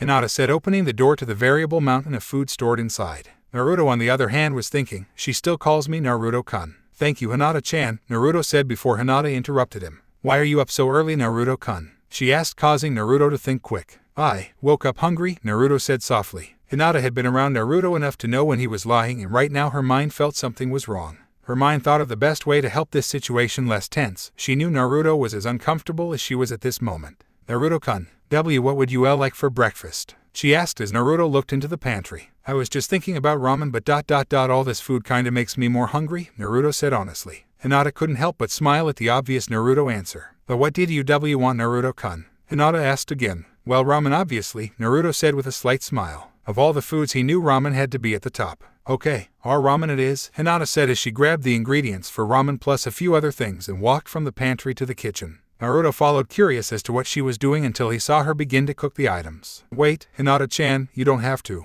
Naruto began, but Hinata interrupted with a soft, "It's no problem, Naruto-kun. Besides, I'm hungry too." As Hinata began to cook, Naruto couldn't help but remember what he had said so long ago. "Hinata, this is awesome. You know you'd make a good wife someday." Naruto remembered saying that, and hell, he had meant it. Those rice balls were excellent, even if they did look kind of weird. All the food Hinata made tasted especially excellent to him. He never understood why, but as he watched her cook the ramen and at the same time prepare a few rice balls, he began to understand. She put her heart into her work. It wasn't a job, it wasn't a chore, it was something she wanted to do. Naruto smiled faintly as she quickly finished her work and set out 2 bowls of ramen and a couple of rice balls between them. She swiftly cleaned the small mess she had made, then took a seat at the counter on the opposite side of Naruto. "Enjoy," Hinata said softly as she began to eat her meager portion of ramen. "Hinata-chan," Naruto asked, causing Hinata to look up at him with questioning eyes. "Why'd you do this?" he asked in confusion. Hinata's lips turned up in a soft smile and said, "Because I wanted to, Naruto-kun." Naruto produced his own smile and said, "Thank you." Like the many times before, they ate in silence, the feeling of tension gone in their minds as they just enjoyed each other's presence. The whole morning it had rained and thunderstormed, but that didn't mean Hiashi allowed Naruto to take a day off. He had spent the day training by using his chakra in a mix of short bursts and even waves to keep the water from his body. When the rain had ended, Hiashi deemed the training for the day through. By the end of it all, Naruto was pretty spent, but he was damned if he was going to waste another day without finding his team. He bid Hinata a farewell and rushed into the cloudy weather to find his new team. Naruto had read both of their profiles and decided that this was his best bet at a functional and powerful team. In his mind, he was still going to be the top dog, or fox of the group, but he wanted the best team available. He ran for the training fields, knowing that since the rains had stopped, their sensei would have them training. "Hey Zayaku," said a girl, her clothes and figure giving any perverted male able to see a good bloody nose and bad thoughts. She wore deep red and white pants with one leg cropped short and white sandals on her feet with fishnet leggings covering the open space between her pants and sandals. On her pant loop was a scroll, but if a skilled ninja looked carefully, one could see it was just a very well done hinge. She wore a white short sleeve jacket with a dark red tank top shirt beneath. Her hands danced over the scroll on her pant loop like she was just itching to reveal its true purpose. Her eyes were a bright green that complemented her orangish red hair perfectly. On her forehead she wore the symbol of Konohagakure, and despite the fact that her hair was not as long as most Konoichi of her age, it still covered a good deal of the headband. "You hear about that guy that's supposed to join our team for the Chunin exams?" she asked as she turned to her partner. He was leaning against a tree, and on his back was a large object wrapped in black bandages. He wore a high-collared black shirt with silver clasps and baggy dark gray pants. Around his waist was an old and partially shredded black warrior's skirt. On the front flap was symbols for Shichai embroidered in silver. On his arms and legs were bandages covering every inch of open skin except his hands, which were a pair of black leather steel plate gloves. He wore black sandals on his feet, and around his neck, just below his high collar, was a scarf of dark silver coloration and the Konohagakure engraved plate. His long hair was silver at its base, but toward the end it grew dark and blackened. It was all pulled back into a fine tail except for a few clumps that shadowed his eyes. If one were to look past the shadows, they would be able to see his oddly colored eyes, both of them a spotless sea of gold. "Yeah, I did," the genin named Zayaku replied with a smirk. "Anything's better than the last one, Atami." Atami nodded in agreement with Zayaku, then placed the scroll she had at her waist to her lips and looked like she took a drink. "I am not lugging you home again," Zayaku said, which earned a scowl from Atami. "I'm fine, you idiot," she growled as she turned and was met with the sight of a golden fox boy standing before her. "Okay, maybe I am a little tipsy," she said, shaking her head and blinking her eyes. Zayaku's eyes went a little wider. "I think those fumes of yours are getting to me. Hey, are you guys the team I'm supposed to join?" Naruto asked as he approached the team, but apparently they didn't hear them. Hell, they were still quite a ways away. As he walked towards them, he sized them up in his mind. Well, the girl looks like something Iro-sanin would like ... but I can smell something really bad from here and I can tell it's coming from her. If I didn't know better, I could swear it was Sake. Naruto thought as he shivered. He hated the stuff. It always messed with his mind. The other guy, he looks kind dark. He reminds me a lot of like a cross between Shino and Sasuke. That thing on his back brings back memories, Naruto thought as he smirked and remembered the Kazekage of the sand, Gaara, and he scowled thinking of Kasame of the mist. Just as he entered speaking distance, the girl turned to face him, then muttered something he didn't get in the least. Are you the team that's missing one person for the Chunin exams? Naruto asked again. He hated doing that, but they looked like statues. Yeah, we are, Zayaku said as he pushed himself off the tree, shaking off the initial shock from Naruto's appearance. After all, many would say that his eyes were unnatural, but that was what clan inheritance is. What's your name? Asked the girl this time. Naruto knew it. The smell was coming from her, and it was Sake. That's why she was having such an easy time with this. She was probably half drunk. Before he could comment, there was a puff of smoke, and out of the smoke stepped a Jounin. He wore the Jounin flak jacket with traditional black ninja pants on his legs with bandages around the exposed part of his legs. However, under his vest it looked like he wore nothing, and from the looks of it he paid. His arms and his legs were scarred to hell. There were burn marks, slicing scars, friction scars, everything. On his feet he wore blue sandals, and on his waist he wore a leather wineskin. His longer dark hair was slicked back under his cap like headband, and his face looked almost friendly. He had a large scar going from the bottom of his right eye stretching over his face to his chin. His deep brown eyes were scrunched up in a smile, and he said, "Hey, I see you guys met." His replacement, Zayaku and Itami, nodded while Naruto just stared. He hadn't seen this Jounin in the village. Ever. Well, he never saw Zayaku or Itami, but still, he would have noticed this guy. He looked pretty memorable. Sorry, I never got your name, the Jounin said with a smile. Apparently this guy didn't mind that Naruto looked like a fox. Naruto, Uzumaki Naruto, Naruto replied, to which the Jounin continued to smile. Nice to have you aboard, Naruto. Since we have a new member, how about we introduce ourselves? The Jounin said with an excited attitude. I'll begin. My name is Taishu. I like the rush and excitement you get from a mission, especially be in a class. I don't like the downtime from mission to mission. Yeah, that's me. Let's have Zayaku next, Taishu said with a smile and a snap of his fingers. Zayaku rolled his eyes. Fine. My name is Onigiri Zayaku. I like money among other things. I don't like wasting money among other things ... and drunks. At that comment, Zayaku smirked while Itami sneered at him. I'm done, Zayaku said with a bored tone. Coin lover ... My name is Izumo Itami. I like things, Itami said as her eyes shifted left and right. Zayaku and Taishu both rolled their eyes, but Naruto was clueless to this happening. I don't like things in the aftermath of other things ... and idiots who can't keep their smart-ass comments to theirself, Itami finished with a glare to Zayaku. Naruto smirked and said loud and proud, my name is Uzumaki Naruto and I like ramen, pranks, and I don't like the 3-minute wait for ramen, people who judge other people unfairly, people who beat themselves up over nothing, and people who spread rumors of other people. Naruto skipped a certain person in the speech of what he liked. He'd rather keep his love interest to himself. Well, it seems that you are all ready for the exam, but first, Taishu said as he held up his hand and snapped his fingers with such a crack that Naruto flinched. He had never heard such a loud snap from someone. Hell, he had never heard something like it anywhere. Let's have our own little test right here and now, Taishu said with a hearty laugh. Oh great, Itami said with a roll of her eyes. Oh come on, it can't be that bad, Naruto said, remembering the bell's test with Kakashi. Oh but it can, Naruto, Taishu said with a great smile. Oh, I had to deal with Kakashi-sensei's stupid bell test. I can beat this no problem, Naruto said confidently. Naruto, Taishi-sensei isn't from Konoha. He defected, Zayaku said as he put his hands in his pockets. So that's why I've never seen you before. Where are you from? Naruto asked, not the least bit scared of the grinning Jounin. Taishi laughed his hearty laugh again, then grinned and said, I'm from the Sound. Naruto would have damn near killed the Jounin if he had been able to get his hand on him, but as it was, the Jounin had just a small upper hand on Naruto. Before any of them had even seen Taishu, he had made several shadow clones, that way if Naruto attacked him he wouldn't harm the real Taishu. Naruto, you have to calm down, Zayaku said to the nearly rabid fox boy. How can I? He's from the Sound, growled Naruto like a feral dog. He used to be from the Sound, Itami corrected. It's true, Naruto, came Taishu's voice from behind Naruto. Naruto swung, but Taishu just barely dodged backward. Technically I am from Mist, but I defected to the Sound, Taishu said with a serious face as he barely avoided yet another attack. A double traitor, Naruto yelled, the edges of his golden eyes glowing, signaling the ignition of his Sekigin. Taishu had heard about this from the Hokage when she warned him about Naruto. It was something he didn't want to mess with. He quickly raised his hand and snapped his fingers, causing a large crack of sound. Naruto was confused as he watched the fingers in slow motion as to what this could accomplish. When he watched carefully, he saw that it was a cover, a mere distraction by making his ears hurt by the violent vibrations. Naruto quickly blocked off his own ears with his hands and the great cracking sound passed him, but this left a window open long enough for Taishu to form hand seals and open his wineskin. After he completed his seals, he put his hand over the mouth of the wineskin, and from deep within the pouch came a stream of water that formed a ball in his hand. Taishu smirked and tossed the ball towards Naruto, who dodged it easily. This is a sound missed Jounin. A joke, Naruto thought as he resumed his attack. He completely missed the ball of water, slowing then hovering midair, its circular spinning form floating as if waiting for something. Oh crap, Atami said as she started to run. I got it covered, Zayaku said as his hands formed several seals in quick procession. Besides, I wouldn't want to miss this little show for the world. In an instant his chakra flared and his jutsu began. Taishu merely laughed his loud hearty laugh and formed another hand seal. Suddenly the entire area was covered in a mist, leaving everything clouded in the thick fog. Naruto's eyes widened in surprise, but it wasn't what he couldn't see what made him surprised. It was what he could see. The thick fog seemed to be nothing to his Sekiken, but in his amazement he had lost Taishu. Suddenly he heard a loud snap of fingers followed by a loud explosion. Naruto turned to see a massive wave of blade-like water flying towards him. That ball of water wasn't a distraction, it was an attack. Naruto slowed the world down with his Sekiken and just slid below the blade of water, feeling it pass over him with a great gust of wind.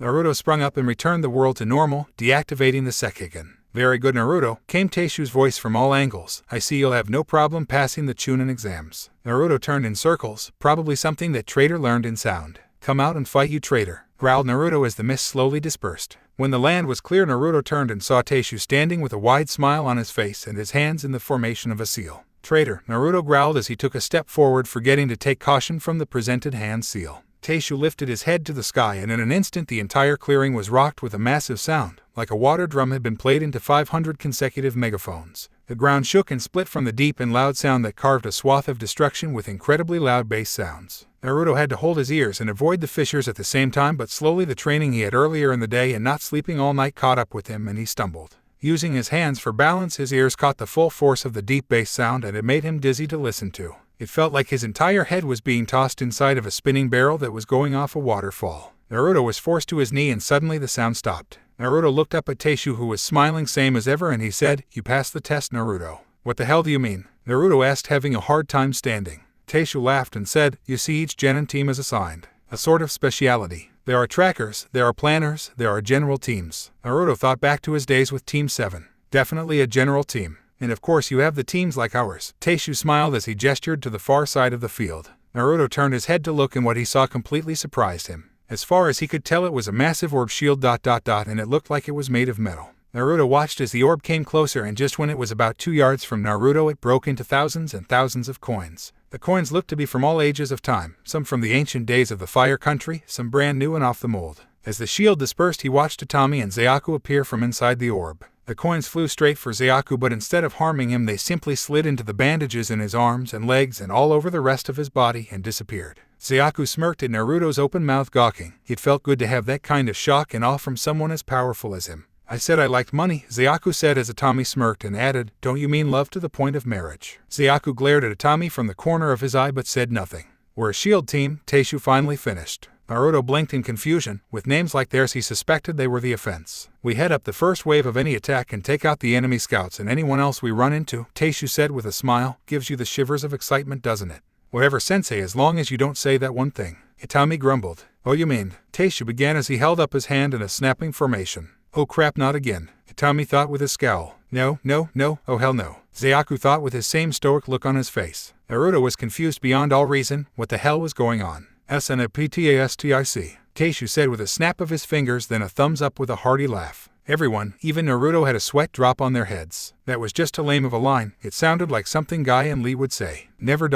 say that again," Itami said with her head in her hands. "That's embarrassing," Zayaku said with a shake of his head. "I think that line is too lame even for Guy and Lee," Naruto muttered. Taishu shook off the negative comments and said, "Well, that's it for the day's training. You are free to do anything you want." "You're only saying that 'cause it's getting dark," Itami said with a scowl. Taishu smiled and said, "Think what you want." He snapped his fingers, and like that he vanished in a puff of smoke. "Well, that was entertaining," Naruto said, sarcasm dripping from his voice. "Apparently, you haven't gotten up yet," Itami said with a smirk as she took another drink from her scroll. "I've been meaning to ask you about that," Naruto said with a glare. "About what?" Itami asked innocently as she put the scroll back onto her belt. "You're not 21. You shouldn't drink sake. It's sick, it messes you up for life. Why drink it? Naruto screamed. Sayaka then showed the most expression he had all day. His eyes snapped open in surprise, and he slowly inched his way away from a shaking Itami. You wanna know? Itami growled with such fury that Naruto began to feel sorry for asking the question. I drink cause I freaking have to. Why can't you get it, you low-down, bastard golden boy? You think you're so high and mighty, but hell, this is the only thing keeping me from not killing each and every one of you idiots. Itami screamed at the top of her lungs, causing Naruto to watch wide-eyed and severely afraid. If you ever bitch to me again about this, I'll make sure you don't have kids. With that, Itami stormed off, taking another deep swig from her scroll. Sayaka walked over to the obviously freaked out and frozen Naruto still on his knee. He crouched down to Naruto's level and said, "That's why I never ask anymore." Sayaka stood and left, most likely after the nuclear-tempered Itami. It took Naruto a good 15 minutes to get back into movement. God, I'm just not having much luck with females. Speaking of which, Naruto thought as he began walking toward the Hyuga clan grounds. The storm clouds began to gather once again, and he didn't want to be stuck in the rain. Despite his fatigue, he made it to the main house mansion just before the clouds broke and it began to pour. He supposed he could go see how Hinata was doing before he rushed home to the branch house. Suddenly he heard a soft and sultry "Kitsune-kun" sound from behind him. He turned to find that it was a branch house girl, someone he had never seen before. She wore the normal servant uniform that all the branch house women wore, but it seemed far more open in the chest area the most. Naruto blinked a few times, having this register in his mind before shaking his head back into reality. Hello?" Naruto asked as the branch house girl walked up to him, a seductive sway in her step. "I've been watching you, Kitsune-kun," the woman said with a slight seductive tone that left Naruto just a little bit uncomfortable. The woman walked around Naruto, brushing against him every so often in places he felt violated in. Had he not been so exhausted, he would have called her for violation, but as of now he just backed away the best he could, slowly backing himself into a wall. The woman closed in on him, quickly wrapping her arms around his neck and forcefully drawing him to her. His eyes dropped and closed, his body too exhausted from the day of rigorous training and fights to keep them open. Hinata knew something was amiss, she could feel it. Maybe it was because that she broke her comb this morning while brushing her hair. Maybe it was finding her rice bowl for lunch had the chopsticks in it standing straight up. Or maybe it was because she didn't get enough sleep the night before. Whatever the case was, she felt something was off and she deemed it her duty to find out what it was. She was lucky to not have a mission today, or it would be pure murder on her in her sleep-deprived state. First she checked the house grounds. Finding nothing, she decided to meditate upon the problem in her room. As she passed the front door, she saw something truly terrible. There was that branch girl, Hideko, her arms and legs like an octopus on her Naruto-kun. Then she saw something that made it 1,000 times worse. The branch house girl actually pulled Naruto to her and planted a kiss right on his lips. At that, Hinata's heart sank. She watched as Hideko passionately kissed her Naruto-kun. Hinata looked to Naruto's eyes, finding them closed and seemingly off in a different world. Hinata's temper raged, but then her eyes began to tear and she walked back into the hallway from where she came. She knew the seal ...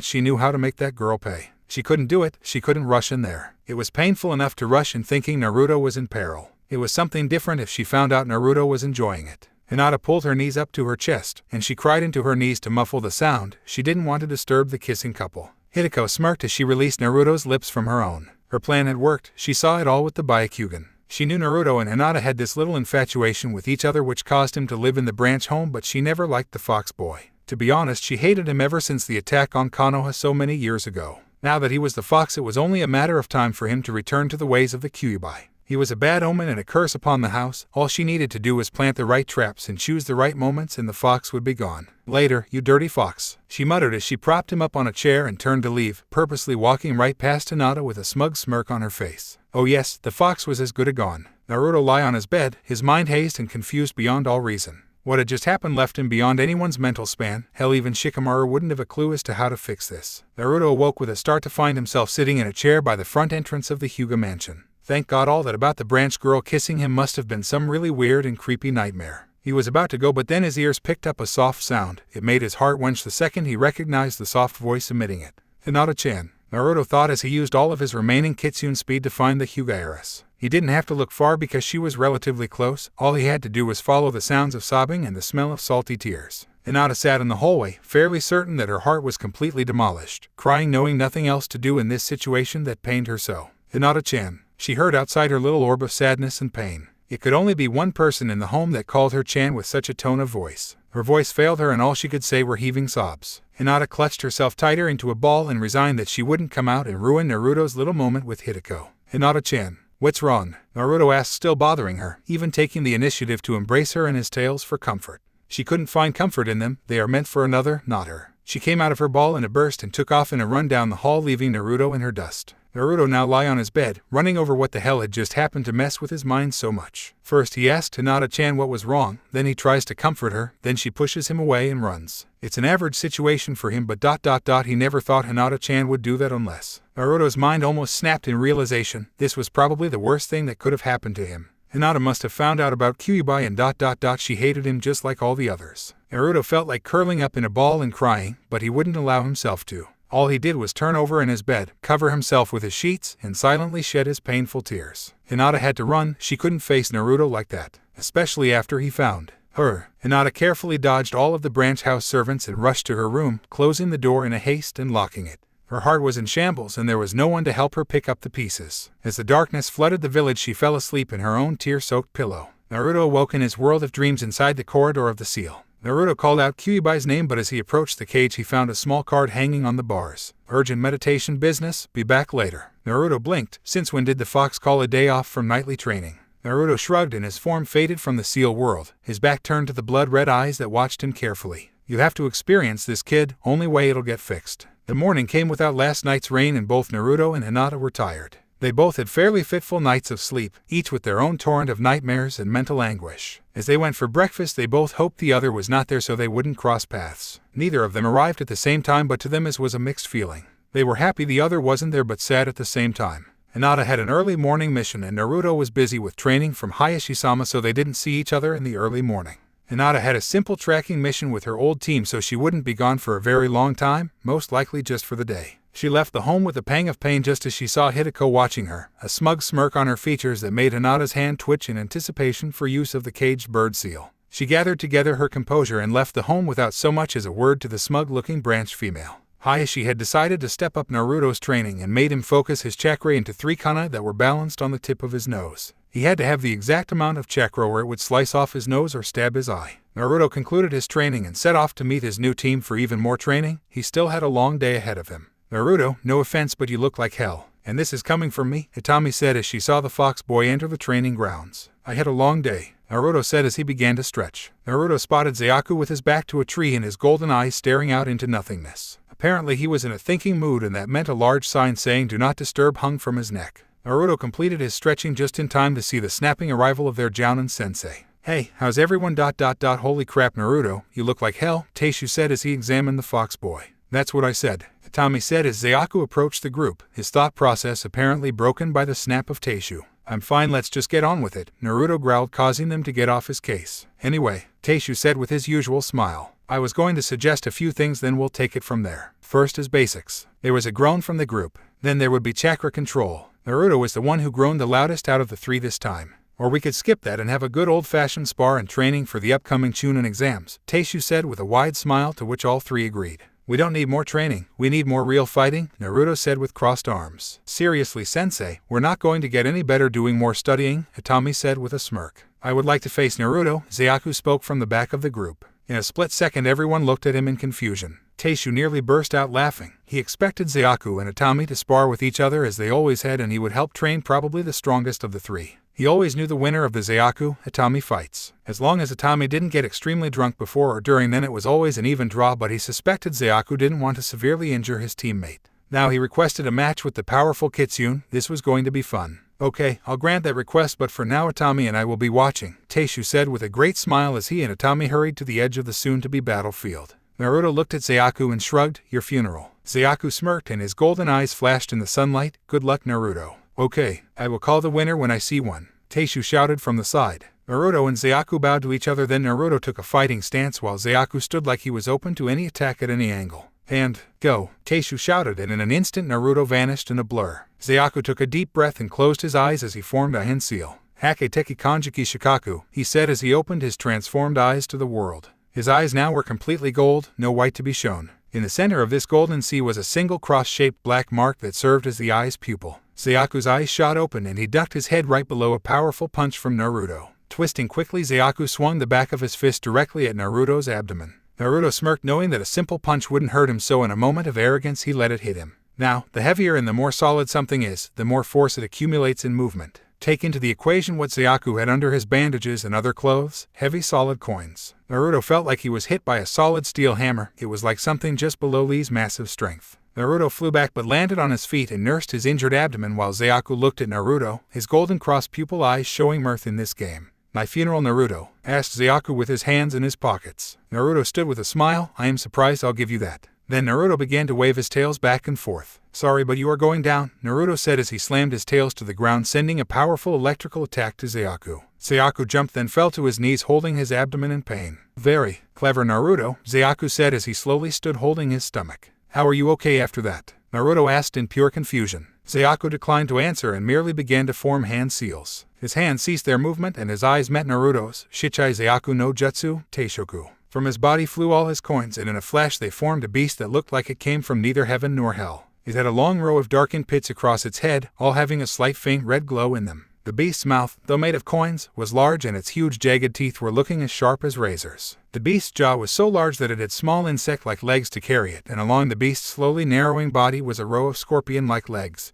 On its tail was another massive mouth, and hanging from both mouths were 3 snake-like tongues, spiked and ready to hook into its prey. It was a disgusting beast and would have been very threatening had it been bigger than 1 foot tall. Itami and Teishu sat on the sidelines watching this then burst into a maniacal fit of laughter. "Oh God, to rich!" Itami screamed in the middle of her howling laughter. My sides!" Teishu yelled through his hearty laughter. Naruto was no better. He was laughing possibly harder than the other two as he rolled on the ground. Zayaku in the meantime twitched in annoyance. Lifting his hand towards Naruto rolling on the ground, the creature swiftly skittered to Naruto's arm and clamped down with its large mouths. Naruto howled in pain. The beast was actually trying to attack him. This only made Itami and Teishu laugh harder as Naruto tried to shake the small monster off. With a short burst of Kitsune fire breath, the creature dispersed and the coins vanished into Zayaku's person. "I hate you all," Zayaku said with a twitching eye, seeing his beast be so easily dealt with and seeing the small damage it had done to Naruto quickly heal. "Not as much as this," Naruto thought as he held his hands together in a hand seal. Naruto activated Sekigin and in a flash he was behind Zayaku, his fingers at the ready. "Kano Hagakure Haiden, Teijutsu no Ogi, Senin Goroshi." Naruto cried as he thrust his chakra-enhanced fingers into the rectum of Zayaku. For a moment the entire field was silent. Not a bird chirped, not a leaf fell, not even the wind blew. Zayaku turned his head slowly, his golden eyes filled with rage and a deep growling rising from his throat. "You are dead." Naruto smiled sheepishly and laughed nervously. Apparently with all those coins made Zayaku a lot heavier than Naruto had thought. Zayaku turned with a swift kick to Naruto's head, but he missed by just a hair. Naruto took off in a golden blur, but hell if Zayaku was going to be left with that indigation. Zayaku's hands flew into seals, and when he finished he cried, "Shinchai Zayaku no Jutsu, Koumansa." Suddenly Zayaku's eyes grew dark and the light around him seemed to bend to the darkness. His chakra flared to levels previously unknown from him. His skin turned dark, his muscles bulged, and the black of his hair took over his previously silver locks, leaving him with an even darker aura of dark chakra. "Naruto!" he roared as he took off at a speed that could have even rivaled Naruto in his prime Sekigin stage. "Oh crap," Itami said as she rushed off to find the two idiots. Teishu laughed and said, "I knew this was going to be fun." He followed Itami as she rushed after the furious Zayaku and the fleeing Naruto. Naruto smiled to himself as he ran, mostly under Sekigin influence. Nothing could touch him in this state. At least until his chakra ran out, but for him that wasn't much of a concern. Suddenly he felt a very powerful darkness creep up his spine and he turned his head, only to be greeted by the sight of Zayaku in full transformation. Hot on his tails, Naruto kicked his fleeing into high gear, even sending Sekigin into its highest level of activation that he could reach, but it wasn't enough. Zayaku caught up to Naruto and in an instant Naruto felt like he had been clocked with a hammer on his back. He stumbled and in a black flash Zayaku was beside him, kneeing him in the gut to send him flying. As Naruto flew he saw a black blur pass him, then hit him with what felt like an anvil. Naruto fell again but felt Zayaku's knee deep in his gut, sending him into the air again. "I quotel I'll finish you," Zayaku said as he became a blur at Naruto's side. Naruto turned and watched as the dark Zayaku reached back for his black bandaged object only to stop. His eyes that shone brightly with gold and black faded into his original dull gold irises. His skin faded into his normal skin tone, his hair turned its same shade of silver with black on the tips, however the black tips seemed to be larger than before. His muscles shrunk under his bandages which constricted with the muscles and he turned back into his normal form. Zayaku's eyes became half closed then shut as he fell to the ground in a heap. When Zayaku landed he created a crater similar to what happened when Lee removed his weights from his legs. Naruto was just lucky enough to fall on his feet, but that was short-lived and he rolled back on his heels, falling onto his butt when he lost his balance. Naruto blinked a few times then fell on his back in exhaustion. Thank God. Whatever Zayaku had just done, it really just put his ass on the line. You have to be the luckiest person I have ever met, you know that," asked Taishu as he stood next to Naruto with a smirk. "How so?" Naruto grumbled, his body too exhausted and in pain to keep his eyes open. "You forced Zayaku to use Kumansa, lasted long enough for his time limit to expire, and you avoided ... it," Taishu said with a laugh. "It? What the hell is it? And what the hell was that jutsu?" Naruto asked in confusion as he just lay there, his body not responding to any move commands. "It ... is something you don't want to get acquainted with. The jutsu he used was called Kumansa and the other taijutsu he used to beat the hell out of you was called Akari," Taishu said with a serious voice but still a smiling face. "Kumansa takes an offering of Zayaku's life to increase his abilities and chakra by how much Zayaku puts up as an offer. You're lucky he held this one back ... Then again so is he," Taishu said, his smile faltering as he looked to the crater and Atami pulling the unconscious ninja from its center. "It looks like he only sacrificed a year of his lifespan," Taishu said. "He'll be out for a good while. You're one lucky fox, even if you are a five-tailed Kitsune. That jutsu is like opening several of the celestial gates." Naruto shook his head side to side slowly to avoid too much pain. Why the hell did he do that?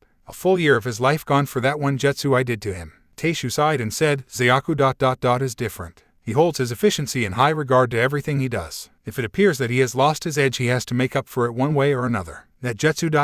was really embarrassing to fall to, so he had to attack full force to save face. But an entire year of his life," Naruto said with a guilty voice. Had he known, he wouldn't have put Zayaku up to that jutsu. He doesn't think much of his life. He considers it an expendable part of himself. All he worries about is his money, his efficiency ... and his team, Taishu said with a slight chuckle. "You feeling better?" Atami asked as she approached the small group with Zayaku hanging on her shoulder. "I have probably 3 broken ribs, a cracked spine ... tons of bruising." "Yeah, I'm spectacular," Naruto said with a grin. Truth be told, his body was quickly mending itself already. He would be ready to move in a matter of minutes. Whether he could move due to exhaustion, however, was a whole different matter. "Smart ass," Atami said with a glare when suddenly she felt the weight of Zayaku lift from her shoulder. "I'll take him home for him to get some rest. Atami, you stay here and make sure Naruto gets up eventually," Taishu said with a laugh as he snapped into a puff of smoke. "Wonderful. Stuck with the fox," Atami said sourly as she stared at Naruto on the ground. "Atami ...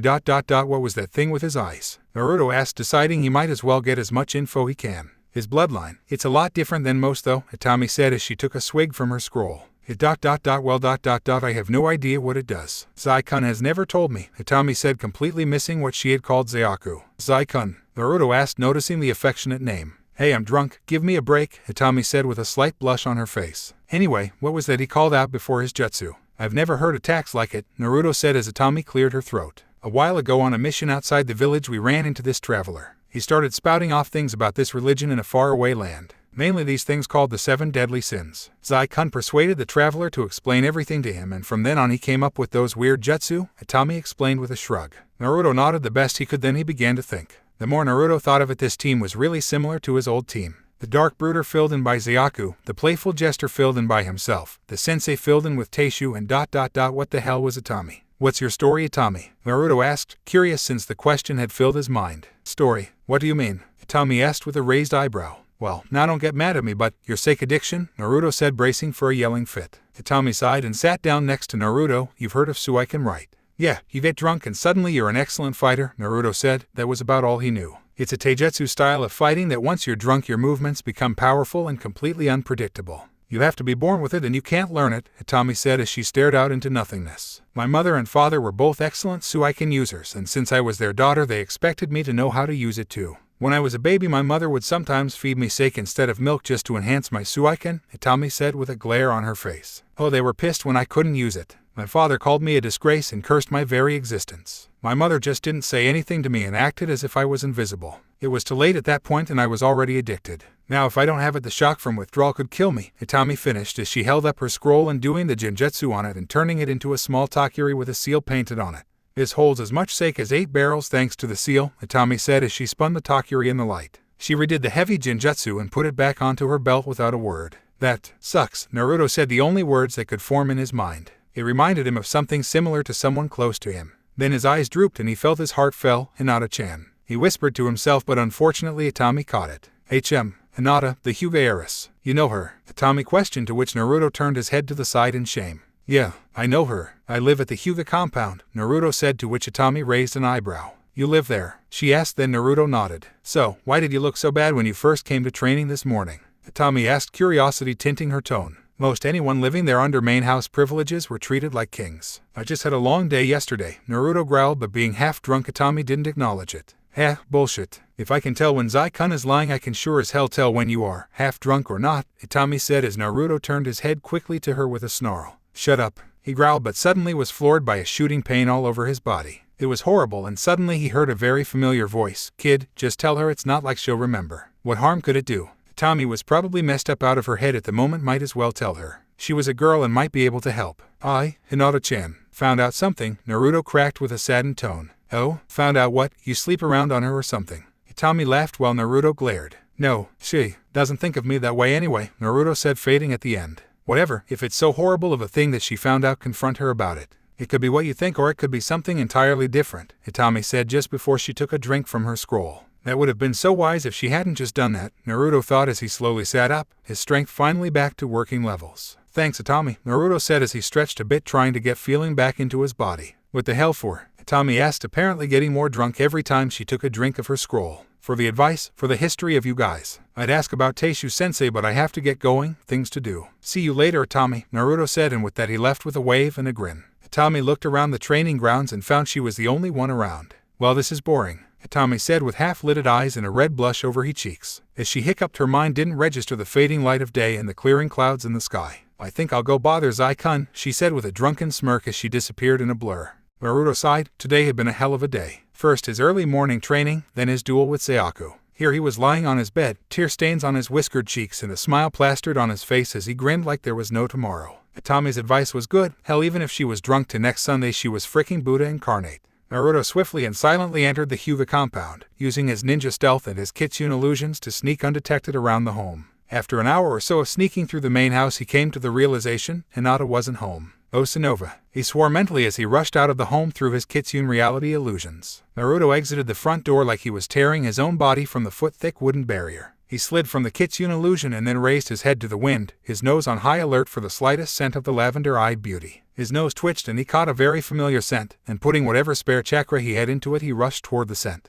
Hinata, as usual, walked in the back of the group, her Byakugan active to catch sight of any spies to the team. Her powerful bloodline saw nothing in the dense woodland and she was grateful for it. The mission had been easy as always, but her mind wasn't exactly on the mission. The entire time Kiba had commented non-stop on how she looked sick. He constantly questioned her well-being. Shino even offered his concern. Hinata, however, just shrugged them off and told them that she had just had a long day yesterday and didn't get much sleep. It was the truth, even if it was the bare-bones truth. Shino accepted cautiously along with Kiba, but that didn't mean they turned a blind eye to her condition. Kiba and Akamaru could practically smell the sadness radiating from her, and Shino's insects kept a regular update on Hinata's condition, seeing as they were able to watch the girl when Shino couldn't. As the mission came to a close, Hinata's facade began to crack and she looked sad and to a point angry. Okay, that's it, Kiba said as he tuned just inside the village gates. What the hell is going on? Kiba asked firmly but not loudly so as to not to get on the girl's bad side. It's nothing, Kiba-kun, Hinata said softly with eyes that told of her lies. Hinata, it is not good to lie to your friends, Shino spoke, his same calm and monotone voice. I didn't get sleep, and Hinata tried, but it was obvious none of the boys bought it. It's nothing, she said softly as she dropped her head and fell to the same habit of shyness she had when she was younger. Kiba twitched. If this had anything to do with a certain fox, he would make sure each and every one of his family's dogs got a piece of him. Before he could say anything, however, Hinata turned and began his walk home to the Hyuga compound. Goodbye, Kiba-kun, Akamaru-kun, Shino-kun. Have a good night's rest, she said softly without looking at the boys. Kiba could have sworn he smelt salt water in the air, but they were nowhere near an ocean. Kiba was about to go after Hinata, but Shino placed a hand on his shoulder, stopping him in his tracks. Kiba, we have no business butting ourselves into her affairs. I have a feeling Naruto has something to do with this too, but I trust Hinata and to an extent Naruto to do what's right. With it, the bug wielder turned and set a path for his own home, his hands thrust into his pockets and his hood up covering his head from the prying world. Kiba stood there for a moment before clenching his fist, then turning for his own home. You better make her happy, you idiot fox, or Akamaru's gonna have some special Kitsune dog food next time we meet. Akamaru barked in agreement and the ninja and his dog headed for home. Hinata carried along to the Hyuga home, her eyes to the ground as they leaked silent tears. No one bothered to ask the Hyuga heiress what bothered her so. No one bothered to even look at her. To them she was damn near invisible. Hinata continued on her way home, completely engrossed in her world of cold loneliness and pain. It was only necessary that she see the cause of her pain slide into her view when she looked up briefly, his nose turned to the air and sniffing. No, he wasn't the cause, he was something else, but he was nowhere near the cause. He was her cure, but he was on a shelf just a little too high for her to reach. She knew what he was looking for, and with that she hung her head even lower in an attempt to remain completely invisible. She took a swift right into a darkened alley, and using her ninja skills and natural grace she leapt up and then from rooftop to rooftop, hoping to escape the fox boy. Naruto followed the scent of Hinata through the crowds, his nose working double overtime for this effort. He closed in onto a small alley, and that was where he lost the scent. He sneered to himself and jumped, his nose catching a whiff of the elusive girl's scent. That way, he thought as he used the meager strength he had and pushed it to its limits. He darted from rooftop to rooftop, following no longer the scent but a small figure in the distance. He knew by the way it moved, stepped, jumped. They were all too graceful for a normal ninja. It had to be her. Hinata ran top speed searching for an escape, but she could feel Naruto following her, even over the tops of the roofs. She wanted to stop and cry, have him hold her until it was all right. She wanted to feel the safe embrace of his tails and arms. She wanted to tell him she loved him. She didn't know when it happened, but she knew it was almost always there. She viewed his endless confidence, his power to rise above everything that put him down, and she idolized him. For a few minutes, then she crushed on him like a paper cup under his feet. She didn't know when the crush had grown into love, but it had, and now it hurt more than anything in the entire world. She just wanted to go to him, but she knew she couldn't. He didn't see her as his love, he saw her as his friend. A person he could like as a friend. Hinata slowed to a stop and found she had somehow wandered herself to the far gardens of the Hyuga mansion. This was one of the places that few people knew about, let alone visited, but she knew of its existence. When she was younger and things had been rough, she would wander the grounds looking for places to hide herself from the scorn of the world. She found this place when she was 7, and from then on it became her own personal hiding spot. It was quiet, far enough from the house so no one would find her. It was also close enough that she wouldn't get lost getting out here or going back. With an estate this big, it was quite easy to get lost. Hinata sighed and sat in the middle of the small forgotten garden, flowers surrounding her in their soft smells and beautiful colors. Even though these flowers were beautiful, her favorite never came to blossom until after the beaming sun had set and the glimmering moon had risen.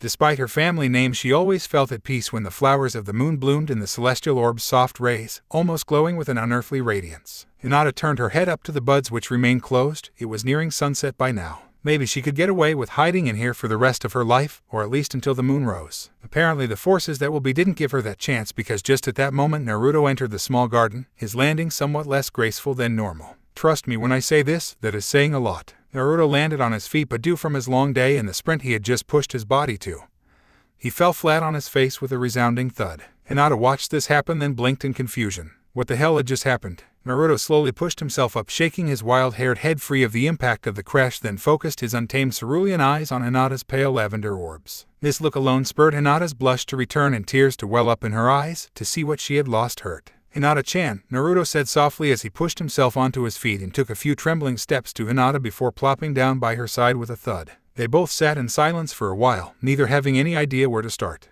Hinata sat with her knees drawn up to her chest and wishing she could just curl up in a ball and disappear from existence at this moment. Naruto, on the other hand, where to start about talking when you have an eons-old demon soul stuck in your navel? "Hinata-chan," Naruto began with a soft sigh. It had been long enough of just sitting there. He needed to say something. Hell, when he found her it was just nearing sunset now. The sun was almost gone and the moon was in full view. I'm sorry," he said unevenly. He was so torn about this. For what, Naruto-kun? Hinata questioned, even though in her heart she knew the answer. I'm sorry you had to find out. Whatever way you did," Naruto said as he looked down and away in shame. He knew that she had found out about the Kyuubi sealed in him, and now she was probably afraid of him. Hinata's heart sunk. She knew it was true. She knew that Naruto enjoyed that kiss. Somewhere in her heart she hoped that it had been false. Her eyes had just tricked her and nothing had happened. This was the proof, and it hurt. It's okay, Naruto-kun. Hinata began turning away so Naruto wouldn't see her crying eyes. If he saw her now he would probably think that she was weak. Naruto's eyes shot open and his heart sped. You're really okay with it?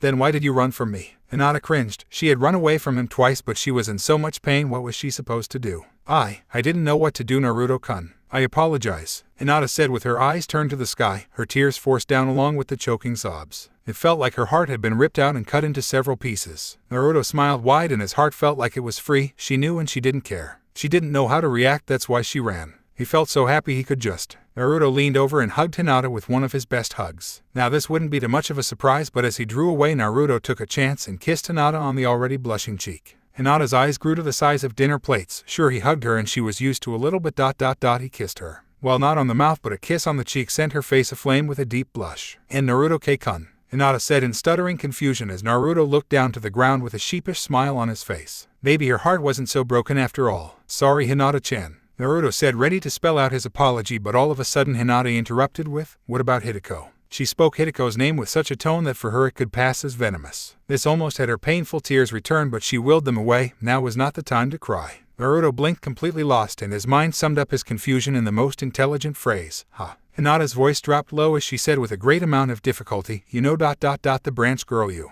kissed?" Naruto's face paled and his eyes nearly fell from their sockets. You mean that wasn't a horrible nightmare?" Naruto asked with a few blinks of confusion. "Nightmare? What are you talking about, Naruto-kun?" Hinata questioned, more lost than ever. Naruto's eye twitched and he said, "So that harpy did kiss me. I was almost asleep when I walked in the door, then that bitch goes and kisses me right as I pass out. Yuck, now I have to rinse my mouth out with soap and steel wool." Hinata's face lit up in a bright smile that expressed the only thing she could feel inside, pure joy. It had been an illusion. Hitako was the one who had kissed Naruto. His eyes closed, he was asleep. However, Hinata was still confused. "Naruto-kun, if you weren't talking about the kiss then what were you talking about?" Naruto froze. This was bad. Very bad. He had to find a way out, quick. "So what is this place, Hinata-chan?" Naruto tried to dodge the question with another, but the look from Hinata let him know this was not going to drop. Naruto sighed and readied for the truth. Damn, he had gotten his hopes up for nothing. "Hinata-chan, after I tell you this I know you're going to hate me," Naruto said softly. Hinata had never heard this subdued of a voice from Naruto-kun. "I won't hate you, Naruto-kun," Hinata replied as she added in her mind, "I love you too much to ever hate you." Naruto looked at Hinata, then away from her, knowing this was now a one-way street for him. This sucked. "Hinata, you know the story of the Kyuubi and the fourth Hokage?" Naruto asked as the usual starter question. Hinata nodded in understanding. Almost everyone knew that story. "Well, forget it all. It's one big lie," Naruto said in a low and serious tone. Hinata was confused and had a few questions. Why would they lie about something like that, and what did it have to do with the present time? She held her questions and allowed Naruto to continue guessing. They would be answered eventually. "The truth is that the fourth Hokage couldn't kill the Kyuubi. He could only weaken and seal the monster into a human child," Naruto said with a low and almost crying tone. "I'm that child, Hinata-chan," Naruto finished as he pulled his knees up to his chest and rested his chin on his knees, silent tears making their way down his face. He knew that at any second she would scream, then run, demanding that he be shooed from the Hyuga mansion like some lost mangy dog. It was easy to deduce that he was in complete shock when he felt Hinata's soft and warm arms wrap around him, pulling him to her in a soft embrace, feeling the drops of tears land freely on his head. For Hinata it all made sense now. Why Naruto was always hated as a child, why he always had to fight for his acknowledgement, even right down to why he was a Kitsune now. It all made sense. And the barrier broke and she cried. She had no idea the burden on Naruto. She had no idea what he had to live with all these years. She did the only thing she could. She tried to offer Naruto the same comfort he so freely gave her and embraced him. Uzumaki Naruto as a child had never known a completely loving warmth. He had only known the cold stares and the painful threats and words. His entire life began to revolve around finding a way to stop those looks, to stop those words. He wanted the people to know who he was, and he wanted to be known as Uzumaki Naruto, not as the beast in his belly. He never knew a real parent's love, a blood brother's bond, a true sister's care. He never knew any of this, but no matter the situation, no matter what happened, he donned his mask of smiles and jokes and guessed at what those feelings were. He put his smiling face to the world and tried to help those in need. He tried to give those who had even less than he, or even those who had so much more, some of his own warmth to make their life better. As he sat there, feeling the drops of tears landing on his head and the warm arms circling him, he realized that all the time he was the one who needed help.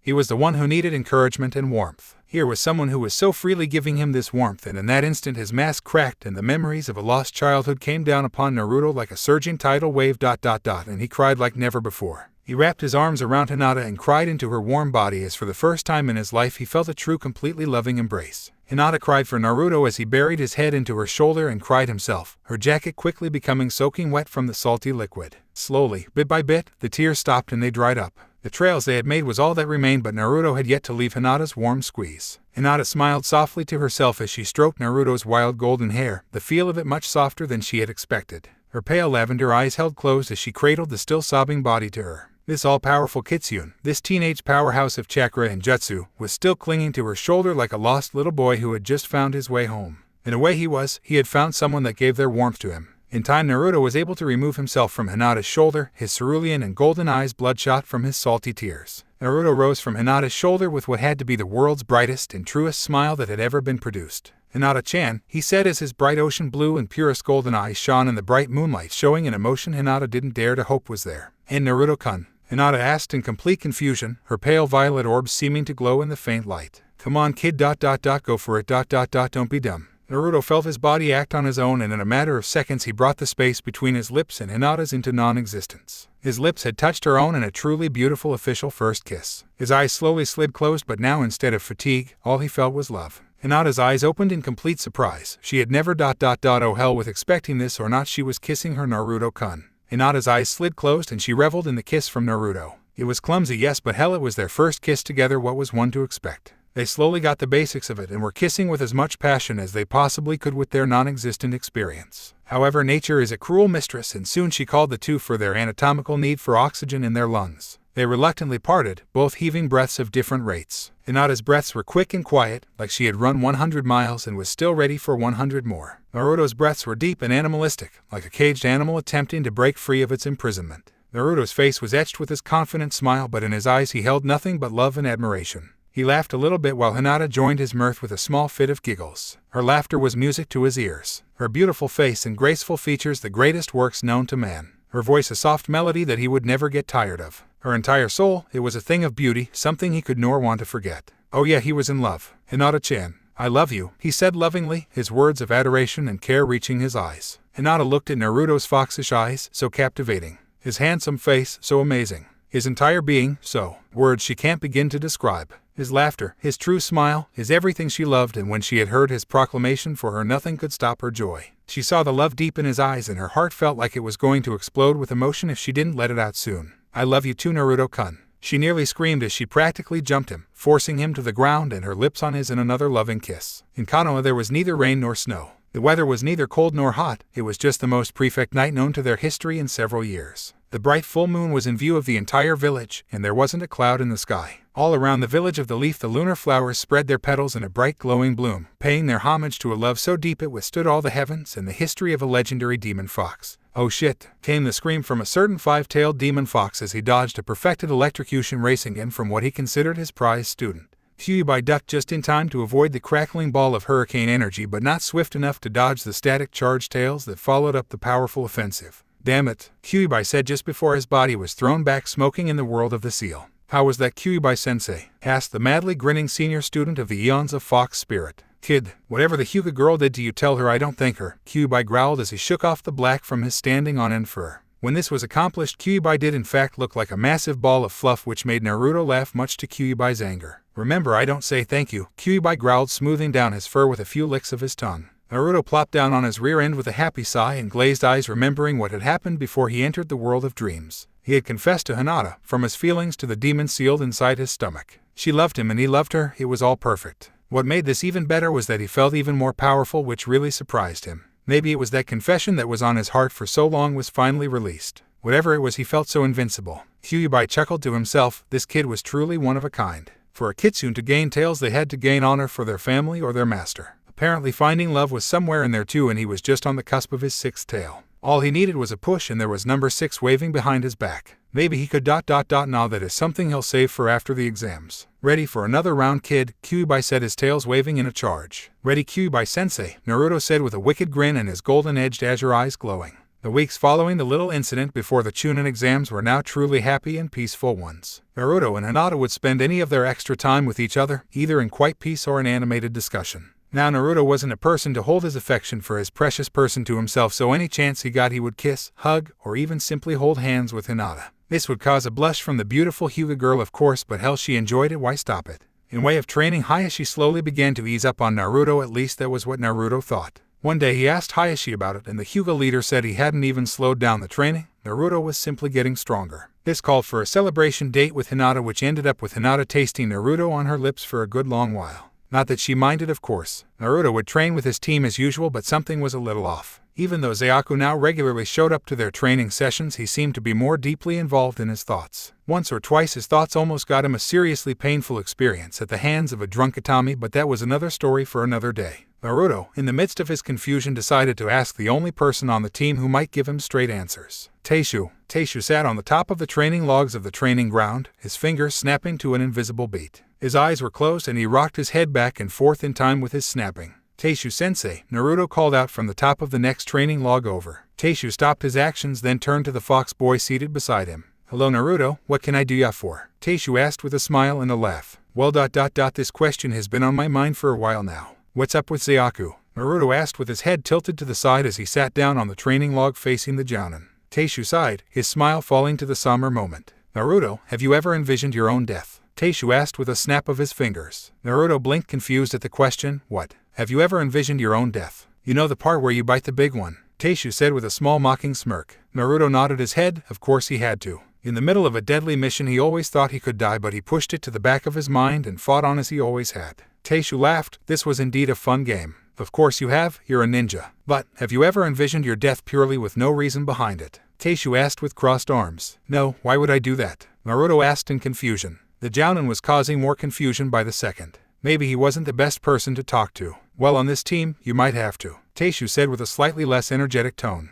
You see, our team on record is a shield team, Taishu said with a gesture of his hand which Naruto nodded to. That is nowhere near what we are. We are a suicide attack team, Taishu said with a smirk. Naruto blinked. Wait, what the hell was that? What? There is no way in hell something like that exists, Naruto said with clenched fists. Oh, but they do, Naruto, Taishu said with a smile and a laugh. We are the first sent out because of our power, but more importantly for our pasts, Taishu said to a confused Naruto. Wait, your pasts? Naruto asked, trying to pump as much info from Taishu as possible. You see, Naruto, in this team we all have some sort of uneasy past. Itami has her parents. Despite what they did to her, she finds it necessary to prove to her parents her worth. Even if it means her death, Taishu said with a sigh. He hated saying that, but he needed to get Naruto up to speed. I am a double traitor, both to my home village and the Sound. I was on frontline mission to Sound and got captured because of my little snapping problem. I was put in their military, then caught on a mission to Konoha thanks to my overzealousness for the mission. You can guess the rest from there, Taishu said with a slightly serious gaze. Naruto nodded with a serious yet slightly questioning gaze, and Zayaku. Taishu's face turned deadly serious for the first time since they met, and he said, Naruto, I have no authority to tell you about that.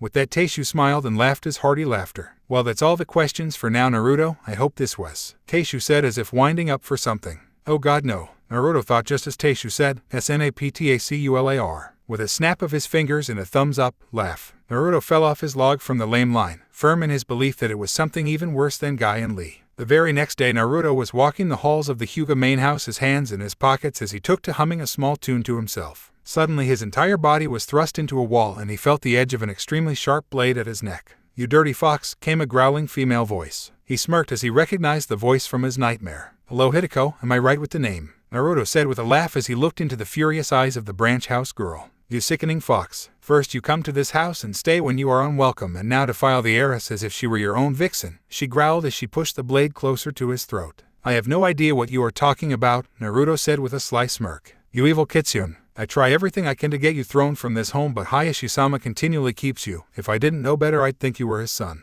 I'll kill you, then the Hyuga name will be clean once again, Hideko said as she pushed the kunai with enough pressure to draw blood. Naruto smirked then poofed out of existence. Hideko stumbled forward in confusion, a shadow clone. Hideko, came a soft yet surprisingly angry voice. Hideko's eyes opened in shock and slowly turned to see the grinning fox boy standing right behind the Hyuga heiress, her pale eyes ablaze with an uncharacteristic anger. She was in some deep shit now. The majority of the branch house, save to the cooks and guards, were given the day off especially so Hideko could do each and every chore around the entire Hyuga mansion. That was truly satisfying to Hinata and Naruto for Hideko's first punishment. Naruto and Hinata were both content with not using the branch seal, but the more she badmouthed Naruto and pleaded with Hinata to kill him, the more it was looking appealing.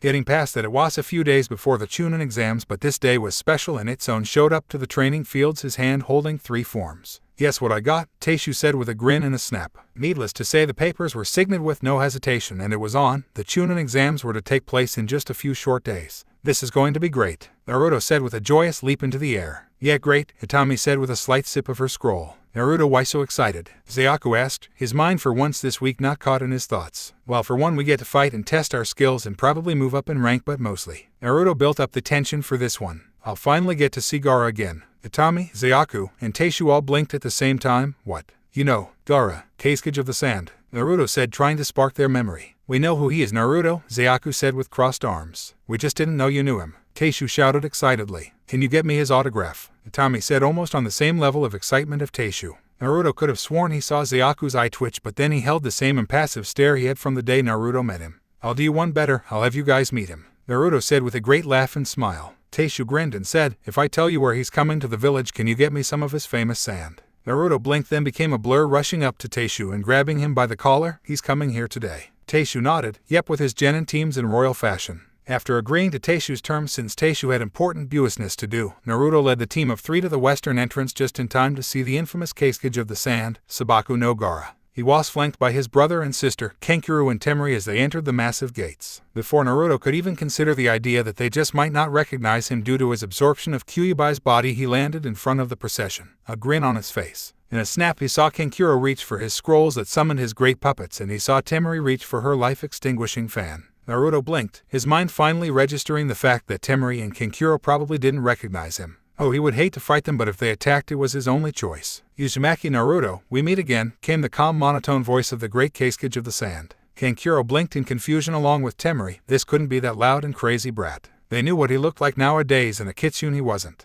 Gaara, good to know someone knows who I am, Naruto said with an excited air. Gaara, Kankuro began but was stopped with a sharp jab in the ribs with Temari's fan. Shut up, she angrily whispered. Now that he was the Kazekage, Gaara's word was law. Suddenly Naruto felt a rush of air behind him, signaling the appearance of his team. His smirk grew into a smile and he said, Gaara, you're here for the exams, right? Well, take a look at my new team. Gaara took the initiative to look at the two genin behind Naruto. The first one was a girl, a somewhat fangirlish grin on her face, but other than that she looked rather normal. Well, whatever you considered normal. For some reason he felt with her hair and eyes they were distantly related. Summed up in his own fashion, he came up with this single thought: I have enough fans at home. Gaara then turned to the genin. He was a taller, more threatening person than the last girl. He looked as though he might put up a good fight if he were to attack. That thing on his back was a mystery too. What could be wrapped up in those black binds? Gaara, with his years of ninja training, decided that he might as well put these two to a test to see if they were worthy of even entering the exams. Using his retained Shukaku power over the sand, he sent two medium-speed jets of his own personal sand at the genin.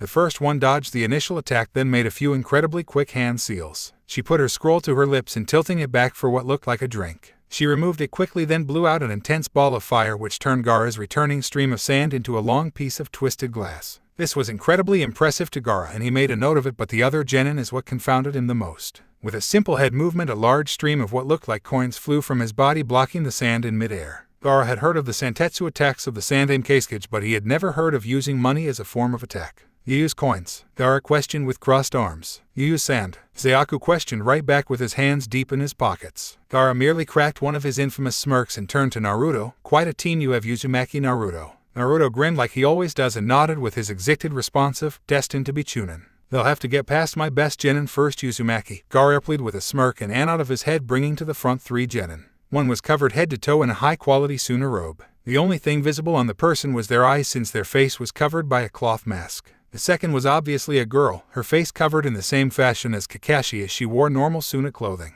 The last was a man, his chin sporting a thin beard and his eyes covered in dark reflective glasses as he dressed in similar Suna clothing. This is who we need to beat, asked the first regally dressed genin, proving that they were in fact a male. Not worth our time, came the girl's voice as she crossed her arms over her chest. The spectacled boy at the end said nothing, but he held a smug smirk on his lips. Naruto could feel Itami and Zayaku twitching in anticipation. He knew they were ready to attack, but that couldn't happen. It could be a big incident between Suna and Konoha. He had to defuse the situation as soon as possible. Well, Uzumaki Naruto, I'd love to stay and catch up, but the Hokage is expecting us. Goodbye, Uzumaki Naruto, Gaara said, sensing the equal need to separate the teams quickly. Naruto gave Gaara a relieved look, then nodded. Later, Gaara, enjoy the show. With it, the procession of Gaara, Kankuro, Temari, and several genin teams left, all the genin giving silent glares to the Naruto team. After the procession had left, Naruto smirked. This is going to fun. Indeed, Zayaku said, the tone of his voice proving his excitement. We better make it this time. I am not staying a genin for another year, Itami said as she took a drink of her scroll. Naruto smirked. Oh, this was going to be fun and they were going to pass. He'd stake his life on it. The day was today, the moment was now. The Chunin exams had finally arrived. Needless to say, Naruto was excited. Naruto, I don't care what day it is, shut up, growled a severely irritated Neji as he lay on his bed, his once pure white eyes bloodshot to a point that they resembled peppermints. For the past few hours, Naruto had been rolling around on his bed, whispering to himself about what day it was. True, it was the day of the Chunin exams, but Naruto had been up since 3 a.m. It was now currently 6 a.m. and Neji was pissed off. Sorry, Neji, I'm just really excited, and Naruto began, but he was swiftly cut off by a snarling Neji. I know, I've heard you talk about it ... for the past 3 hours. Neji growled as he jumped up into a sitting position on his bed. He'd had enough of Naruto's constant babbling. It was cutting into his sleeping cycle. Naruto, Neji growled, dangerously causing Naruto to sit up in his bed to make eye contact with the furious Hyuga. You have 3 seconds to get out of this room before I close all of the tenketsu that allow you to move, then toss you to Kiba's dogs. Naruto then vanished in a blur long before Neji began the countdown. Thank God, Neji muttered as he tipped to the side, then passed out before his head even hit the pillow. Naruto yawned and scratched the back of his head as he walked barefoot from the branch house to the main house kitchen. He always found it enjoyable for some reason to be without his sandals in the early morning with the freshly dewed grass. He decided it probably had something to do with him being a Kitsune now, but he didn't think about it much. Nevertheless, his path strayed from the main house kitchen to a much longer route. Hinata had woken up early that morning, her eyes being wide open at around 5. She knew the second she opened her eyes why too. Today was that day of the Chunin exams and her Naruto-kun was going to compete. Her face dove into a deep blush and a small smile spread across her lips as she thought of those words. Her Naruto-kun, it felt so wonderful to say, let alone think those words now that she could.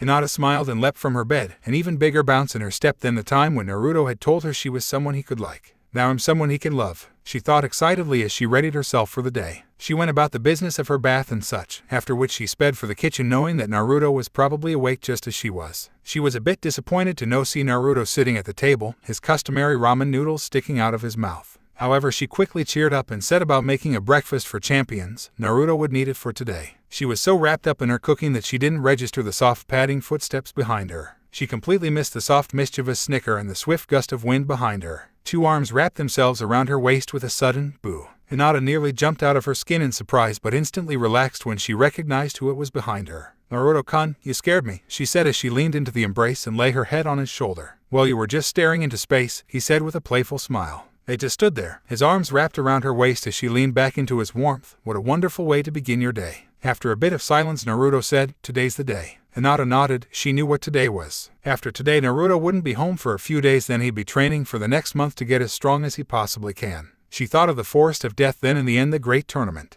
It installed a small okay, not so small bit of worry into her mind. What if something goes wrong? What if her Naruto-kun is hurt? What if her Naruto-kun dies? That was a question she wasn't prepared to face. Sensing her discomfort at her thoughts, Naruto pulled her closer into his warm embrace, making the feeling even more comforting by adding his tails in his sweet embrace. Hinata-chan, I swore I wouldn't die. I'll always be right here with you. I love you, he said with a warm and caring tone. Although some stayed, most of Hinata's fears melted at those words. She fell deeper into his comforting embrace and said, I believe you, Naruto-kun, I love you too. After the sweet conversation and the wonderful breakfast, Naruto set out to train with Hiashi in the early morning light. As he arrived at the training area, he found Hiashi standing with a somewhat impatient look on his face. Naruto, you're late, Hiashi said with a semi-glare. Naruto gave Hiashi a sheepish grin and said, oh sorry, I was eating breakfast. Oh, is my daughter's cooking that superb that you would miss training? Hiashi asked with a father tone to it. Naruto instantly paled. Hiashi probably knew, oh crap. Before he could say anything, Hiashi smirked and said, in light of the Chunin exam, your training is cancelled today and for the next few days until you are finished with the second exam.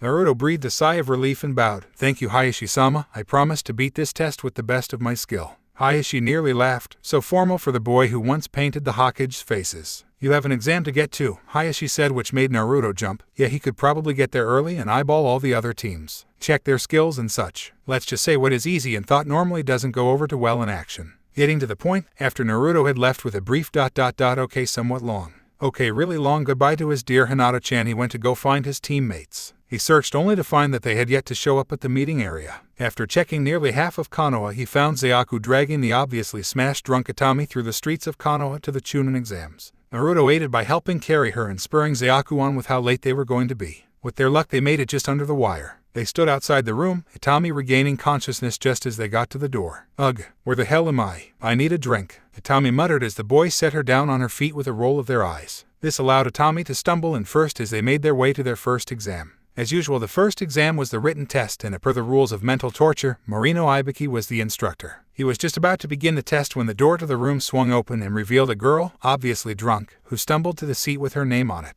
He remembered this girl from a while back, last time the test was in Konoha. He smirked. Half of the exam she was hiccuping or snoring. She still filled out her test, which was what confused Ibiki, but he left that for another day. In a matter of seconds, his paradox would walk in. In walked Zayaku, his eyes shifting to where his seat was, just a little down from Itami in the same row. He took his seat as Ibiki smirked and remembered the boy's mental background. It wasn't pretty, but he wasn't a bloodthirsty killer, which confused Ibiki. With everything that happened, he should want to kill the world. He then turned to the entrance with an expectant look on his face. Any moment now would his favorite toy should walk in. Oh, how wrong he was. The second Naruto stepped into the classroom, one single phrase rung in Ibiki's head, oh shit. Naruto walked into the room, a smirk on his face as the first thing he saw was Ibiki's eyes, wide open in shock while he mouthed a curse. Apparently Kitsune or not, Ibiki recognized him and remembered what he had done. He then turned to the entire genin audience that watched him enter. A smug grin was plastered on his face, seeing many surprised looks, angry glares, and even creepily enough a few lecherous stares. He shook it off just in time to see the same impassive and dark face of one Uchiha Sasuke, seated just to the left of his own seat.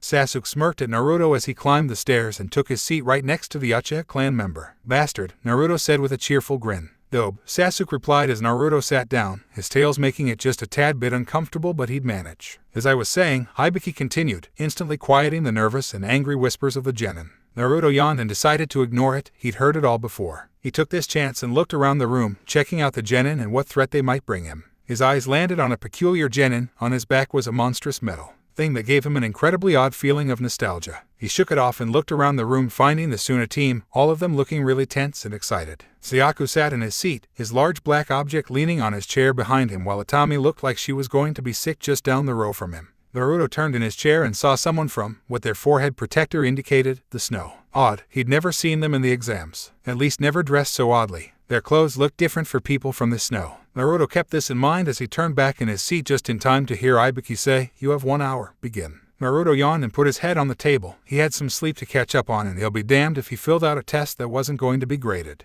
Meanwhile, Zayaku was rolling his neck in a stretch, secretly directing his coins to the far corners and ceiling of the room. When they were all arranged in perfect areas, he tilted them and looked at the reflection in their bright shining surfaces. He turned them at just the right angle to give him a perfectly clear picture of Itami's paper. Itami slowly rose her head from her desk, her head a pounding blur of pain. She knew she had to do this, but man did it suck. She turned her hazy eyes to the paper in front of her with a slight groan. Her eyes stared at the paper, her conscious mind barely registering any of the words, but her hand instantly writing down answers. Ibiki watched the hungover Itami with amusement in his eyes. He had heard the complaints on Itami and how she would show up reeking of alcohol and disturbing the class with all manner of rude noises such as hiccups and burps. Unknown to Ibiki, for some reason her mind always retained whatever she learned while drunk out of her skull, but it only came out from her subconscious at the worst time, when she had a massive hangover. Zayaku's pencil flew over his paper, and in an instant he had all he needed for this part of the test. The rest would be in about 40 minutes. He retracted his coins and rested his chin on the back of his hands. He was ready to rest after the little Itami hangover escapade anyway. Itami in the meantime promptly laid her head down and passed out, not to wake up until her team shook her out of her slumber. Naruto yawned and lifted his head up just in time to see Sasuke finish his exam with a smirk and a whisper, "Simple." Naruto nearly laughed but held it in and faced the front of the room so as to not draw attention. "Who'd you copy off of?" Naruto whispered, his curiosity getting the better of him. "The guy you came in with," Sasuke said with a smug grin. "You ass?" Naruto growled, knowing Sasuke did that just to piss him off. "Oh well, let's see who pisses off who during the tournament." Naruto smirked as he watched the first Genin team get kicked out. It was just weighted easy to catch them. As time passed, more and more teams were caught and more were thrown out. When it came down to the final question, Naruto stayed silent. He knew the trick Ibiki played and how him staying silent would help his own team's chance to pass. When they stopped refusing the question, Ibiki announced their success, and it was time for the next test. Naruto turned his eyes to the window. Any second that crazy Jounin Anko would fly in with her even more insane entrance. His eyes were trained on the window until he heard a loud crash, but the window remained unbroken. He turned to look in the center of the room to find Anko standing there, banner and all, under a large hole in the ceiling. She came in through the ceiling. What the hell is wrong with her? Naruto thought in confusion. "I'm the instructor for your next test, so follow me," Anko said eerily energetically, then beckoned the genin to follow her. All Ibiki did was stand to the side, staring open-mouthed at the hole in the ceiling. "Have fun in the forest, bastard," Naruto said as he stood up and stretched his tail since they had been cramped up in the seat. "Whatever dope," Sasuke said as he went with his own team. Naruto joined Zayaku in waking up Itami, who was more than happy to rid herself of the hangover with a deep swig of her Takuri. "You know that won't help," Zayaku said as Itami got up from her seat. "Shut up, money boy," she growled as she held her head and walked off after the insane Anko. "Okay, before you take this portion of the exam you have to sign these liability waivers saying that just in case you get seriously hurt or killed you cannot hold Konoha and liability of the damages," Anko yelled as she passed out the forms. There were a few murmurs from the crowd, but in time all the forms were signed and handed back. "All right then, one person from each team line up and grab your scroll from the booth, then a Chunin examiner will take your team to your separate doors," Anko yelled as the genin began to line up for the scrolls. Naruto volunteered and got in line just behind that odd genin that he had seen in the exam room.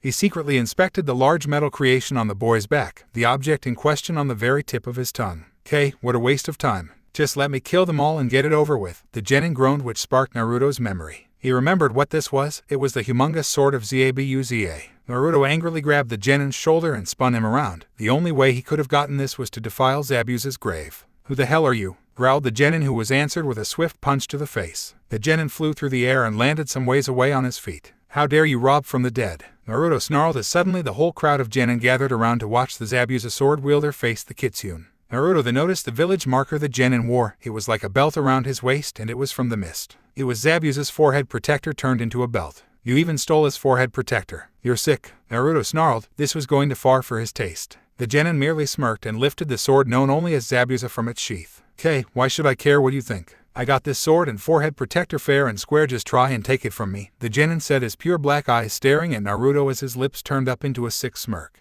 The genin wore a torn shirt with bandages underneath, and along his right arm he had bandaged his elbow. He wore black pants like the infamous Zabuza, but unlike the famous ninja, he wore black sandals. His dark hair was laid back into a spiky tail, while a few large clumps fell over his black eyes. He rose the great sword to strike at the Kitsune, but in a flash he was knocked to the side in a torrent of rock and dirt. Naruto turned his head to see the Suna team, all in full ninja gear. Even the royally robed ninja now wore traditional Suna armor, but he still kept his cloth veil covering his face. The veiled ninja sheathed a large scimitar onto his back, and with a scoff he turned and left with his team to gather their scroll. The Zabuza sword holder slowly got up and glared at Naruto as he sheathed his Zabuza sword. He finally realized what could happen if that crazy Jounin would get involved, and besides, he could kill this fox later. "I'll get you later," he threatened as he quickly got back in line to get his scroll. Naruto took his time in getting his team's scroll. He didn't want to be near that grave robber lest he kill him. After gaining the scroll of heaven, Naruto returned to his team, a smile on his face. They followed the Chunin to the exam entrance, all of them ready and rearing to go. While the written exam was a joke, Itami thought out loud as she stretched and took a drink of her scroll.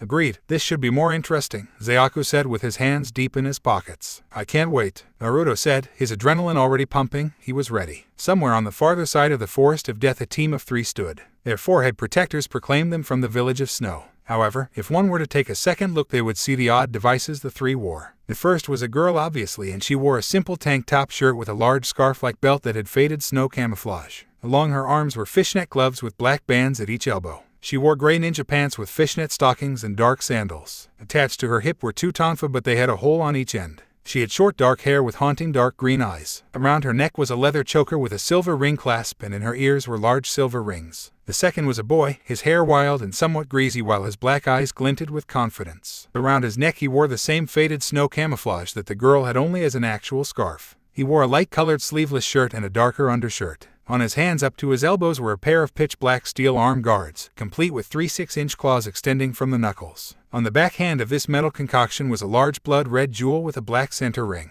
The boy wore normal black ninja pants with faded camouflage flaps over it, along with his black sandals. The third boy was a mystery. He wore his large scarf so high that it covered his entire face except his sunglasses-covered eyes. His hair was black as the night sky and spiked backward in a careless fashion due to his headband. He wore a long-sleeved shirt, the sleeves made out of the same faded camouflage material as his scarf. He wore faded gray pants with high-topped sandals. "Remember our target," the girl said as she crossed her arms. "Yeah, I know, the fox idiot," the wild-haired boy said with a scoff. The mysterious boy pulled back his right sleeve to reveal he wore an odd pair of black gloves with several red beads in the palms and fingers. He took one of these newly revealed hands, then reached down to pick up a small pebble from the ground. Holding up the pebble, he clenched his hand with brutal strength. "Crush him," he said with a dark and gravelly tone. He turned his hand with his palm to the ground and opened his hand, letting the dust fall from his palm, then disappearing with the wind. The mysterious boy produced a gravelly chuckle along with his teammates and muttered, "Until there is nothing left." All the genin teams took off in a blur the second their doors opened and their examiners gave the go-ahead. Naruto's team took a blurring pace in an attempt to reach the central tower quickly. From there they could set up a base with several traps, then after they captured an earth scroll they would be close to the end. "This is going to be cake," Naruto thought out loud as they stayed to running through the trees. Sure, it was a lot of work and they had trouble sometimes with cracking branches, but they managed to keep a swift and steady pace rushing through the trees. "So what's the plan, oh great leader?" Itami asked with a sarcastic side glaze to Naruto. "What, me leader?" Naruto asked. He had never been a true team leader before. "Yes, you are Naruto. Now explain the plan if you will," Zayaku said with his calm and collected tone. "Oh, well, I was thinking that if we get to the central tower before the first day is up, then we can set up camp and set traps. We need the earth scroll, and if we run into another heaven scroll we take it, to weed out the competition," Naruto offered with excitement. This was the first time he was a team leader. "That's not a half-bad idea. Good job, Fox Boy," Itami said with a smirk. "Much better than him," Zayaku spoke with venom on his tongue. "Okay, who the hell is this him?" Naruto asked with an impatient tone. "He was the one who made us fail all the time." Itami yelled in anger seconds before she realized she needed stealth on this little escapade. Even though she probably gave our position away to everyone in a 10-kilometer radius, she is right. First he refused the 10th question, but we solved it the second time by letting Atami give him a taste of her sake, Zayaku said with a smirk to Atami. She nearly burst out laughing but held it in and settled on light snickering. The second time the idiot opened the scrolls before we got to the tower and boom, we were out like lights, Atami finished. Wow, Naruto blinked as he thought, the first time I came here I nearly did both of those things. Far away, in the control room of the Forest of Death, the energetic Jounin Anko sat in her chair, enjoying her most favorite treat in the world.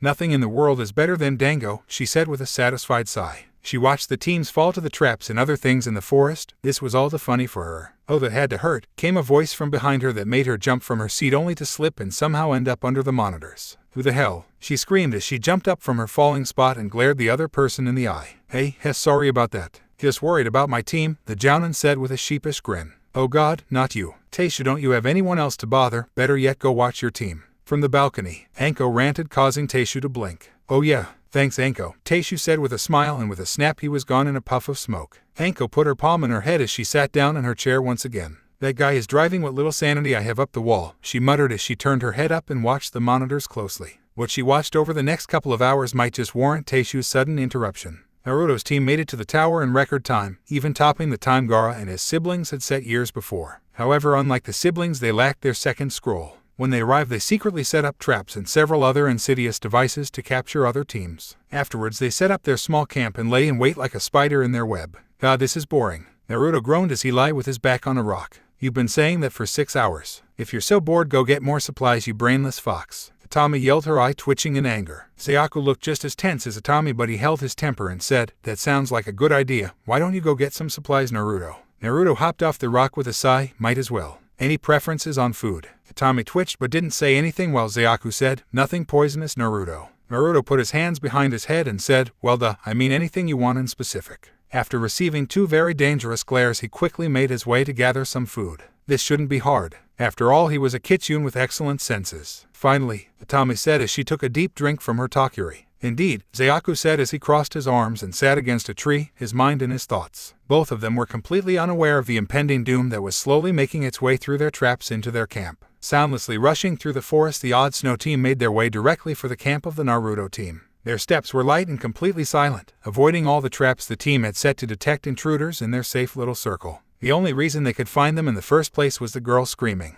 Most ninja couldn't pinpoint where a scream like that originated since it ran all throughout the forest, but these were specially training genin. Kaoru, stay back just in case we need backup, said the female as they closed in on the clearing which held the campsite. What? He asked in a loud whisper. I wanted to kill him, Pon. Kaoru, this is a mission that needs a touch of finesse. You stay here while Katsu and I deal with this in a much more tasteful method, Pon said with a domineering smirk. Kaoru glared but nodded and retreated into the shadows as the mysterious Katsu stepped up. Let's go, Katsu said with a rumbling whisper as they leapt into the clearing. Inside the clearing of the Naruto campsite, Atami and Zayaku had little warning before 2 strange ninja leapt into the clearing. Who are you? Zayaku said as he slowly got up from his seat. Damn, we must have just missed the fox, Pon said with a sneer as she surveyed the 2 genin, neither of them her target. He can't be too far off, Katsu said with his dark gravelly tone. Hey dumbass, Atami yelled as she stood next to Zayaku. I believe he asked who the hell you were. Pon locked eyes with Atami, her tyrannic glare having no effect on the half-drunk girl. Pon reached to her belt and grasped her tonfa. We don't need to answer to you, Pon said as she drew her tonfa. We could always use a warm-up though, Pon said as she rushed to Atami and held out her tonfa.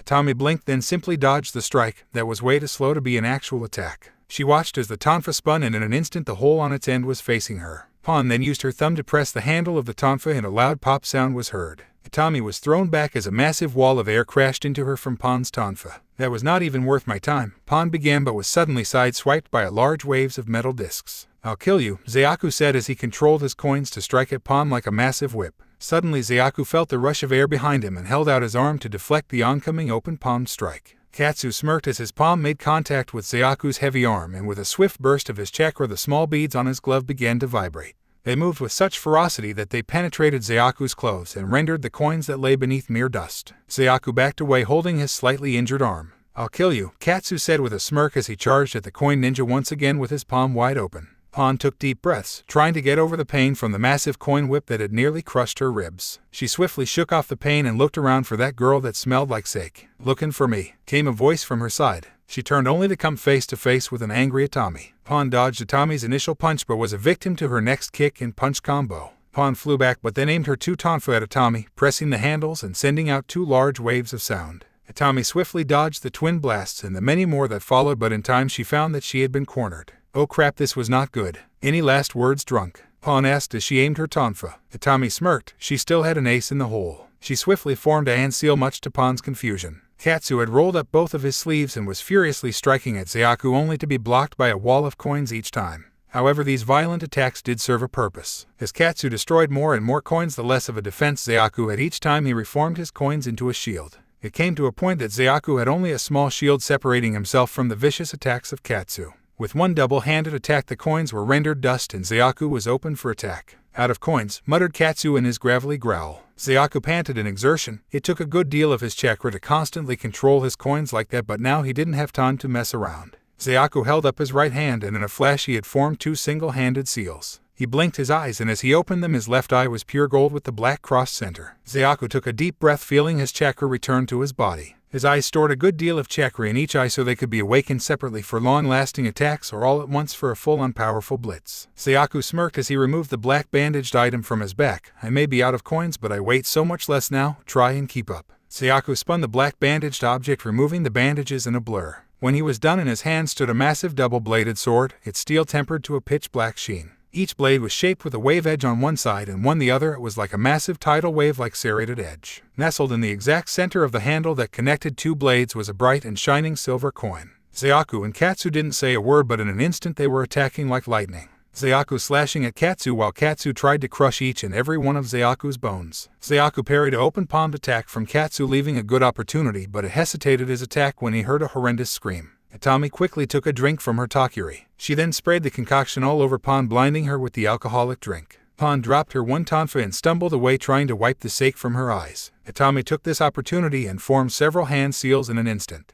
On the ground below both Atami and Pawn a large symbol array appeared, and in a flash Atami called out her attack, Kami Hai-sen Midui Hantai. Atami opened her bright green eyes and smirked as they revealed something that was once invisible. All along Pawn's body there were points that slightly glowed, her pressure points. Atami rushed in, striking with three carefully placed and very powerful hits to Pawn's blinded form. Pawn stumbled back and found that her right arm and left leg were useless. She fell to the ground and wiped her eyes, only to see Atami standing in front of her with a grin. You bitch, Pawn growled as she grasped her remaining tonfa and pointed it at Atami. Whatever, Atami said as she formed a hand seal. With that deft motion the sake that covered Pawn's face and clothing erupted in flames, and she did the only thing she could at that moment. She screamed. Zayaku's paws presented the perfect opportunity for Katsu, and he rushed in, his palm aiming directly for Zayaku's chest. His hand connected, and with a wave of chakra Zayaku was blown back, his shirt smoking with a hole in it from blast. Katsu smirked and walked up to Zayaku, his body completely relaxed, knowing nothing could survive that. Suddenly Zayaku sat up, revealing the gaping hole in his shirt had been backed up with 2 layers of coins. As the cracked and broken coins fell from Zayaku's chest, it revealed his bare skin to the air, which caused a surprised glance from Katsu.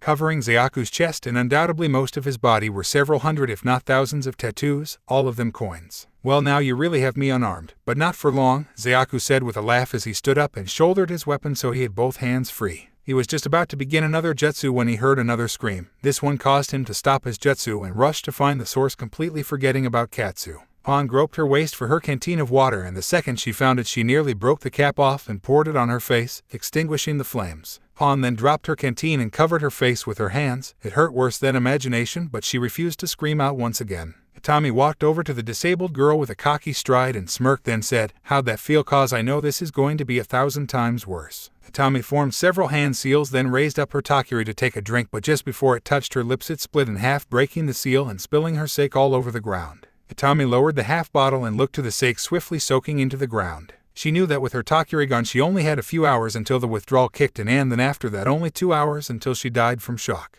She turned her eyes up to see a new ninja, Kaoru, standing in front of Pawn with a smirk. "Oh, did I break your precious bottle?" "Sorry," he said mockingly as he rushed to her, then raked her stomach with his claws. This was a warning not to get in their way anymore. With that he kicked her in her bleeding stomach, which caused her natural reaction, a scream. Kaoru quickly gathered up the blinded and burnt Pawn and disappeared in a blur, leaving the shocked and in pain Atami lying on the ground, her eyes locked on her broken takiri seal and the sake that it had spilt. "Guys, I'm back. Hope you like Rab.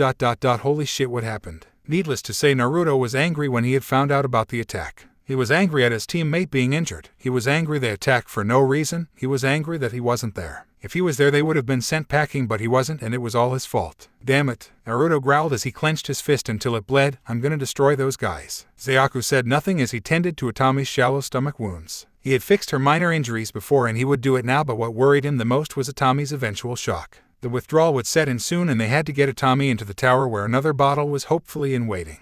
Naruto, some things cannot be helped, Zayaku said as he finished Atami's wrappings. Yeah, Fox boy, I'll be fine, Atami said with an attempt at consoling in her voice. Naruto was still angered at himself but shook it off as he thought. He needed to find another team to get the Earth Scroll from as fast as possible. Naruto's eyes began to wander as he thought, and eventually they landed on Zayaku and his tattoo-covered chest. This reminded him of his questions on his past, why he had a name like Sin when he wasn't a horrible menace. Zayaku, Naruto said as he turned to the coin genin who had finished patching up their teammate. Now is not the time to ask about myself, Naruto, Zayaku said as he cut Naruto off. I think it is, Atami muttered as she sat next to Zayaku. Zayaku turned to Atami with a glare, but she continued under his fierce look with a confident, Zayaku, we have to know everything about each other to work as a team. We work well because we know each other better than anyone. Just tell him so we all can work together without any mysteries between us. Zayaku donned his look of thought, then turned to Naruto and said, he has to tell us his past first. Naruto sighed. He knew this was coming. He should hold a meeting or something if people are just gonna keep asking him.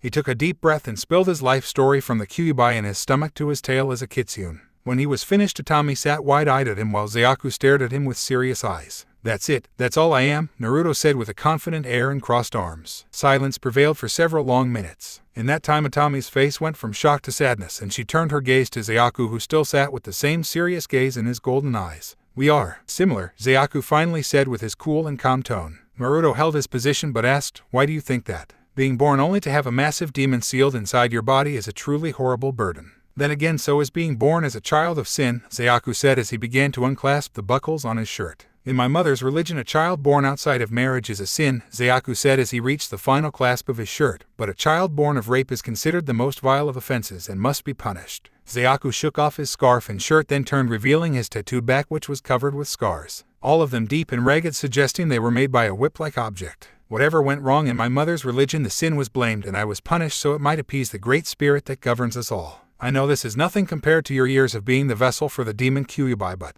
Zayaku faded off as his eyes stared into the nothingness. Whereas you and your demon are separate, I am a sin. Something to be hunted then destroyed. Zayaku spoke as if his mind was in a different plane while Atami sat by, an unreadable look on her face. Well, that's bullshit, Naruto said with a less than serious face. You say you're a sin, but everything you do proves you aren't. You fight for your village and friends, something a sin wouldn't know, let alone fight for. If anyone in this whole world is a sin, it's Orochimaru, that fricking snake bastard, Naruto said with his patented hopeful energy. Zayaku felt this weird pulse beat through him. He had never had someone speak to him like that or take the fact that he was a child of sin with such light a heart. Many outside the religion gave him pity, which made him cold to their attempt at comforting word. But with Naruto his joy felt infectious, and this newfound pulse in his body made him feel happy. I am a child born of sin, Zayaku stated, trying to remind himself as much as Naruto, but Naruto interrupted. Don't ever say that or say that you are a sin that needs to die. That is total bullshit because there are people who want you to live, Naruto said with a smirking side glance to Atami. Atami caught Naruto's gaze, then glared with a faint red tint to her cheeks. Zayaku said nothing, but Naruto closed the subject with, the first day I got here and for a few weeks I was just your teammate, but now, I'd like to say I'm your friend.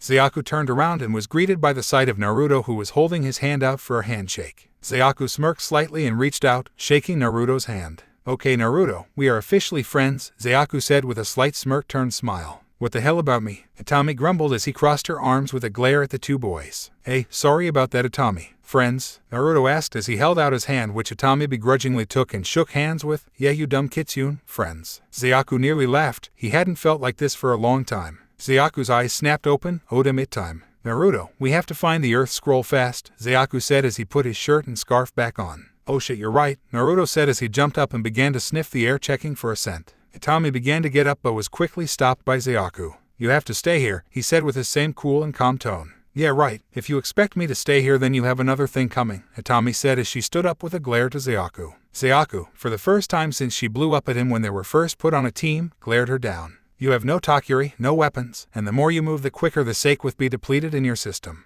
You are staying here, no arguing, Zayaku said with such a tone of voice that Atami gulped. She still held her ground though and said, what if those snow bastards come back? Zayaku twitched. She had a point. You injured that girl enough to make them retreat for a while, and if they do return, produce a genjutsu like on your Takiri, Zayaku said stubbornly. Oh hell no, Atami said, quickly losing her temper. Hey lovebirds, I don't mean to interrupt, but there's a team not too far away, southeast I think, Naruto said, unintentionally causing a twitching fit from the two. I do not love her, Zayaku said with crossed arms in a dark glare. Love coin boy. You wish, Atami growled out angrily. Whatever, Atami, you stay here, this won't take long, Naruto said with an insane grin as he disappeared in a golden blur. Zayaku smirked. Score for him. You heard him. We'll be back soon, Atami, Zayaku said as he leapt after Naruto. Atami was about to give chase, but then her head suddenly felt like it was going to split in half. Damn it, it's starting. Atami screamed in her head as she began to rub her temples, hoping to get rid of the slowly intensifying pain. Naruto rushed with such a speed that Zayaku found it was getting hard to keep up with him. Naruto, why in such a rush? Naruto laughed quietly to himself and said, there is someone in the group I'd like to have a little chat with. Deep in the forest of death, a new team was slowly making its way into the trap of a Kitsune and renounced sin,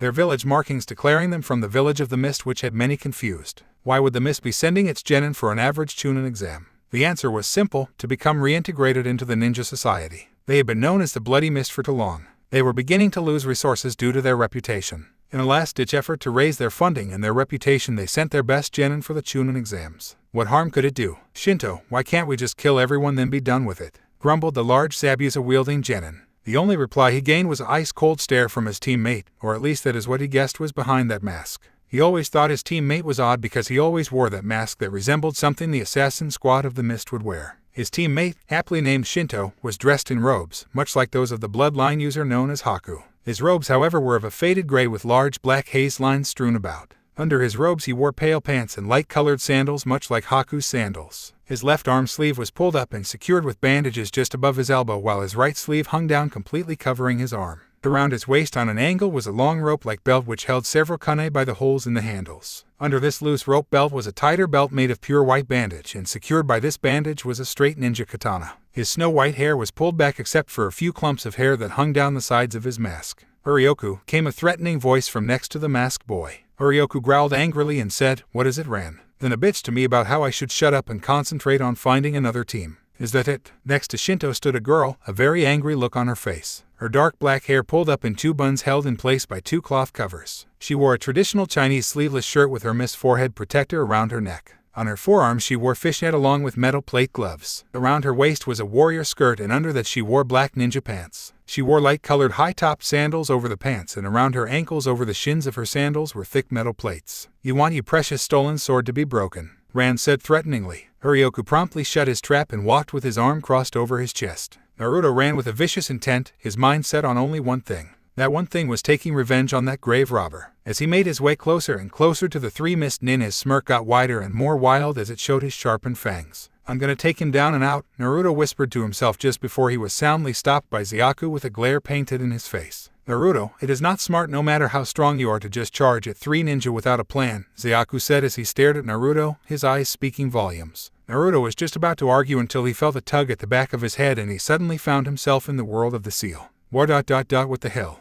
Naruto asked with a snarl. Kid, do you know how honorable revenge is? Came the familiar growl of Kyuubi. Pretty damn honorable if it's for a dead friend. Naruto snapped just before he realized his place, then made a swift bow. I'm sorry, Kyuubi-sensei, Naruto muttered as he righted himself to face Kyuubi's glowing red eyes. I understand what revenge means, kid. It is honorable for certain reasons but selfish for others, Kyuubi said with glinting eyes. So, I shouldn't fight? Naruto asked in confusion. Sure, his teacher was eons old and wise at times, but now he was just plain confusing. No, Kyuubi growled, you need a good plan to attack with or you'll get killed, moron. Naruto scratched the back of his head. Sometimes his teacher was just a little bit odd. Naruto could swear he was bipolar at times. Kyuubi cleared his throat and said, this might work. Naruto, wake up, Zayaku said as he shook the glossy-eyed Kitsune from his mental slumber. Naruto blinked and shook his head, his eyes returning to their natural cheerful gleam. Zayaku, I have a plan, Naruto said with an insane smirk. The mist team walked in peace right until Shinto placed his right-sleeved arm upon his sword and casually flicked his thumb upward, releasing the blade from the sheath. Urioku and Ran both noticed this and their walking froze as they slowly took attack positions flanking the masked genin. From the brush to their right flew a form of a golden-robed person. Who the hell are you? Asked Urioku as his right hand lay on the handle of the head-cleaving Zabuza sword. The golden robe slowly separated into 5 luscious golden tails to reveal a beautiful golden-haired and blue-eyed woman within, mere clouds covering only the most necessary areas. Urioku dropped his hand and stared, his eyes nearly popping out of his sockets as a nosebleed threatened his blood supply. Ran wasn't much better as she blushed and blinked at the mysterious woman. Even the masked Shinto went close to releasing his sword only to grip it tightly again just as a puff of smoke surrounded the girl. The smoke cleared to reveal a grinning Naruto, his hands in a familiar cross-shaped seal. "Hey, remember me?" he asked just as out of nothingness came several dozen cage bunshin. "Let's go," all the Naruto clones said in tandem as they rushed in, circling the mist team then producing attack after attack in a Kitsune rage. Shinto was faring the best of the 3, only getting minor hits while fending the rest off then retaliating with swift strokes of his katana. The clones were really just playing with him, attacking just to measure his abilities as they were with his team. Ran took the defensive approach but when she got a single side kick into one Naruto clone he sped into several others knocking them out of existence along with himself. This made the existing clones become far more careful of the girl's powerful kicks. Urioku on the other hand was the worst. His punishment seemed to be several times worse than the other 2, he even had twice as many clones to deal with. Sure, the Zabuza sword could easily take care of several clones but that was nothing compared to the almost limitless supply that were constantly being made by Naruto. After several minutes of this insane attack all the clones poofed out of existence and the true Naruto took off in a golden blur. Urioku growled, even in his weakened condition his blood boiled. How dare that fox make a fool of him? Before he could pursue the golden Kitsune he was passed by a blur of gray passed by his side without so much as a whisper. "I call the fox," Urioku growled as he took off after Shinto and the golden Kitsune leaving Ran to lag behind with a scowl. "They forgot me, how could they forget me?" she muttered inside her head as she rushed after the boys. They followed the messy trail the fox had lain for several minutes until Shinto slowed then stopped, his right hand lying on his sword sheath. Urioku landed beside him and said, "What the hell are you doing? We have to get going." Shinto turned to Urioku, his left hand performing sign language in midair. Urioku blinked as he read Shinto's hands. "Wait a minute, where the hell was Ran?" "Whatever, you go find the nutcase, I'm going after that jackass fox," Urioku growled as he headed back down the path the Kitsune had caused. Just as Shinto turned away from his teammate a large black metal object swung down from the trees and nailed Urioku directly between the eyes knocking him onto the ground with a painful yowl. It quickly retreated back into the trees before the masked ninja could turn around. Shinto turned, looking down at Urioku with what only could be deciphered as a confused look. What the hell just happened? Before Shinto could contemplate why his teammate was now knocked out he saw a shadow pass over his mask. He could feel fingers reach the far corners of his face and in an instant the mask was gone. Well, so that's what's under the mask," came an energetic voice from in front of Shinto. Shinto attempted to cover his face but it was no use, his mask was gone. He dropped his hand revealing his face. His right eye and throat were covered with a scar each, other than that his face was flawless. His eyes were a vibrant green that stared directly into the golden and cerulean eyes before him. "Scroll if you don't mind,"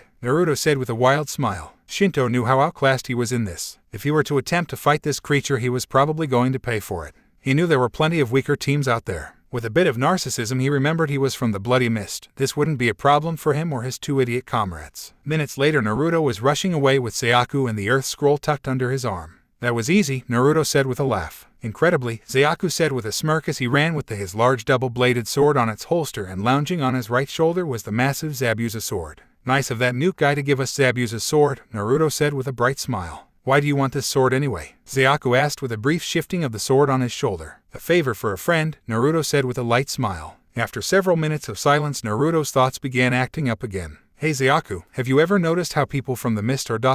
you know?" "Kinda," Naruto said trying to gesture with his hands but his mind not knowing the gesture to give. Zayaku blinked confused at Naruto. "Kinda what?" "Well ... you know ...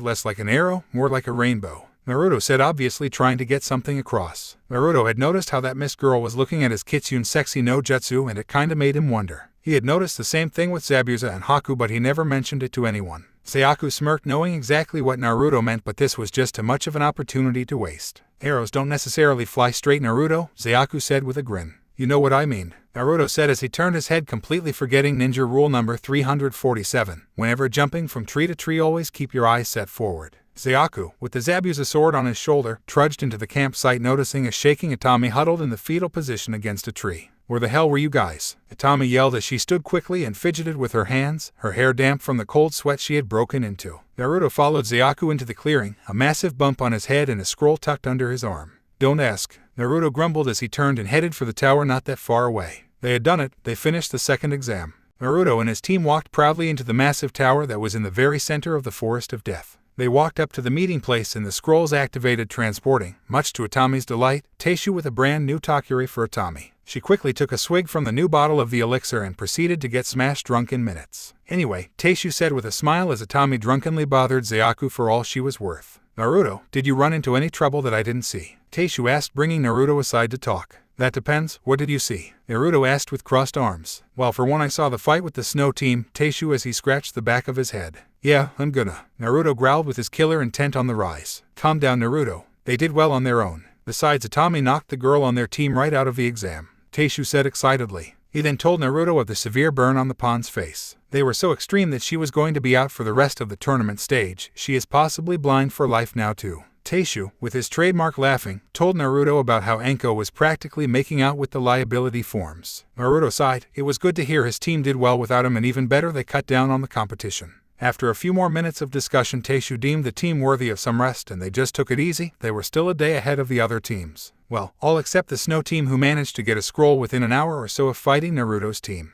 As the day drew to a close, only one other team made it to the tower alive and still qualified. Not surprisingly, it was the infamous Suna team trained by the one and only Kazekage of the Sand. The other teams had members missing, false scrolls, things that were not of the best caliber genin. When the teams were called to the center ring, Tsunade and the other officials greeted them with a smile. She began her speech about how they were all excellent genin, and with this odd stroke of luck they were just enough to hold the third test. Naruto, however, wasn't at all in the mood for celebration or for paying attention. Where the hell was Sasuke? As Tsunade closed her speech and dismissed all the genin, Naruto approached her with a demanding glare. Oba-chan, where the hell is Sasuke? I know he couldn't have been taken out by any of these genin, Naruto said with a glare. Damn it, he wanted some answers. Tsunade's face saddened, but remembering her place of Hokage, she drew a straight face and said, Naruto, Sasuke has been disqualified. Oh bullshit, someone on his team do something stupid or something. Naruto ranted, not realizing the irony of that statement. Tsunade sighed and said, curse seal Naruto. From that point on, Naruto didn't say another word. He knew what must have happened. What he didn't know was who had fallen to the seal's powers. Some power above must think that the mist should stay in its seclusion, for that day it had lost 3 of its most potential genin.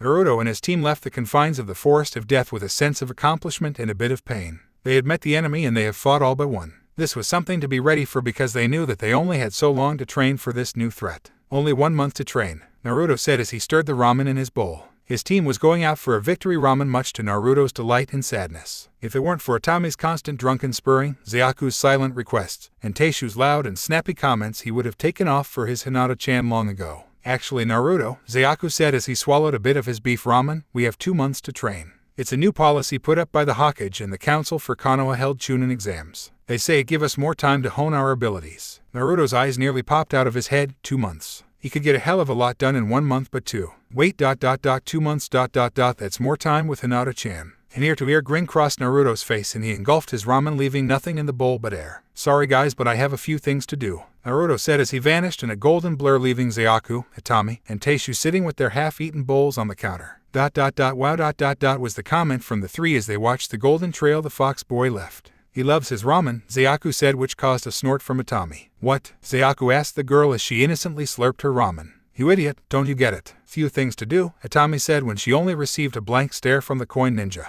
Atami's sweat dropped, then shook her head, turning it back to her ramen. Forget it. Zayaku was confused but went back to eating his noodles with a sense that he missed something, an event that rarely happens to him. He can understand jutsu ... he can understand philosophy ... hell, the idiot can understand 2 different languages. But for the love of God, he can't understand anything related to girls. Atami ranted in her head as she angrily slurped her noodles. Or love, for that matter, she added as an afterthought as she continued her eating. As the sun began to set on the day, the Hyuga mansion was as imposing and regal as ever. The tall towers which held the branch house guards, the massive gardens and equally large training fields. However, in a place so pristine there was one feature that stood out. In a window on the 2nd floor there was a small wavering light in the window. This light was not bright nor was it constant, but it contrasted the calm and quiet mansion with a touch of burning warmth. This flame was not a danger, this was a flame of guidance left in the windowsill by a beautiful girl. She sat with her eyes trained on the window. The days without her Naruto-kun were long and tedious. She had no Naruto-kun to make her feel safe, she had no Naruto-kun to share her love, she had no Naruto-kun to kiss. She missed him terribly, but she sighed and remembered his words. Hinata-chan, I love you and I promise I'll always be here for you. She loved the words her Naruto-kun spoke. It made her feel warm and safe. Like every other girl in Konoha, she was a romantic, so on the day of his return she placed a single lit candle on the windowsill.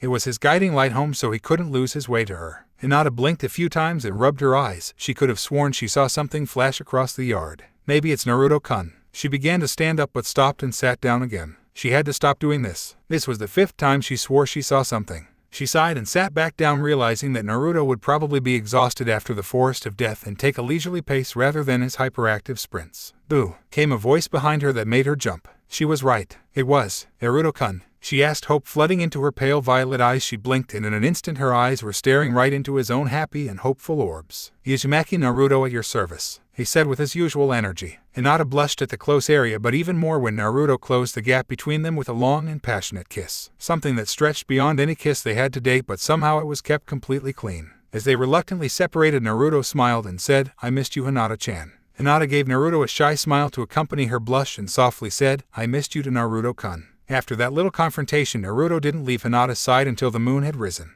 They bid each other a good night, then went to bed, having wonderful dreams all through the night. Naruto had more and pure dreams than he'd like to admit, but Kyuubi found them entertaining as hell. Naruto woke up the next morning, a heavy blush on his face as he recalled the past night's dreams. Damn fox, why couldn't you just train me like always? Naruto thought as he heard Kyuubi's immense chuckle. Let's just say I like X-rated movies sometimes, Kyuubi said, which caused Naruto to shut off his mental connection with the demon quickly. The day progressed as normal, with Hinata making Naruto a breakfast, something that Naruto thanked her for, but he couldn't look her in the face for more than a second lest his impure dreams return. After the great breakfast, then a quick goodbye kiss to Hinata, he left to find Hiashi for his morning training. Hiashi congratulated Naruto on his success but swiftly got right down to business with his advanced chakra control. After his advanced training, Naruto quickly rushed to the training fields only to find that his teammates were missing. Naruto blinked and was about to call out for his friends, but then a loud snap and puff of smoke later Taishu was standing before him, a smile masking something. Naruto, I called today's training off for the day, but I'm glad you came, Taishu said. Naruto was confused, but all Taishu said before he snapped away was, the Hokage want to see you. Oba-chan, what would she want? Naruto thought as he made his way to the Hokage's office, not wanting to disappoint the 50-year-old woman. Tsunade sat in her office shuffling through her papers. It was such a big hassle being Hokage. She couldn't wait to give the job to the boy she considered her little brother. Hell, he was already getting close to passing most of her advanced ninja and he was still a genin. Hey Oba-chan, you called, came the loud voice of the one and only Uzumaki Naruto. With the customary bop on the head and insults, they got down to business. Naruto, I've got a mission for you, Tsunade said with a smile. Naruto pumped his fist in the air with a shout, a mission already. Tsunade stood from her chair and walked to the side of the room to retrieve a massive sword, the sword of the great missing nin Mamachi Zabuza.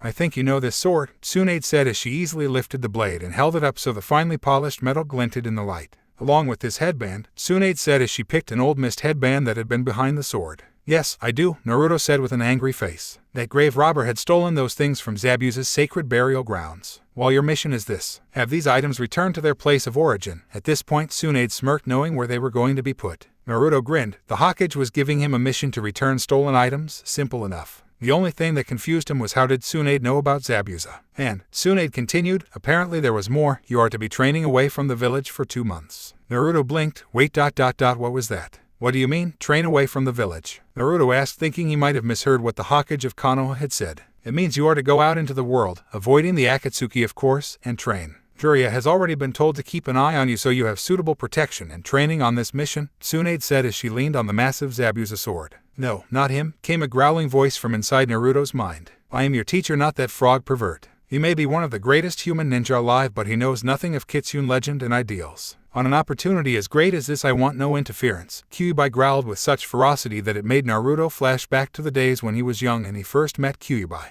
Naruto was a bit worried at the choice of words Kyuubi had, but he shook it off. He was in control, not the fox, right? No deal, Naruto said with a slicing motion of his hand as if to cut it off from thought, not with a Rosanin. Tsunade narrowed her eyes. The kid was being unreasonable now. If he went out with no protection at all, he would be a sitting duck for the Akatsuki. Naruto, Tsunade began, but Naruto shook his head. Hiro-sanin doesn't know anything about a Kitsune. Kyuubi says that he is the only one that can teach me. Sure, the pervert can check up on me from time to time, but other than that I can't accept the mission, Naruto said with complete sureness and honesty. Most of the time, yes, he was a spontaneous fool, but this was serious and he intended to act accordingly. Tsunade bit her lip. She knew either way she was in between a rock and a hard place. She knew, should the need arise, Naruto could defend himself, but still. It worried her knowing that he was out there all alone. Oh god, what the hell was she going to do? Naruto smirked as he walked away from Hokage Tower, the large Zabuza sword over his shoulder. I knew she'd cave, came the chuckling words of Kyuubi in Naruto's mind. Yeah, she's such a sucker, Naruto thought with a mental laugh. Naruto went home to the Hyuga mansion and told of his mission to his love Hinata and his second sensei Hiashi. Hiashi thought it would be very dangerous but considered the options left for Naruto and Konoha and decided it was for the best. Hinata on the other hand. Hinata-chan, it's just for a few months. Don't cry, Naruto said as he softly rubbed the back of the one he loved. She had her face buried into his shirt the second he had told her of his 2-month-long mission. This wasn't going to be the longest he was away from the village, but this time he was alone. Well, sort of. The fact was that this was something potentially life-threatening. With those thoughts, Hinata's tears flowed onto Naruto's shirt. Naruto sighed. He knew this was going to be bad, but not this bad. He slowly calmed her down with his soothing touch and soft voice, but she was still softly weeping. He was going to be gone for more than a month now. Hinata-chan, he said softly while she choked back a sob. What did I say the day I left for the Chunin exams? Naruto asked with more soothing rubs from his hands and tails. T that you love and will protect me, Hinata said with a broken and soft voice. That's right, I love you, Hinata-chan. More than all the ramen in the world, he said with a soft grin which caused Hinata to smile into his chest. Naruto was still Naruto no matter what. Naruto sighed and took in to notice their surroundings. They were in Hinata's bedroom, on the ground, Hinata in his lap. Yeah, this probably didn't look too good. Naruto began to try and move Hinata so she was in a less presumptuous position, but the second he attempted to move her, she clutched onto his shirt with more force than he thought possible. Please, she whispered as she wrapped her arms around him, just for today. Please, can we stay like this? Naruto gulped. This was beginning to remind him of some very bad dreams, but he forced them down, rationalizing what was happening. This was going to be his last night with her for a long time. She needed his warmth more than anything. Sure, Hinata-chan, anything you want, he said as he held her closer to him, letting his warmth flow to her like hers was to him. Hinata sighed contented. Then with a rush of boldness her hands found their way to the hem of his shirt and slipped themselves inside, feeling his muscular back from underneath the fabric. Naruto really fought down his thoughts this time, but after a while he felt this become more normal, more natural, more comfortable until it just felt right. Hinata began to take deeper and more level breaths, a sure sign of her slumber. Naruto smiled to himself. With this warmth and comfortableness he could just ... In moments he fell asleep right along with his Hinata-chan. The next day Naruto walked to the eastern exit of the village, knowing today was the day of his mission. He had Hinata by his side who was holding his hand very tightly. He smiled to her as she offered her own shy smile in return. It was going to be the first time she showed him off. Last time she had cold feet and regretted it for 2.5 years. Now she was in love with him and him with her. There was no way she'd miss this. Naruto and Hinata slowly crossed the crest of the next hill only to find Naruto's team, Hinata's team, and even Kakashi and Gaara waiting. What the? Naruto said with a confused look. He had expected his team but everyone else who knew about his little predicament. Finally, Kiba said with a smirk. I was beginning to think he chickened out. Naruto smirked right back at Kiba. Oh ho, ho. Finally caught him, Hinata. Kiba jeered only to get a growl from Naruto and blush from Hinata. So this is the thing you had to do, eh? Not bad, fox boy, Itami said with a smirk. Hinata was now a tomato whereas Naruto was a burning piece of coal ready to explode. Finally got a girl, eh, Naruto? Here, I'll lend you Ika Paradise in case you want some inspiration, Kakashi said as he held out the book to Naruto. Naruto twitched and would have ripped the book to shreds had Kakashi not swiftly pulled it away from him. I offer you ideas and you try to destroy them, rude, Kakashi said with his right eye crinkled up in a smile. Naruto growled but was stopped when his hair was ruffled. Still the same Naruto. Naruto smirked. Hiro-sanin, how are things? Naruto then got a bop on his head which caused a confrontation between the ninja while Hinata slowly backed away from the two. When the threat of racing in came into the picture it was broken up swiftly and soundly with a wall of sand and coins courtesy of Gaara and Zayaku. They both looked at each other then produced identical smirks. This is getting to be very entertaining, Gaara said as he retracted his sand into his gourd. Agreed, Zayaku said as he summoned his coins back into his clothes. As goodbyes were said and people left, the only ones to remain were Naruto and his beloved Hinata-chan. Well, Naruto said with a slight shifting of his feet. He was never really good with goodbyes. Hinata stayed silent as she stared at the ground. No, I can't. I have to say something. The last time I was quiet he left thinking I was a shy, dark weirdo. And Naruto-kun. Hinata said, oh no, not now, don't stutter now. Yes, Hinata-chan, Naruto asked as he looked to his beautiful love. Hinata's mind was going like Naruto on a truckload of sugar. What should she say? I love you is too common, what else is there for this moment? Naruto was getting kind of worried. She hadn't said anything. Naruto-kun, come back safe, Hinata said, regretting it the second it left her mouth. That wasn't it. Naruto smiled sensing her distress and said, I will, Hinata-chan. With that he captured her lips in a soul-searing kiss, something to make up for his absence for the next few months. As he slowly pulled away he smiled and said, count on it. With those words his body just seemed to fade as he had disappeared without even a blur of gold. Hinata broke from the kiss's trance to find that Naruto had gone. She touched her lips where Naruto had planted that amazing kiss on her. She should have seen him off those 2.5 years ago. It was a relatively peaceful day in Konoha. Some of the ninja were scrambling, probably late for their newest mission. However, for many people today was a day of great significance. Today was the day just before the start of the third trial of the Chunin exams. Many people were getting ready for the festivities, some setting up stands to sell things while others bought seats for the event. This was rumored to be one of the best yet, especially with the rumor of the Kyuubi kid circling in the adult ranks. However, to a small select group of people those events didn't matter. All that was needed to know was when he was coming. "Hey Hinata," Kiba said with a smile as he walked to her side. She seemed concentrated and also just a bit anxious. Naruto promised he would be back in time for the exams and he still hadn't shown up yet. This was odd. He normally kept his promises to a T. "Hello Kiba-kun," Hinata said, not taking her eyes off the horizon. He was impressed with her vigilance. She had even kept her Byakugan active for several hours straight until her eyes damn near burned out and still found time to train to get stronger. It sort of boggled his mind. When did Hinata change this much? "He'll be here. If I know that moron, he'll show up when we least expect it," Kiba said as he crossed his arms, musing that the fox better be alive. He still had to get him back for that cheap victory. Hinata nodded as Kiba stood next to her, his arms crossed and his foot tapping. "Where's Akamaru-kun?" Hinata asked without tearing her eyes from the sunset. Kiba blinked. That was an odd question seeing as she hadn't looked away from the horizon since he arrived. Apparently that training was paying off ... big time. Akamaru's bandaged up and sleeping like a log at home. That last mission was a killer, Kiba responded as he turned his eyes to the horizon. Hinata, despite her exterior of a calm and concentrated individual, was shaking like a leaf in a gale force wind on the inside. She hadn't seen hide nor hair of her Naruto-kun in so long. Is he okay? Is he alive? Is he the same? Is he different? These questions kept plaguing her mind. Ever since Naruto told her of his student status under the fox in his navel, she was always nervous, but now it was tenfold. He hadn't been back and no one had seen him at all. "Well, I have to go, Hinata. I promised I'd get Akamaru some of the stuff to make his special dog food." "Later, Hinata," Kiba said as he walked off with a smile and a wave. Hinata smiled and waved, her common sense of politeness overtaking her fixation on the road to smile directly at Kiba. Once her eyes were from the horizon of the road, she finally realized what time it actually was. It was getting to be midday and her daily training would be starting soon. Hinata sighed as she walked back home to begin her training for the day. Today was going to be a Luwang day. "Oh please Zai-kun, is that the best you have?"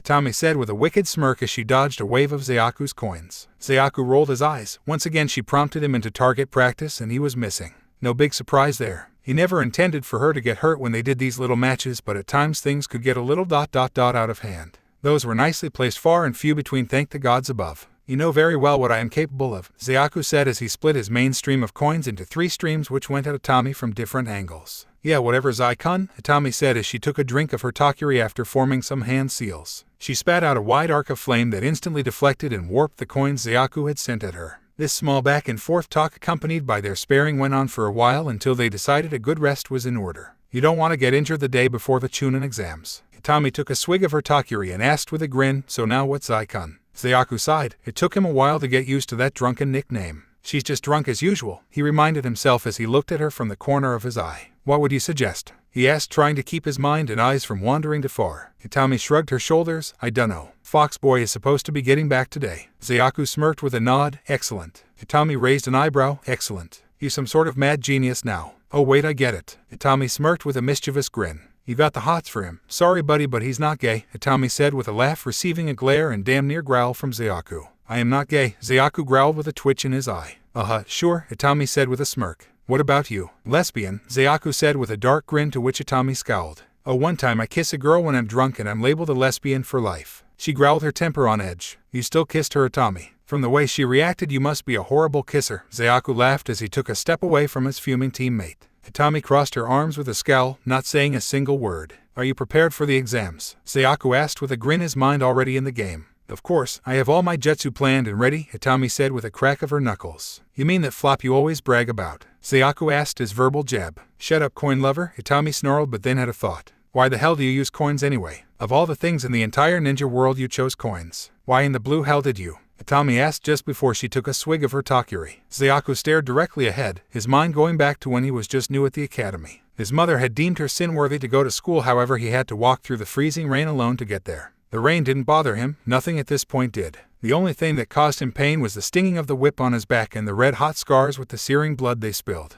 He went through class with no problems except the occasional call of weirdo because of his quiet nature. He was always taught to be quiet, it was his only escape from punishment. Recess was nothing but a time to rest for him. No one asked him to play, he didn't ask to play, it was as simple as that. While he sat on the other end of the playground from the normal children, he found that there were others like him, quiet and less conspicuous than the rest. There was that shy white-eyed girl that was a year older than him. She seemed to have rapt attention towards some of the children but never said a word to them. Then there was that boy with the sunglasses and big coat who, every chance he got, went into the forest. Other than that, he found he was alone and he was fine with that. Well, that was until that girl came into the picture. WOAH. What the hell are you doing sitting there? Asked the girl who had just nearly tripped over him. Sayako looked up from his spot on the ground to see a girl, bright red hair and emerald green eyes staring right back down at him. He blinked and looked around, confused as to why she was talking to him. She was probably addressing someone else with that bad-smelling breath of hers. Earth to quiet kid with the weird eyes, hello, she said, which caught Sayaku's attention. He knew his eyes were different than most. It was a bloodline from what his mother called his perverse creator. Whatever all that meant. "Bae?" he asked with a quiet tone, clearly showing he was nervous. "Yeah, you're one weird kid, you know that?" the girl said as she took a drink from what looked like a water bottle.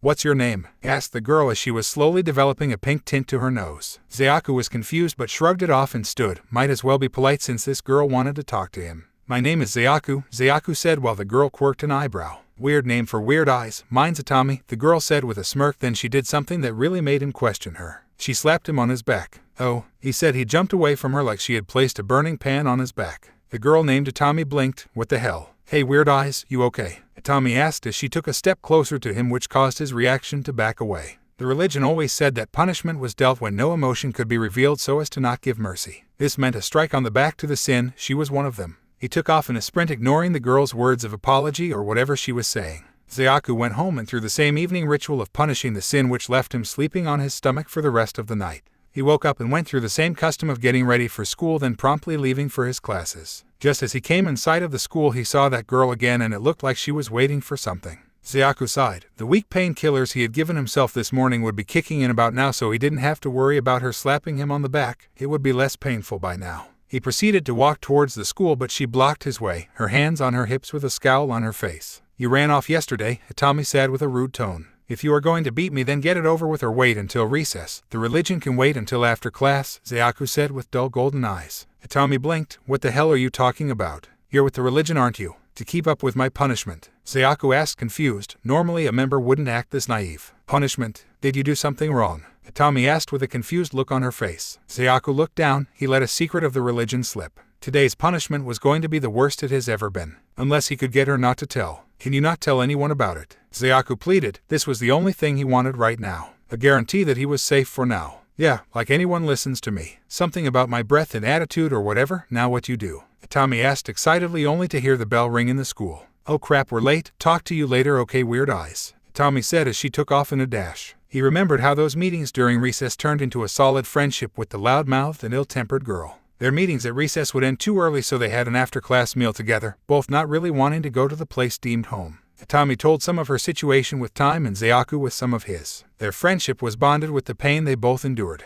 A very odd start to a friendship, but it was a start nonetheless. Then one day, Sayaku had been walking down the street and an old man just walked up to him, a smile on his face as he gave the greeting of hello. Sayaku smiled back to the old man and bowed. He was always taught to respect his elders no matter how they acted toward him. This old man being nice was just a bonus. Sayaku talked with the man a bit, then realized how late to class he was. He apologized to the man about he had no time to talk because he needed to get to the academy. The old man smiled and took out a small piece of paper from his robes, scribbling something on it, then handed it to Sayaku. He told Sayaku to take this note to his teacher, then he did something that made Sayaku's day. The old man reached again into the pocket of his robes and pulled out a bright and brand new coin. It glinted within the bright sunlight and Sayaku had his eyes positively glued to it. He had never seen money before. Whenever he was sent on chores to get food, his mother always gave him a note from the religion which paid for everything. Sayaku was handed the coin by the old man, who smiled and said, "Don't spend it all in one place now." With that the old man left, and so did Sayaku. From that point on he felt elated, given a token of money, of kindness, by a complete stranger. He was incredibly happy right now. "Sayaku, where have you been?" the teacher asked with a glare as Sayaku paraded into class with a wide smile hidden by his high collar and scarf. Sayaku then reached into his pocket, pulling out the note that the old man gave him. He handed it to the teacher, who opened then read it with wide eyes. "Oh, okay, you can go to your seat, Sayaku," the teacher said as Sayaku nodded and took his seat next to Atami in the back row. "Where were you?" Atami asked with a raised eyebrow. This was rare, her being lucid and conscious during class. Normally by now she was drunk and passed out snoring. "I'll show you after class," Sayaku said with a smile as he patted the shining coin in his pocket.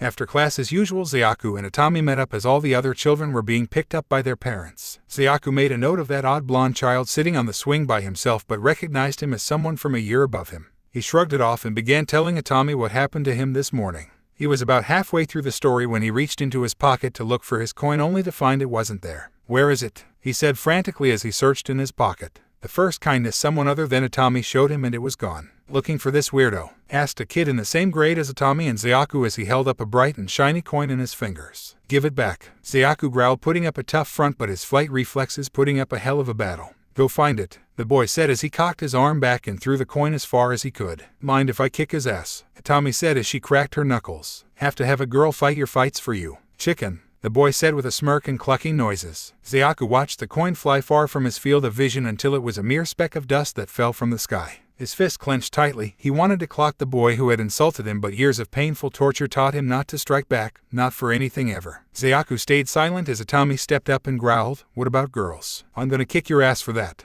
Atami took a running charge for the boy, but him being the fastest of the grade, he easily dodged her attack and threw it back at her with enough force to knock her down and back to Zayaku. Atami didn't stop though. She just sneered and stood up to attempt another attack. Zayaku watched her attempts, his mind formulating and thinking as she continued to be repelled. "Atami," Zayaku said as he stepped up and put a hand on her shoulder. She looked up at him confused. Yes, she was getting beat, which was rare, but she could handle it. When she looked up into Zayaku's eyes, they were not the same dull orbs she had seen the first day they met. They looked as if his tarnished golden eyes had been replaced by molten gold discs. It made her feel scared and safe at the same time. Ever since they became friends, she beat the holy hell out of anyone who pissed her off or made fun of him. When he told her of his punishment, he had to physically restrain her from going to the religion and killing them all. He got sick of it when she would protect him. He felt helpless. But his training told him not to fight back, to lay still and take the pain when attacked. This was the end. He wasn't going to take the pain anymore. If he was an almighty sin that made the whole religion fear him, then damn it, let him fricking show it. Zayaku pulled Atami behind him and said, "You stay back. I'll kick his ass myself." "Ooh, big talk," the boy said as he smirked and charged Zayaku. "Let's see you back it up," the boy said as he let loose a powerful right hook that caught Zayaku right in the cheek. The boy drove his fist deep into Zayaku's face, but Zayaku remained glued to the spot. Zayaku smirked. There was one good thing the awful punishment did. It made his pain tolerance and strength impressive for a child his age. He turned the boy's fist back with just his head and said, "Atami, you got hurt with that." Zayaku pulled his fist back. This was going to be the first punch he ever threw. He didn't know why it felt so liberating to make the fist or why he felt like he had more strength than ever, but the second his fist made contact with the other boy's face, he felt free. The boy fell flat on his back, completely railroaded by the punch Zayaku had landed right between his eyes. Zayaku watched the once proud boy fall, his mind piecing together his own somewhat twisted mental puzzle. He was a sin, an affront to the great being. It was painful knowing this fact, but here was this new feeling of liberation that barged onto the scene. It felt like his pain had faded away and he was no longer a scapegoat for his religion. He was a sin strong enough to break their bonds and fight for himself and his friend. He could get used to this potent emotion. However, Zayaku was mortified at the loss of his coin. He steadied himself on these contradicting feelings and from then on made a promise. It was a promise to himself that he would find that coin. It was the first kindness someone gave him without knowing his name. Aside from his only friend Atami, it was what helped him break his mental binds. He would find it even if he had to sift through the entire world's supply. In his new frame of mind, Zayaku defied the religion and told whoever he could. In a matter of days, the religion was destroyed and he was free. To protect Zayaku's identity and life, he stopped going to the academy, but no matter what, he kept his name. He was homeschooled by a private tutor for years, his specialization being metal coin-based jutsu. When it came time, he graduated with his original class, luckily being put on the same team with his old friend Atami. What seemed the most ironic to him was the other person on his team was the very same boy he had punched into oblivion. The concussion following his punch made the boy's memory of that day shaky at best. Atami, being drunk as always, recognized him but couldn't recall the memories she had of him. She seemed more sullen, more sedated than what he remembered. It was only until a while later he learned why, but at that moment he kept his knowledge of her secret. He kept silent and introduced himself as always, not giving another thought to if she remembered him or not. "No reason in particular," Zayaku said calmly as he took a coin from his pocket and began to flip it in his hand with a bored look in his eyes. "Whatever," Atami said after she took a drink from her takiri, weird eyes. Zayaku blinked. He looked at Atami watching as she stared up into the sky, a small smirk on her drunk blush face. Maybe he would have to rethink his theories on her memory and her drunkenness ... and maybe her in general. The light of day was swiftly fading, the world becoming darker and darker with time. He had to be coming, he just had to be there. Hinata stood at the entrance to the village, the moonless night shrouding the entire village in darkness. She had been waiting since dawn to noon, then from several hours after tonight, and he had yet to appear. She sighed. Well, he still had time, he would be here tomorrow. Hinata walked the lonely way home, a cold chill running with the wind. Around noon she went to train for a few hours, then came back to find Naruto's teammates waiting for him like she had been. The girl was talkative while the young man kept to himself, only entering the conversation when addressed or to make a remark at the girl. After they had left claiming they had dinners to eat, Hinata turned back to the entrance of the village, waiting for that oh-so-familiar streak of gold.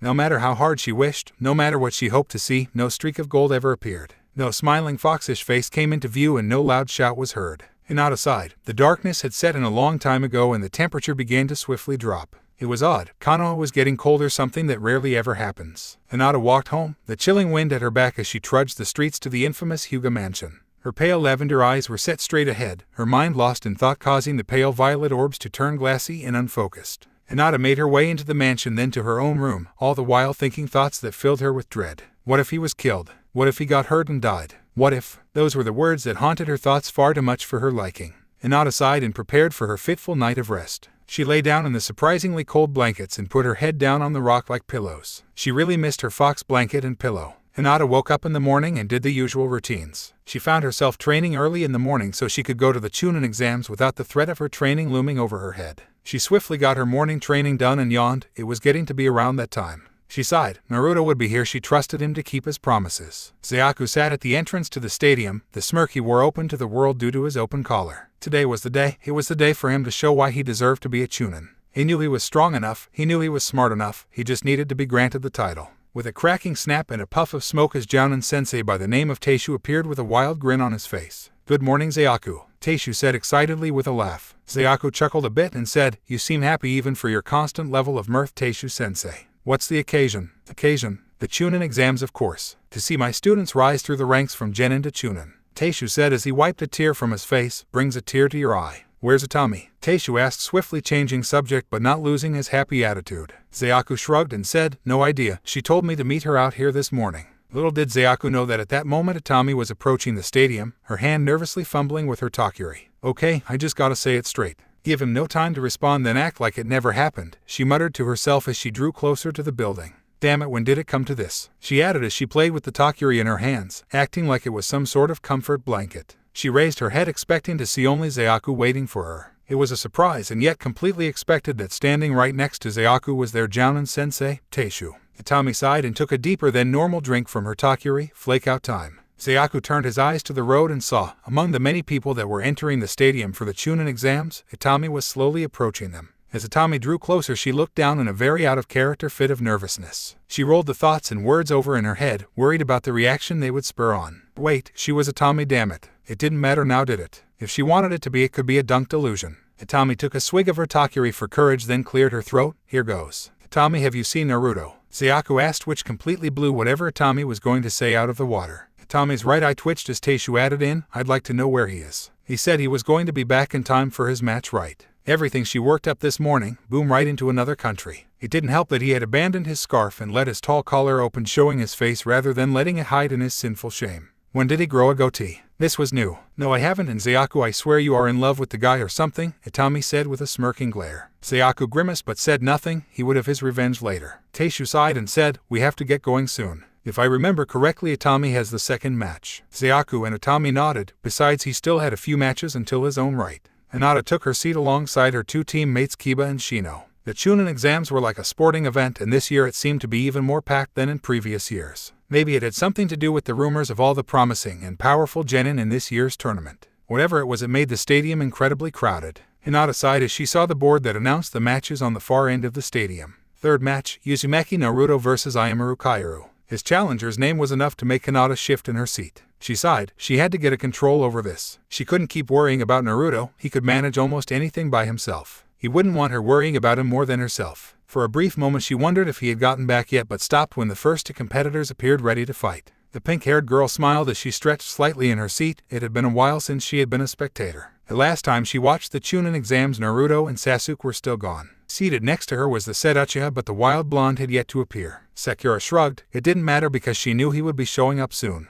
His match wasn't that far away. He had to be here. When he was, she'd beat the hell out of him for taking off like that. He didn't even say goodbye. Sasuke looked down on the battlefield, feeling almost nostalgic. Last time he were here, the Snake Sannin formed an attack and destroyed half of Konoha. He was so close to fighting here too. If he hadn't let his curse seal loose, he would have been fine. Damn the bloodlust Orochimaru added in his specific seal. It didn't matter now though. The dobe was in this contest, and from what he gathered, no one except the dog, Bug, and Hyugas knew about Naruto's changes. This was going to be interesting. The fifth match, the first two genin on the edge to attack. two competitors in the Coliseum of life and death. It almost had Taishu drooling in anticipation and excitement. "Oh, I can't wait," he shouted excitedly as the two genin entered the center ring. The first to enter was that odd dark-spectacled genin from the Suna team. He had a smug grin on his face as he cracked his knuckles. Unknown to everyone in the stadium, his pure black glasses hid something very important. Under those black glasses were blind eyes. He was completely without a sense of sight. That didn't matter in the least to him though. All of his other senses had been trained to perfection.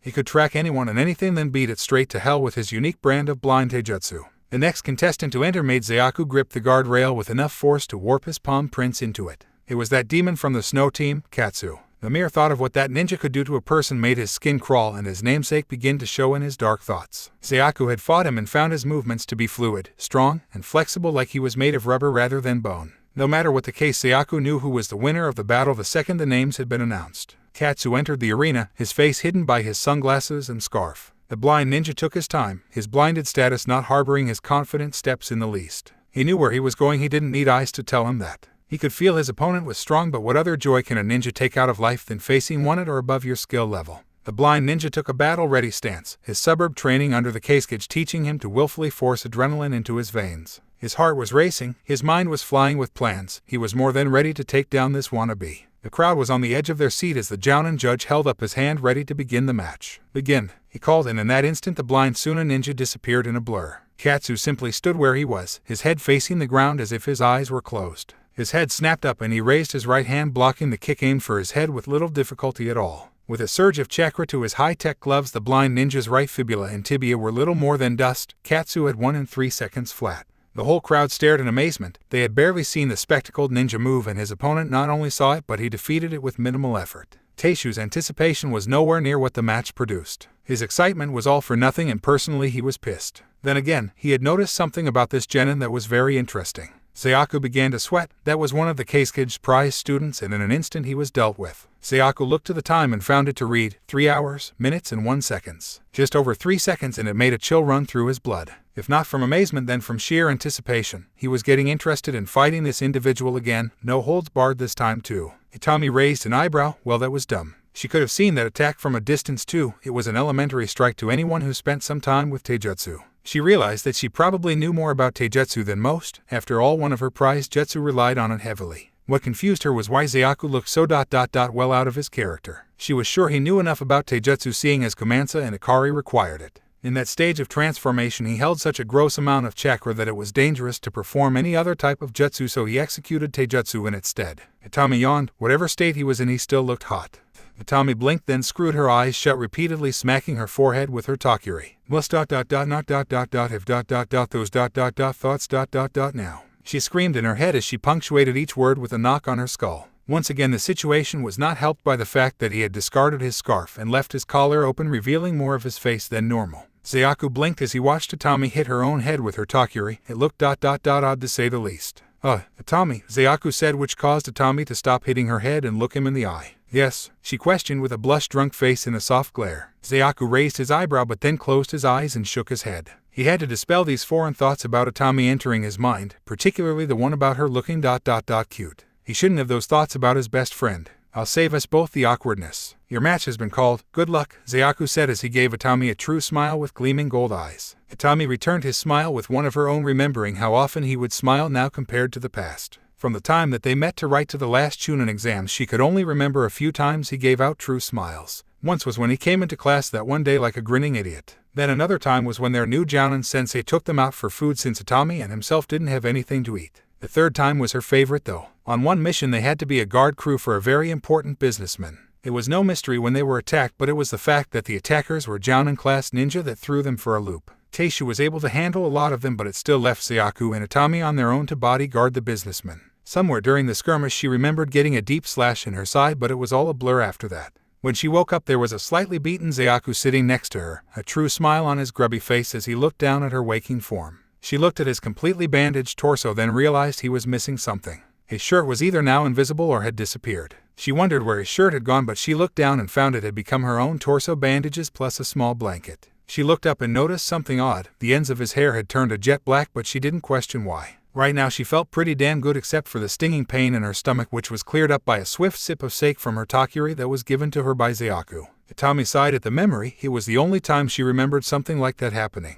Every other time in her life people were repulsed by her or Zayaku treated her as his best friend and teammate. She was beginning to want more and Zayaku was at the top of her list right now. Thanks, Coin Boy, Itami said with a smile as she started her way down to the arena after a brief glance at the tournament board. Itami entered the center ring to see her opponent, the Kunoichi from the Suna team. She wore Suna armor and a mask. Her hair was also covering her right eye. Ready to lose, Itami? The girl asked with crossed arms. Apparently she too had looked up her opponent's name on the board. Itami calmly took a drink from her Takuri then grinned wide. Let's see you try and beat me, Kinsha. In the cage seats far above the center circle, the Hokage, Tsunade, and the Kazekage, Gaara, sat watching the matches with captive interest. Our bet still stands, Tsunade asked with a slight grin on her face. Of course, I never go back on my word. A valuable lesson taught to me by Uzumaki Naruto, Gaara said with a nod. Besides, he was confident in his ability to win this little bet between cages. The judge readied his hand. The crowd was once again excited. Many were just waiting for something better than the last match. It was a cheap fight in their eyes. Hinata was excited and readied herself to cheer the girl on. This was Naruto-kun's teammate in the Chunin exam tournament.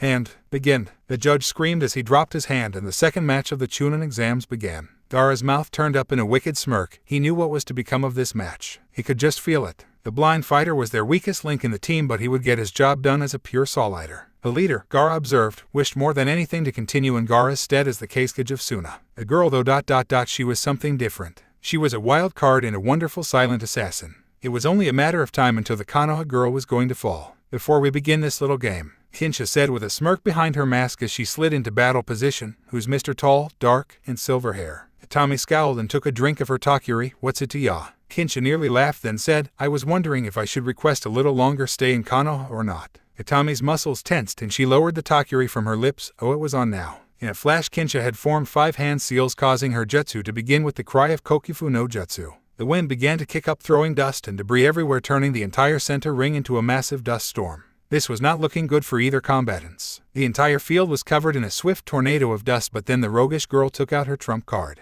She brushed her hair back from her face, revealing a blood-red lens that covered her right eye, allowing her to see through the storm. Oh, this is bullshit, Itami thought as she covered her face with her arm. How the hell was she expected to fight in this? Itami attempted to take a step forward, but her step was hindered by a rock that had blown itself under her foot. In an instant she stumbled forward, catching a glint of metal in the corner of her eye that just missed her shoulder. An attack hidden in this storm of dust. How the hell could she see? Phew, so I missed. Kinsha cursed in her mind as she pulled her blade back, just missing Itami's hand grasping at her arm. She fell back into the eye of the massive storm and scouted the area with her lens-covered eye. She saw Itami open her Takuri to take a drink, only to find that it had filled with dust and debris from the field. Itami's eyes budged from her head, then viciously spit the dirt-tainted sake from her mouth. It tasted disgusting. Oh, you bitch. Itami growled, spitting and coughing in the storm. You're gonna pay. Itami yelled as she added, it cost me a hell of a lot to get the seal on this thing. At that last remark, the entire stadium's sweat dropped, Zayaku more than anyone else. It's a life or death battle and she's pissed because the Suna girl ruined a few bucks' work, he thought with an amused grin on his face. Oh well, this would play out to be in Itami's favor if he interpreted this correctly. Kinsha glared at Itami through the dust. The girl was complaining about her bottle after she almost got killed.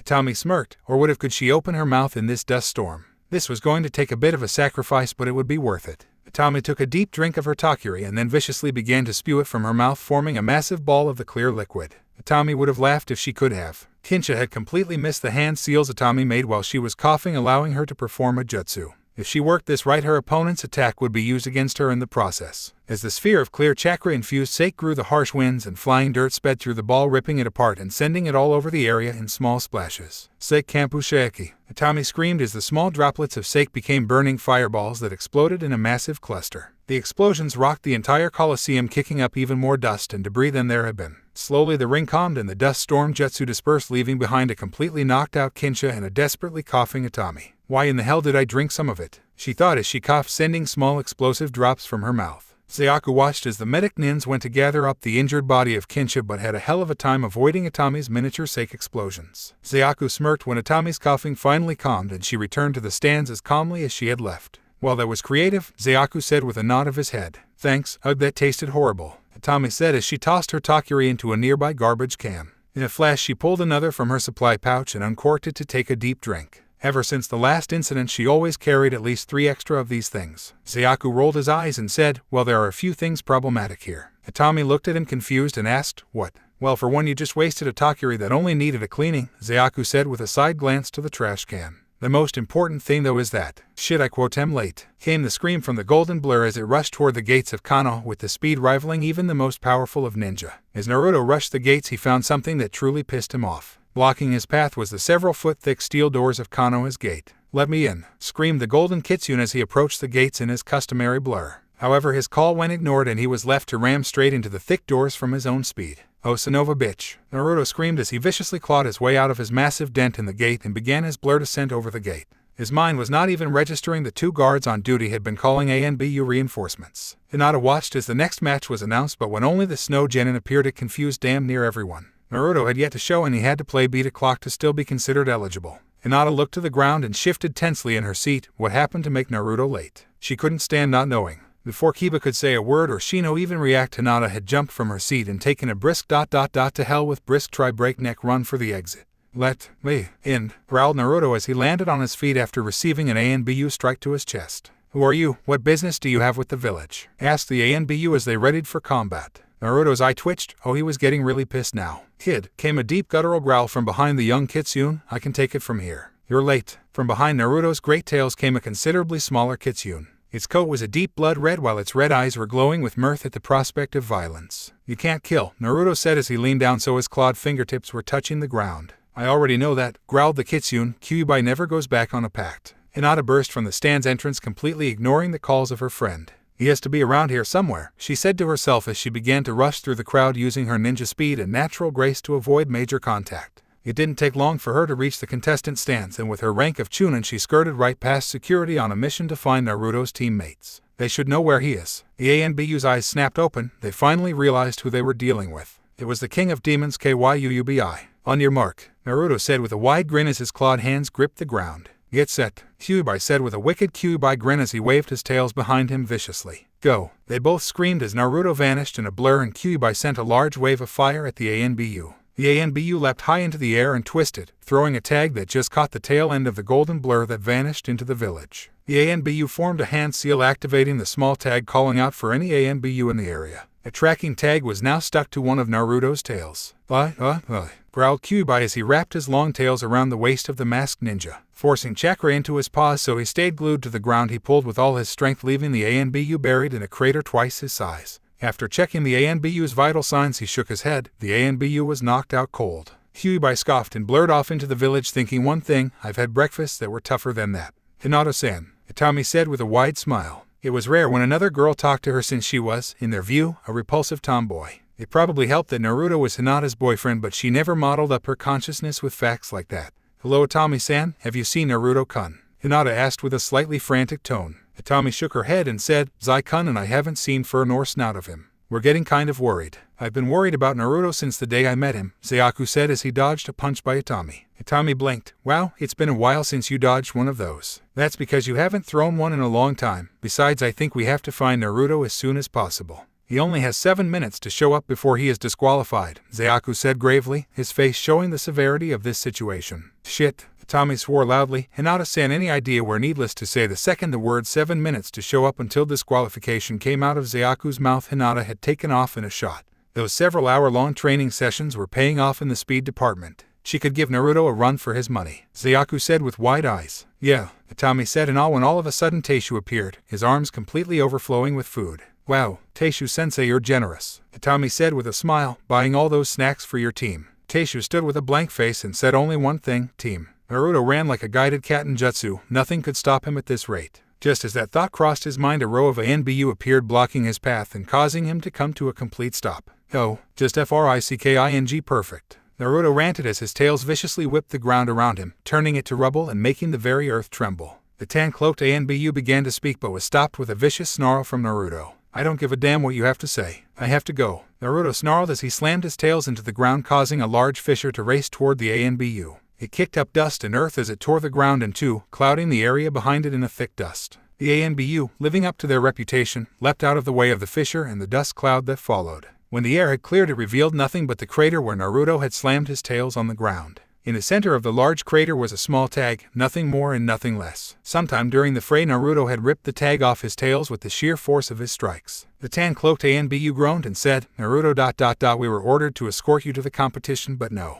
You take the hard way." Tsunade shifted in her seat. "Where was that idiot?" At this rate she would lose the bet. Nervous Hokage, Gaara said with the slightest of smirks on his face. Not at all Kazekage, why would I have any reason to be? Tsunade said, betraying her famous title of the legendary sucker by attaining a perfect poker face. For one, if Uzumaki doesn't appear in the next 5 minutes he is disqualified and I am one step closer to winning our bet. Surely you would be nervous about that, Gaara said with a smirk now in dark full force. And no, Tsunade said, her tough exterior cracking a bit from the dark waves coming from Gaara. Not at all, Tsunade said as she straightened up and gave off her own dark grin to rival Gaara's grim smirk. She was the freaking Hokage. No way would she lose this bet. Hinata rushed with all of her speed and grace for the exit. He had to be there by now. He only had a few seconds to get back. Hinata burst out into the open air only to find nothing but a clear blue sky. Hinata sighed. Naruto had to be somewhere around. Hinata took a step forward, but on ninja reflexes she recoiled just as a golden blur landed at her feet. Without missing a beat, the golden blur resumed its upward motion past Hinata's face and body. As the blur passed by, the world seemed to slow to a halt. Moving in slow motion before her was her Naruto-kun halfway into his jump.